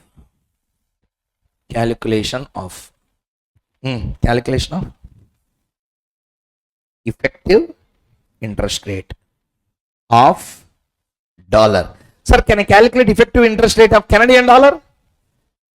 Some Medhavi has done S minus F by S. ఎట్లా కొట్టారు అసలు? ఏ ధైర్యంతో చేసావు అసలు? నంబర్లు దొరికితే ముందు అటోటి deduct చేయి పర్సంటేజ్ చేసి, అంటే కొంచెం కూడా ఏమి కామన్ సెన్స్ అవి అక్కర్లా మనకి. అసలు అవుతుందా అవ్వదా, is it possible are not, we don't need. So therefore, whenever a quotation is given, appreciation, depreciation will be possible only on, there is no appreciation, depreciation on home currency. Numerically, mathematically, they will give some numbers. A number don't know common sense. We have common sense what to do with a number. Just if you put S minus F also, they will give some number. Are you understanding or not? Now tell me the answer clearly. Calculation of effective interest rate. Tell me, what is actual interest rate of dollar? What is discount? What is the effective interest rate?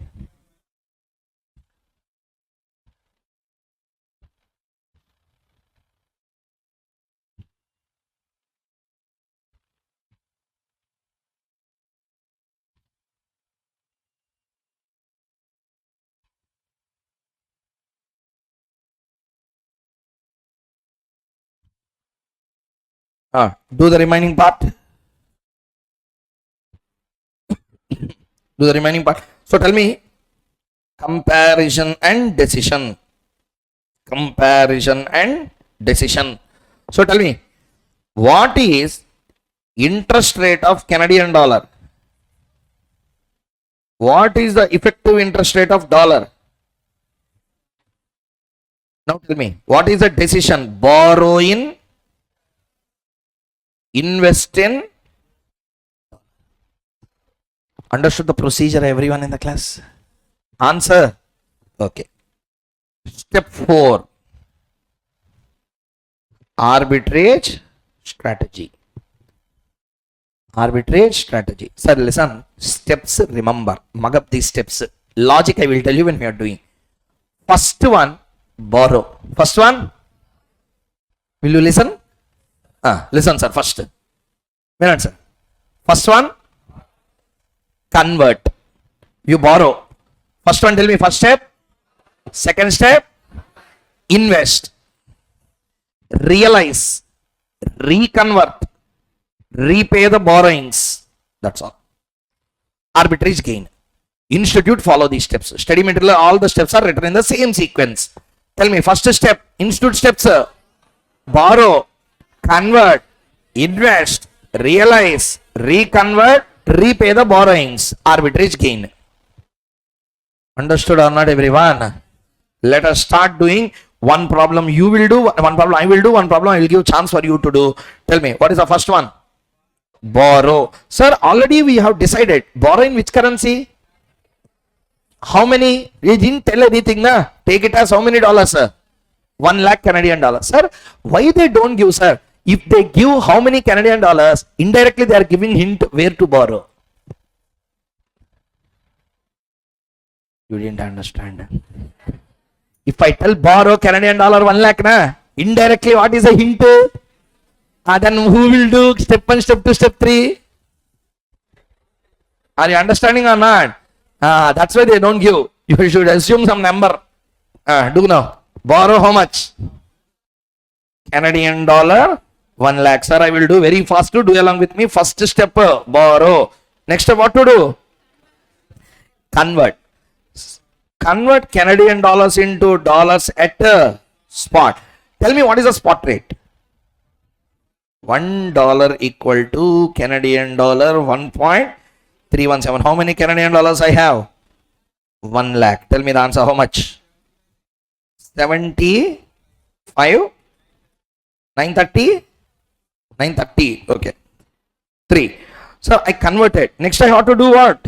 Invest. Invest in $75, 930 in US. Sir, what is the US interest rate?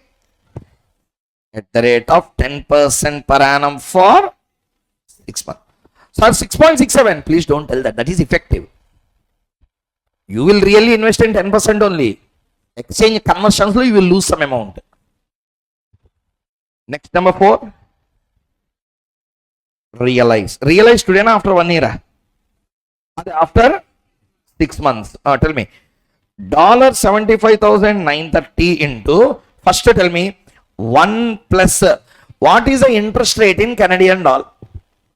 US dollar, what is the interest rate? 10. For how many months? 0.05. Please tell me. $70, 695.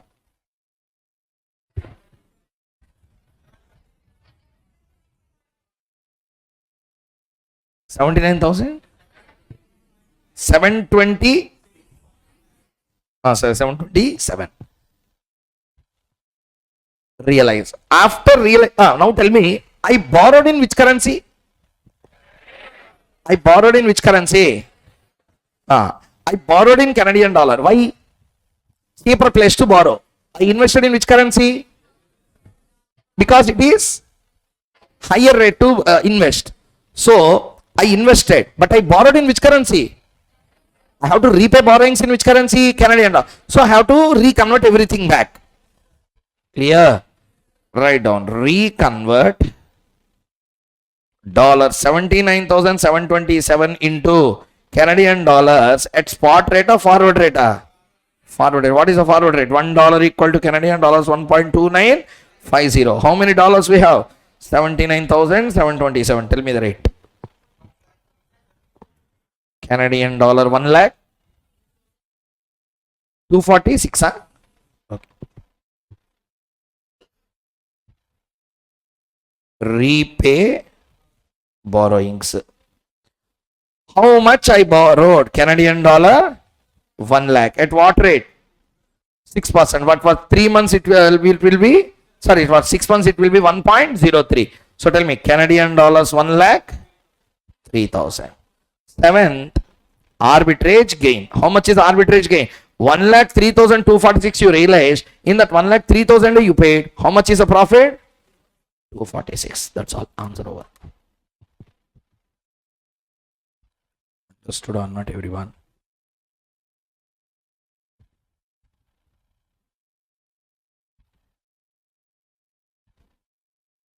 Everyone understood the concept or not?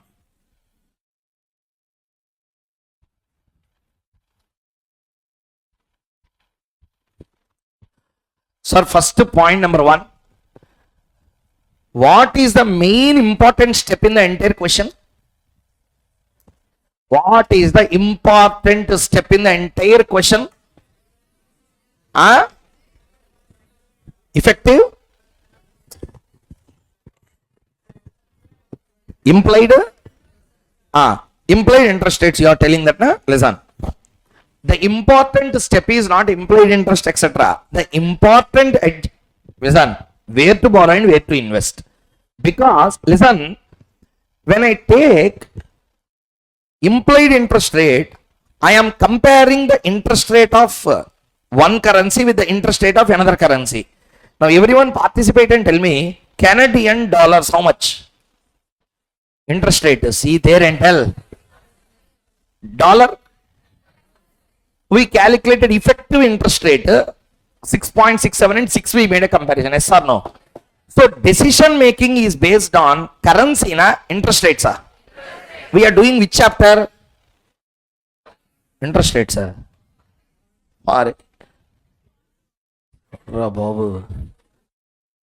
We are doing which chapter? Forex. In Forex, rather than interpreting from the currency point of view, we are doing from the interest rates, which is not correct. Okay, answer will come. Done. Institute also will do. But there is yet another model in which you can think of this. A better way of understanding the same concept. CFA uses it, but that's the finest part because they take currency market into consideration, but not the interest rates. Answer my question. There are forward rates given in the question or not? First time tell me, interest rates are given. What is the, so in the given quotation, we will take it as a direct quote or no? Direct quote, what is home? What is a foreign? What is a RD? RD, RF, that is for 1 year or 6 months. We can convert that into 6 months or not? Using that, can we calculate IRPT forward rate or not? Calculate.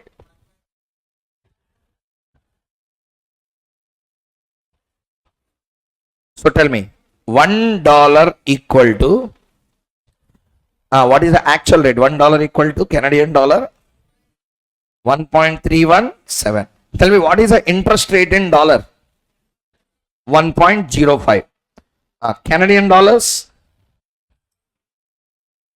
1.317 into 1.03. Dollar 1.05 equal to Canadian dollar 1. Why 2919? Multiply this. మామూలుగా నమ్మట్లేదంటే direct steps ఒకటి 1.317 into 1.03. How much? 1.3565. So $1 equal to Canadian dollar 1.2919. Tell me, this is what forward rate? Fair forward, correct sir. Fair forward rate, or also called as a IRPT forward. So I will make comparison. Tell me, $1 equal to Canadian dollar 1.2919. $1 equal to Canadian dollar 1.2950. Now take this. Let us see the magic of calculations now. See here, answer fast. Tell me, which currency we belong? Foreign is US. US is foreign, Canada is a home. Because in the given quotation point of view. Okay, na? Done. Now listen carefully. How much dollar should have been? See there and tell, sir. You need not see your notes, sir. At what rate dollar should have been? But actually it is traded at, it is overpriced or underpriced? When something is overpriced, we have to buy or sell. Buy or sell. So we have to sell. So these are all forward rates or spot rates? Forward rate or spot rate? How much dollar should have been? Actually it is overpriced or underpriced? When something is overpriced, you have to buy or sell. Buy or sell.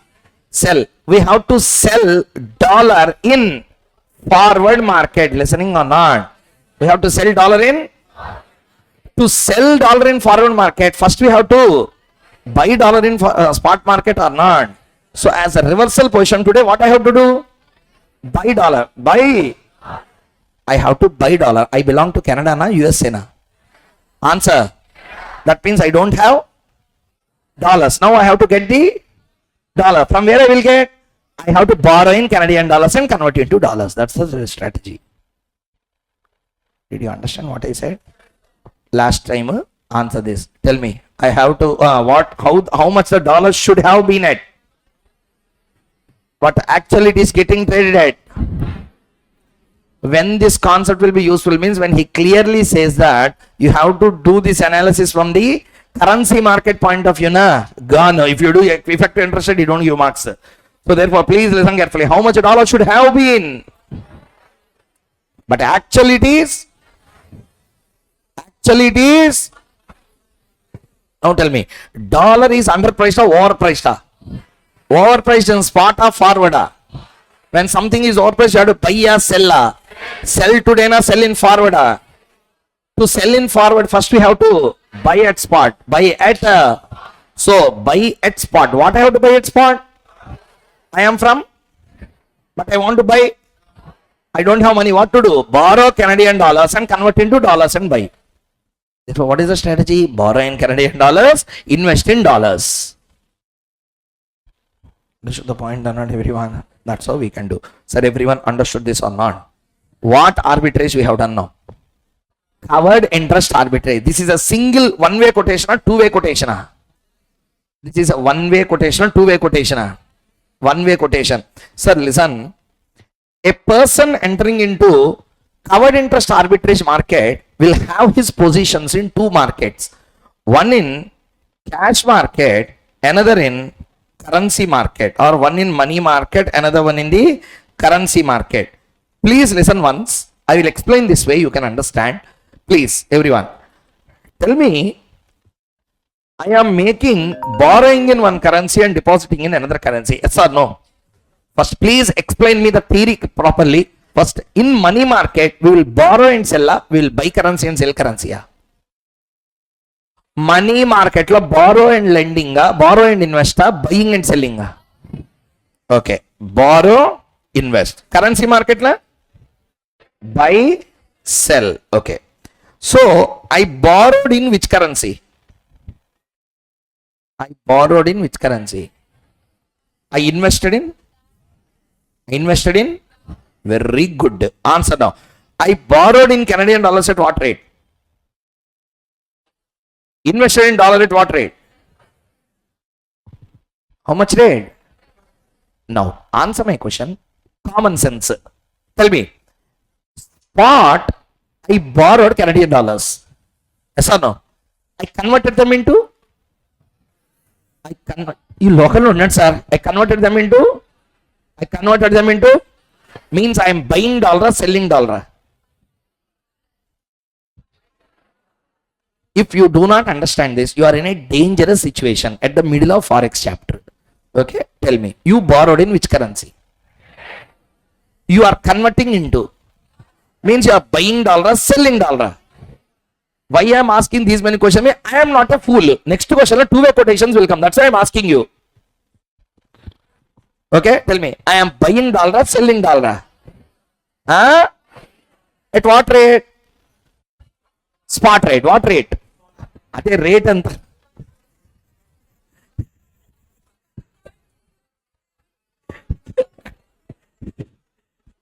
ఏమండి ఇది ఏమన్నా న్యాయమా ఇది? Tell me what is the spot? ఏ rate అంటే spot rate. So tell me what is the spot rate? Canadian dollar 317. Tell me. Now tell me. What are the steps? Borrow, convert, invest, realize, reconvert. Reconvert. At the time of reconversion, you are selling dollar, buying dollar. At the time, at what rate you are selling? 1.29. First tell me. Here you got a profit or loss? Money market.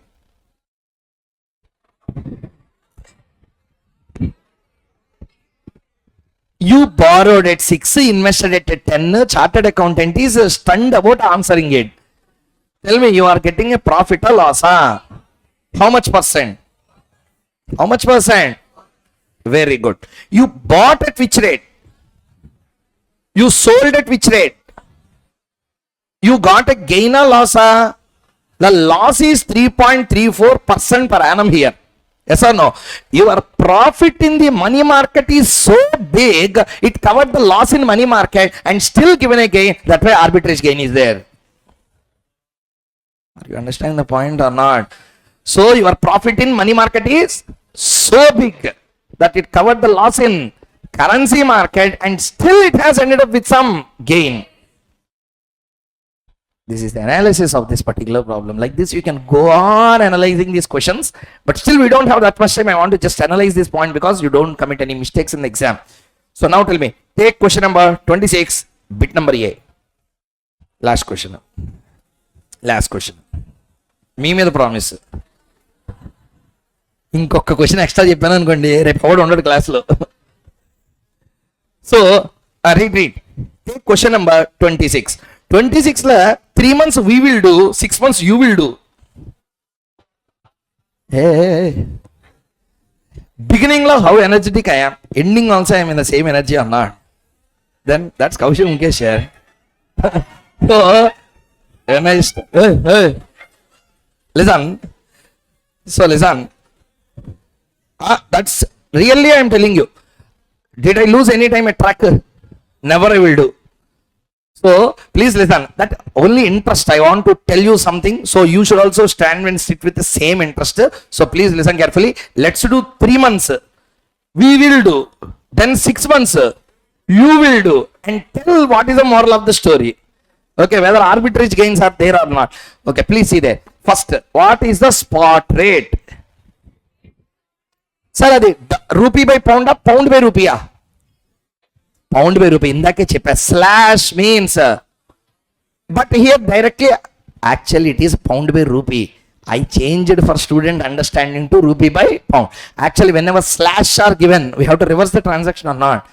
Originally it was given as pound by rupee only. For understanding sake for students, I changed it. Okay, so tell me, how many rupees for each pound? 2-way quotation, 1-way quotation? 2 na 1-way na? Very good. Tell me, interest rates, India, London, both are given or not? How many months forward? Swap rates, if you see the swap points, 2070, ascending or descending? Add or deduct? 52.80 dash 53.40. Yes or no? Shall we do? First step, one second. Step 1. Step 1, calculation of forward premium or discount. Second one, effective interest rate. Third one, comparison. Yes or no? All these 3 will not be there. Achapdavane. That's why verify whether there is any scope of arbitrage. If you borrow rupees, sir, in this question, why all those steps are not there directly? Why steps will start? Already has given borrow in rupees. If we don't, hey Zan, if we don't give this, do we have to do that steps or not? You cannot. That's why he has given. You cannot. Nee valla kaadu, nee taram avadu. You cannot do. Reasons are there. Once you do, I will explain. Okay, do that. SFM ki chinna gap icha last 3 years. Okay, chinna gap icha. So, sir, listen. You cannot do. So you can't do first 3 steps. Reasons are clear. I will tell you what is the reason. Okay, premium discount you can't calculate because at ask rate or bid rate you will buy. How do you know at the time of entering into transaction? Sir, we will do answers. You tell steps. Step 1, borrow. Step 2, invest. Like that you tell, we will do. So start. Point number 1. Everyone start. First speak out and then write down. First one, what to do? Borrow. Borrow in rupees. Say rupees 10 lakhs. Take 10 lakhs. Or 1 lakh if you take na pound conversion, small amounts will come. So take some grand amount of 10 lakh. In exam you can take anything, but rupees always take 10 lakh minimum. Or else through dollars and pounds you will get smaller amounts when converted. So tell me, how much you borrowed? Number 2, you tell me and write, don't commit mistakes. Tell me, immediately what we have to do? Convert into what? At forward or spot? Write down. Convert into pounds at spot. Now very important thing. Have you written there? Convert pound into rupees into pounds. At what rate? Now tell me. Currency quotation is given as a per unit of rupee, per unit of pound. So we should think only from whose point of view? Per unit pound point of view. Yes or no? Now everyone please tell me. Everyone please tell me. We have to buy pounds, sell pounds. Bank has to. Bank sells it. Higher rate is. Therefore required quotation is ask of rupee by pound. Spot ask of rupee by pound. Spot ask of rupee by pound. Spot ask of rupee by pound. How much? 52.70. $1 equal to rupees 52.70. Sir, 1 pound. 1 pound equal to rupees 52.70. How many rupees we have? 10 lakh. Convert them. 18,000. 18,000. Right down. Now tell me, what you will do with it? Invest. Right down. Invest in pounds. Invest in pounds. Invest in pounds. Invest in pounds. Invest in pounds for how many months? At the rate of per annum. Invest in pounds for 3 months at the rate of 5% per annum. That's all. Step 4. What you will do? Realize. Realize today na after 3 months. Write down. Realize after 3 months. Okay. Below please write down. How much is your investment? Pounds 18,000. Into 0.0. You have to take 3 months. That's why I'm asking you. 5 into 3 by 12. How much? 1.25. So 0.0125. Tell the maturity value. 19,000. 212. Okay. 19,212. Hello, everyone got the answer? Okay. So 19,212.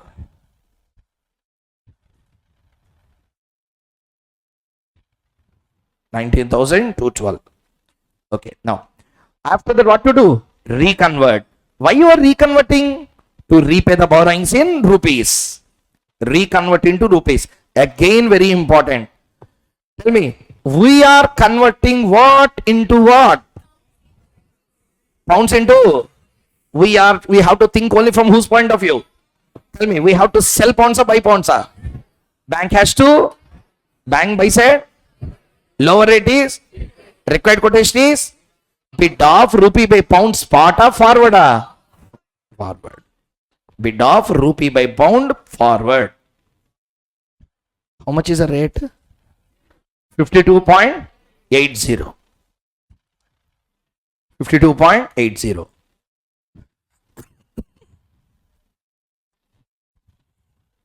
52.80. So how much you got? 10,14,000. Some amount. 10,14,394. 10,14,394. Repay borrowings. Repay borrowings. Repay borrowings.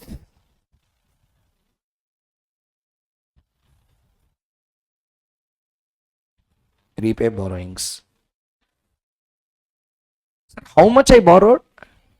At what percent? 8%. So for 3 months will be 2%. 10 lakh mean 2% mean 10 lakh 20,000.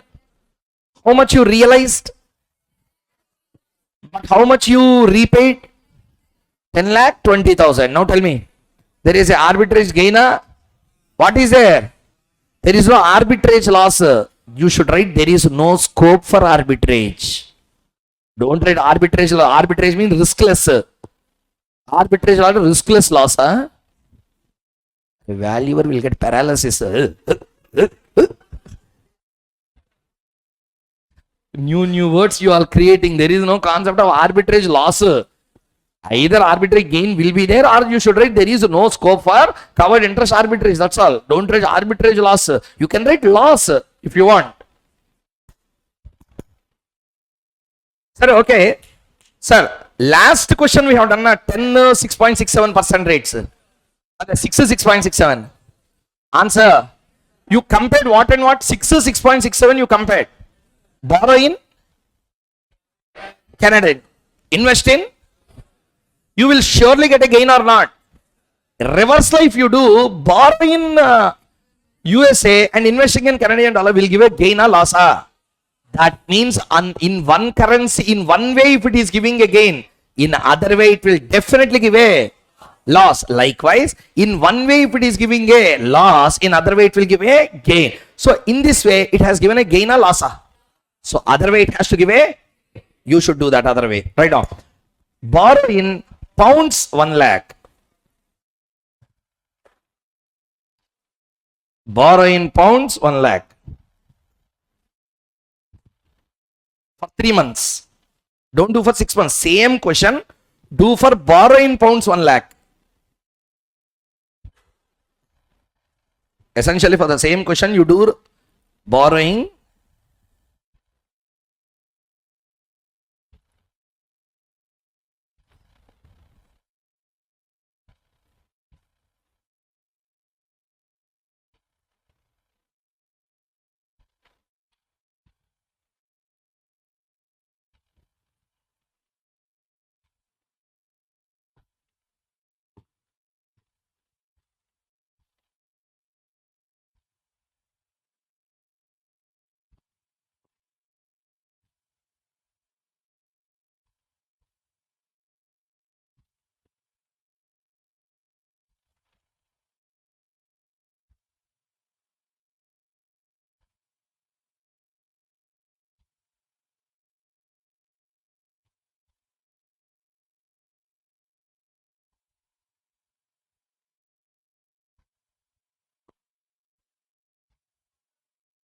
three months. Same question.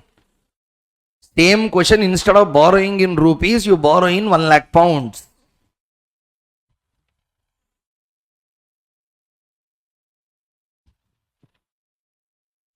So think properly when you are taking the rates. Be careful.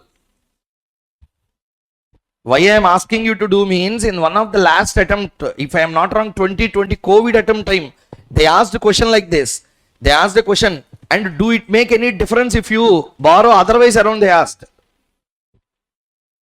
So you should be ready for all kinds of questions.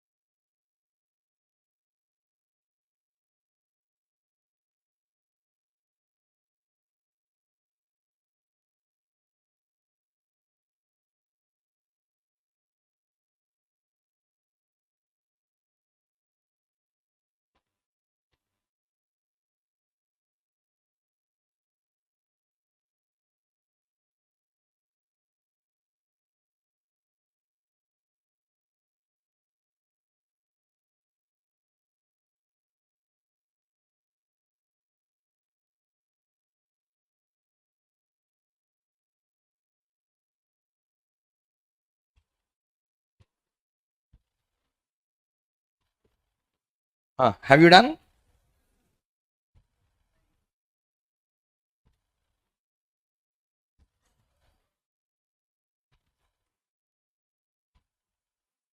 Make it fast.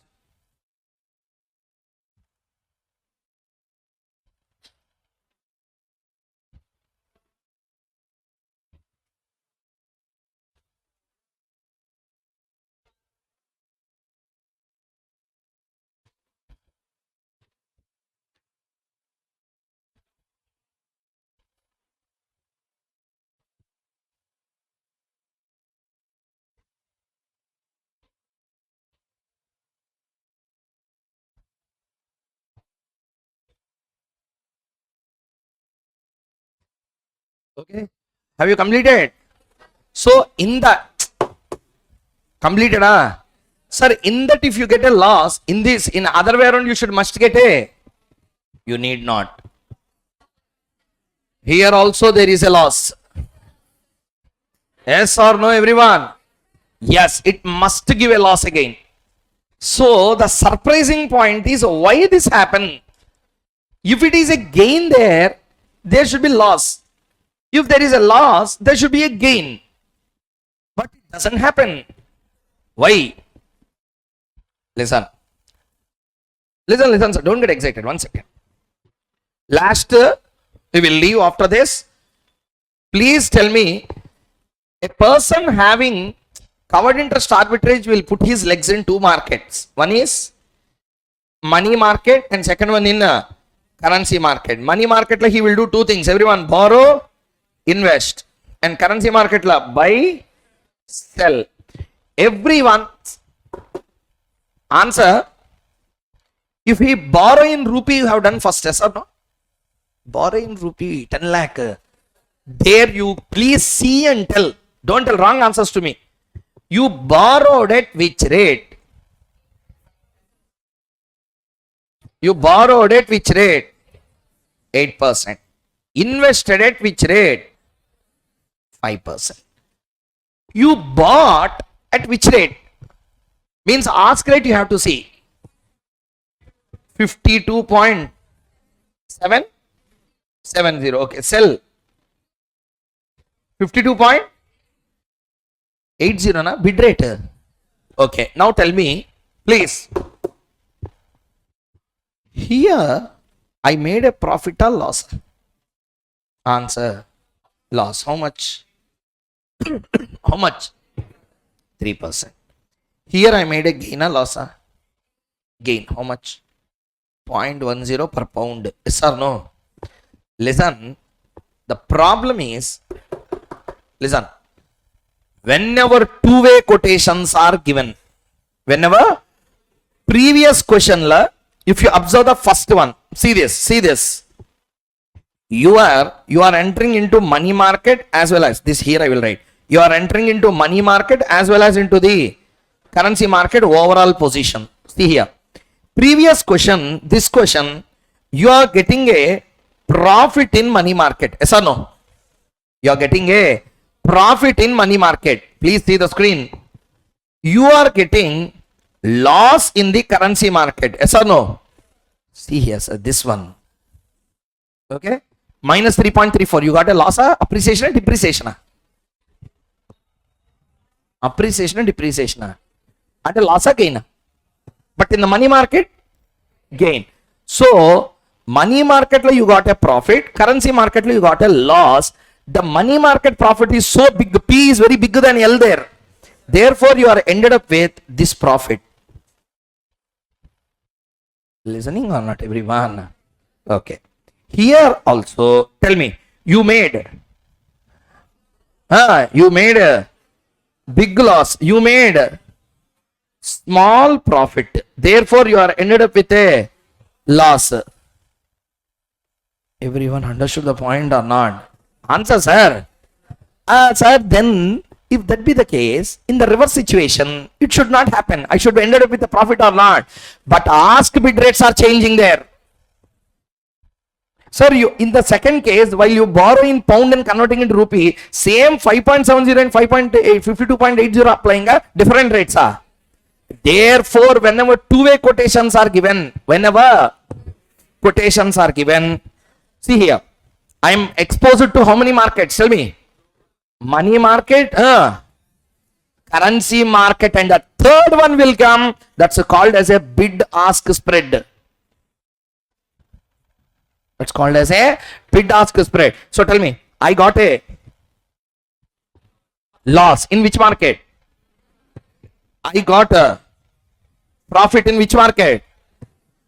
Bid-ask spread is always a loss. Therefore, I am ended up with a loss. So, in two-way quotations, if you have to get profit, you should earn big profit, that you should cover loss in currency market and loss in spread. Then you will get this much profit. Are you understanding or not? And actually, he is not properly asking questions. Shall I tell you one point? How much is the deposit rate? How much is the deposit rate in India? How much is the borrowing rate? The pound rate.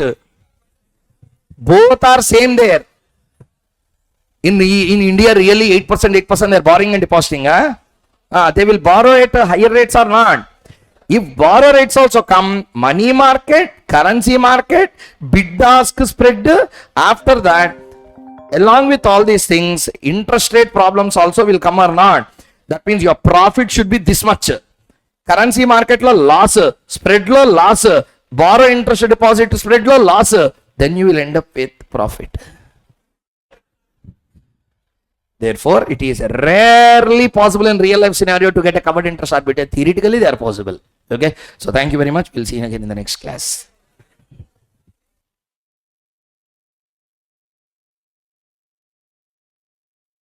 So, tomorrow we'll start class at 8 o'clock. Last day, we'll start at 8 o'clock. Osta. Because I have to come long way, 45 kilometers away, I have to come. But still, I will come. For tomorrow, I will come.